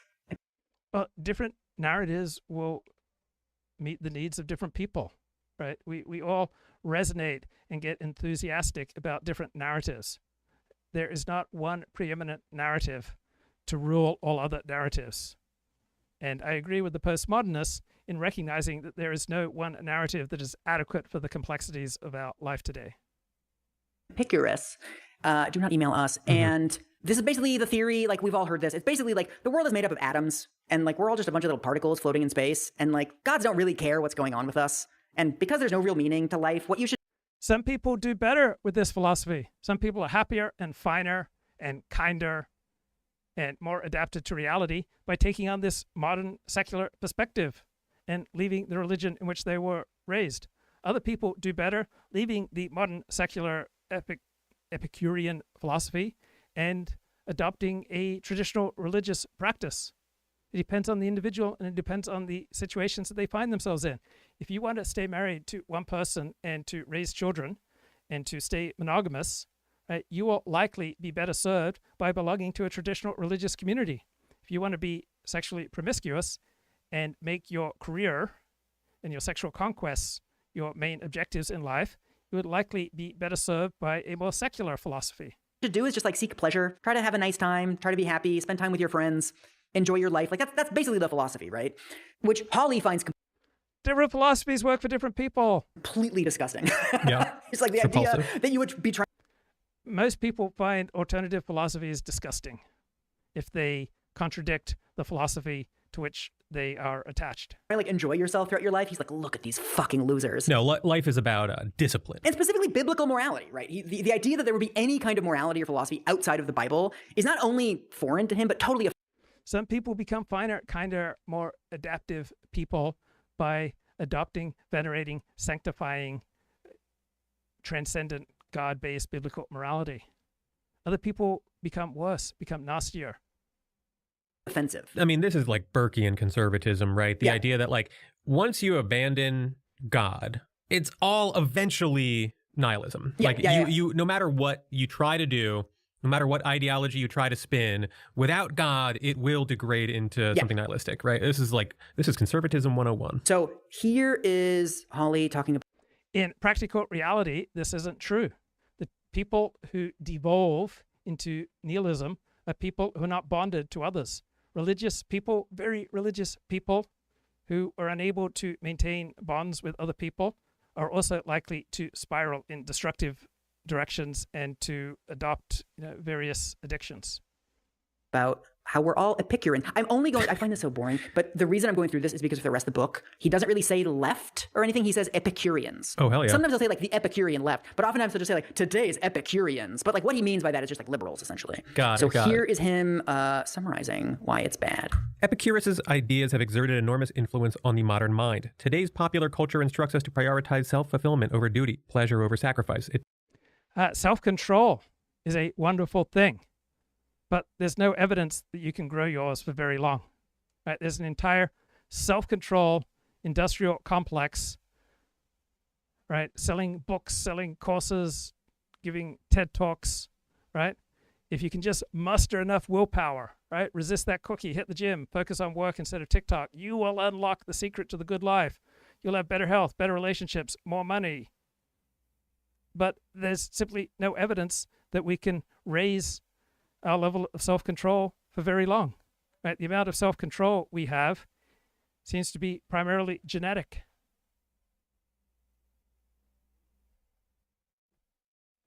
Tells you to find your truth and choose your own values. Like Epicurus, today's thought leaders reject religious faith in favor of atheism and materialism. Modern liberals say there are no permanent truths, only constructs. Constructs. And now they want to deconstruct masculinity on the basis that the demands of manhood prevent individuals from doing what Epicurus said was the only thing worth doing, achieving personal happiness. One thing I do appreciate about these types of analyses is that at least we can sort of like set the boundaries of discussion, because there's like some element of truth in what he's saying that like, if you are on the right, your goal politically, your like broader political ideological project is not actually human happiness in the micro or macro, right? It's like serving some broader purpose that you have basically defined as like obeying the will of God, but doesn't actually translate. Okay, Kip is pretty harsh here. He says, if you're starving and Dennis Prager delivers Meals on Wheels, there's some merit to Dennis Prager. Otherwise, you're wasting your time, loser. No. If you are lonely, connecting to Dennis both gives you a parasocial relationship and a community, real world people and community that you connect with. And most people do better off with people in their life rather than being alone. Also, a good therapist can use the teachings of various gurus, whoever you're infatuated with, a Jordan Peterson or a Dennis Prager, and help you adopt some of the teachings of a particular guru that can help you improve your life. Right? There are times when having a guru in your life is of benefit. And for anti-social people, really messed up people, the type of people who are most in need of a guru, it's either these parasocial relationships, these guru-focused communities, these cults, or it's nothing. And overwhelmingly, people are better off with connection rather than no connection. Now, on occasion, following a guru will, well, not on occasion. So sometimes joining a cult will do you much more damage than living life alone. But usually you'll be better off connecting. Relate to the improvement of human life on Earth in any meaningful way? This is usually the point in conversations with people where I just give up. I'm like, well, you think without Christianity there's no such thing as morality, and you think de facto any morality that doesn't refer to the Bible is just... Yes, it's hard to communicate with people and to connect with people who have a hero system that invalidates your hero system. Just bunk. Yeah. And so like I can't get anywhere with you. This is why I stopped doing like online atheist debates like 15 or 20 years ago. Yeah, totally. And part of it was because nothing was ever better than just like, I just think that this doesn't make much sense to me. I don't know what to do with Josh Hawley being like, without God, everything falls apart. No, yeah, Yes, you're better off not wasting energy arguing with people about their most dearly held beliefs. I struggle too, because every time I read stuff like this, he's like, you have to have the Bible to be moral. I'm like, no, you don't. Yeah. Like, I don't know that I have a more articulate argument than that. I'm just like, nuh-uh. It's very annoying. Well, the hosts are right. You do not have to have the Bible to be moral.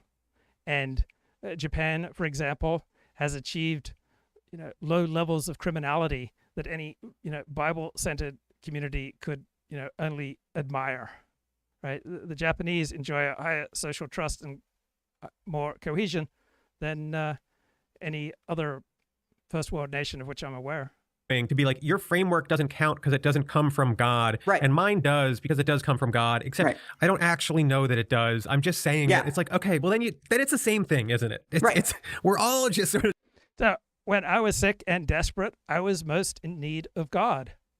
And Dennis Prager's presentation that there is a God who created the universe and that he loves us, and his primary requirement from his creation is that we be kind to each other, that was a life-saving, ennobling thing for me to embrace. And it made me feel better and probably helped me behave better. Unfortunately, my addictive needs for connection and sexual promiscuity were greater than this noble philosophy and were stronger than my commitment to Judaism. But a guru may come along with some good ideas that may be exactly what you need to hear at a time and place. We're doing our best here. We then get to the pattern for the rest of this book. Every future chapter, he opens with an anecdote, usually from his own life. Most of them are like very kind of normal anecdotes, just like growing up, doing stuff. Like they're not all that interesting. And then he'll immediately switch to like, the left says you can't do this. So in chapter 4, he talks about in college, a friend of mine invited me to join the rowing team. And then So the quickest way to get engagement is to make emotional denunciations of the other side. It's not surprising that this is a winning formula. It fits into the tribal nature of people. I enjoyed rowing, fine. He then is in London in the early 2000s. He's teaching at a school. He doesn't say the name. He's very coy about his entire biography throughout the book, which is very funny. But he's like, I was teaching in England, and I was teaching at a boys' school, and somebody invited me to be the coach of the rowing team. And then he tells this like completely conventional story about like how the rowing team was bad. And then like I identified some leaders on the team, and I helped those boys believe in themselves as leaders. And then we were better at rowing. And then he transitions into the rest of the chapter by being like, liberals hate it when you coach things. Here's his transition into the rest of the chapter. Mention men, leadership, and power in the same breath these days, and you are liable to be swiftly denounced as a misogynist or worse. The Epicurean left sees. There is a powerful Nicolas Cage movie called The Weatherman. Came out in 2005. It's a comedy drama, and Nicolas Cage plays a weatherman in Chicago who is widely disliked. And then he takes up archery, and archery becomes a vehicle for him to get his life back together. So for some people, it might be archery. For other people, it might be stamp collecting or working at Starbucks. But having a system or a discipline, right, can come along and improve your life. Is little to praise in male leaders. On the contrary, liberal voices portray masculine power as a disease in need of curing, as a particularly virulent social toxin. No one cares if you coach a rowing team. Like nothing in this story is remotely offensive to me or would be offensive to anyone who's on the left. Like, yeah, I joined the rowing team, but we got better after we trained more or whatever. This is, again, what you find over and over again in this like men's rights stuff. Throughout this entire like manosphere world, people will describe the most anodyne shit and be like, leftists don't want you to do this. Any implication that sports teams can only succeed with like masculine energy at the top? Yeah. Go watch a 7-year-old's gymnastics practice right now.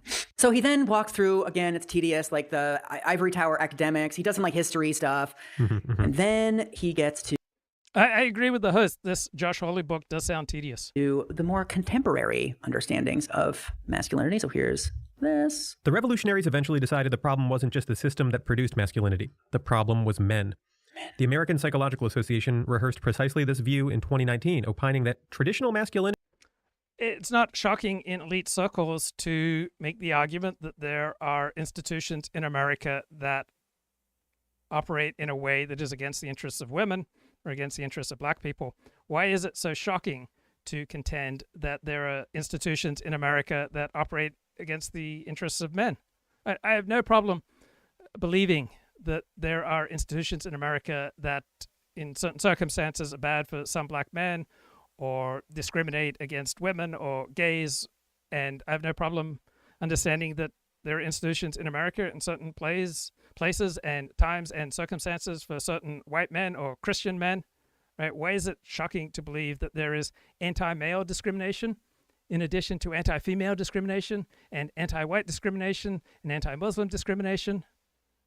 Marked by stoicism, competitiveness, dominance, and aggression is, on the whole, harmful. Masculinity is harmful. The organization offered that, quote, conforming to traditional masculinity ideology, unquote, ideology, since manhood is supposedly nothing more than a social construct, can, quote, there are traditional constructs and hero systems that will feel stifling and non-adaptive for some people, and they are better off finding a more adaptive system.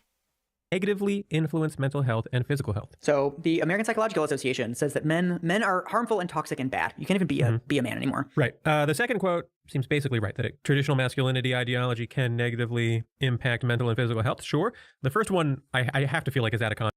Yeah, there's nothing that can't be abused. Academia, the church, the synagogue, the Bible, the Quran. Context. So I do want to dig into this APA guidelines controversy. I don't know if you noticed this going on at the time. I remember like vaguely seeing it pop up in 2019. I have so much masculine energy that I don't read what the American Psychological Association has to say about masculinity. So in 2019, the American Psychological Association put out these guidelines for psychology. It's a professional body, so they put out this 40-page PDF document about like how should psychologists deal with masculinity. This is on the heels of a previous document they put out about like women and girls, like how, you know, for researchers, for clinicians, how should we be thinking about and talking about and dealing with women and girls in our practice. So this is one for boys and men. And partly because of these quotes. So most people are better off if they like and respect who they are, if they are able to operate at a level where they are a good friend to themselves, and different people resonate differently with different philosophies, era systems, and practices. That go around, the American right completely loses its fucking mind for like weeks. So in the National Review, David French writes an article called "Grown Men Are the Solution, Not the Problem." Jordan Peterson says, make no mistake about it, this document constitutes an all-out assault on masculinity as such, or, to put it even more bluntly, on men. I also found an article in Quillette, which had responses from 12 scientists, all of whom were like, I can't believe how bad this is. So there are aspersions being thrown against Orientals in the chat, and there is significant evidence that when people of Northeast Asian ancestry move into a school, often white kids don't like competing with them in the tougher math and science classes, and so they often then move out because the interests of one group are not necessarily coterminous with the interests of another group, and the way that whites and blacks and the Japanese and the Chinese and the Nigerians and the Finns and the Dutch, right, the way we interact with each other is sometimes beautiful and sometimes deadly, right? We all have different gifts and we all have different weaknesses. And in the mix, all right, the more varied the mix in your particular area, the more likely you are to have diminished social trust, the less likely you are to be civic-minded, the more likely you are to stay home and to watch a lot of TV. One of them has the headline, "Who will mount up and ride to the sound of the guns?" In another society, that's the village homosexual right there. I love this. I'm so sorry, but it's not going to stop. Dude, one of the Patreon comments on the last bonus episode was, I like it when Peter gets a little bit homophobic. I'm sorry, but folks, you cannot encourage me like that. You have to be chastising me. There needs to be a barrier. Keep him in line, man. So this says, perhaps the next APA manifesto will seek to abolish religion, athletics, heterosexual marriage, and eating meat. Yeah. How will this affect our armed forces, police, and fire departments? And okay, so the lefties were touching on something important there. People like real talk. And sometimes Jews appreciate real talk that is a little bit critical of Jews, and sometimes gays appreciate real talk that is otherwise dismissed as homophobic, and sometimes Muslims appreciate real talk that the elites might describe as Islamophobic. People usually feel more comfortable and at ease with the truth. And all the other dangerous but important jobs that must be done. Who will volunteer to mount up and ride to the sound of the guns to protect our nation and its founding principles when masculinity has been smothered in our society? I love the image of a bunch of firemen trying to break through a door, but like really limp-wristedly tossing the axe. It's because of the guidelines. We read the PDF. Because they read the APA guidelines. There's also another commentator refers to the APA guidelines extensively. I'm going to send you an excerpt, and you have to guess who this is. The mission of the American Psychological Association is to, quote, benefit society and improve lives. But the association failed against this benchmark with its 2018 guidelines on working with boys and men. The summary of the guidelines states that traditional masculinity, marked by stoicism, competitiveness, dominance, and aggression, is on the whole harmful. The association quickly came under attack from conservative critics who said the guidelines amounted to conversion therapy, similar to that once offered to lesbian women and gay men. Keep conversion therapy out of your mouth.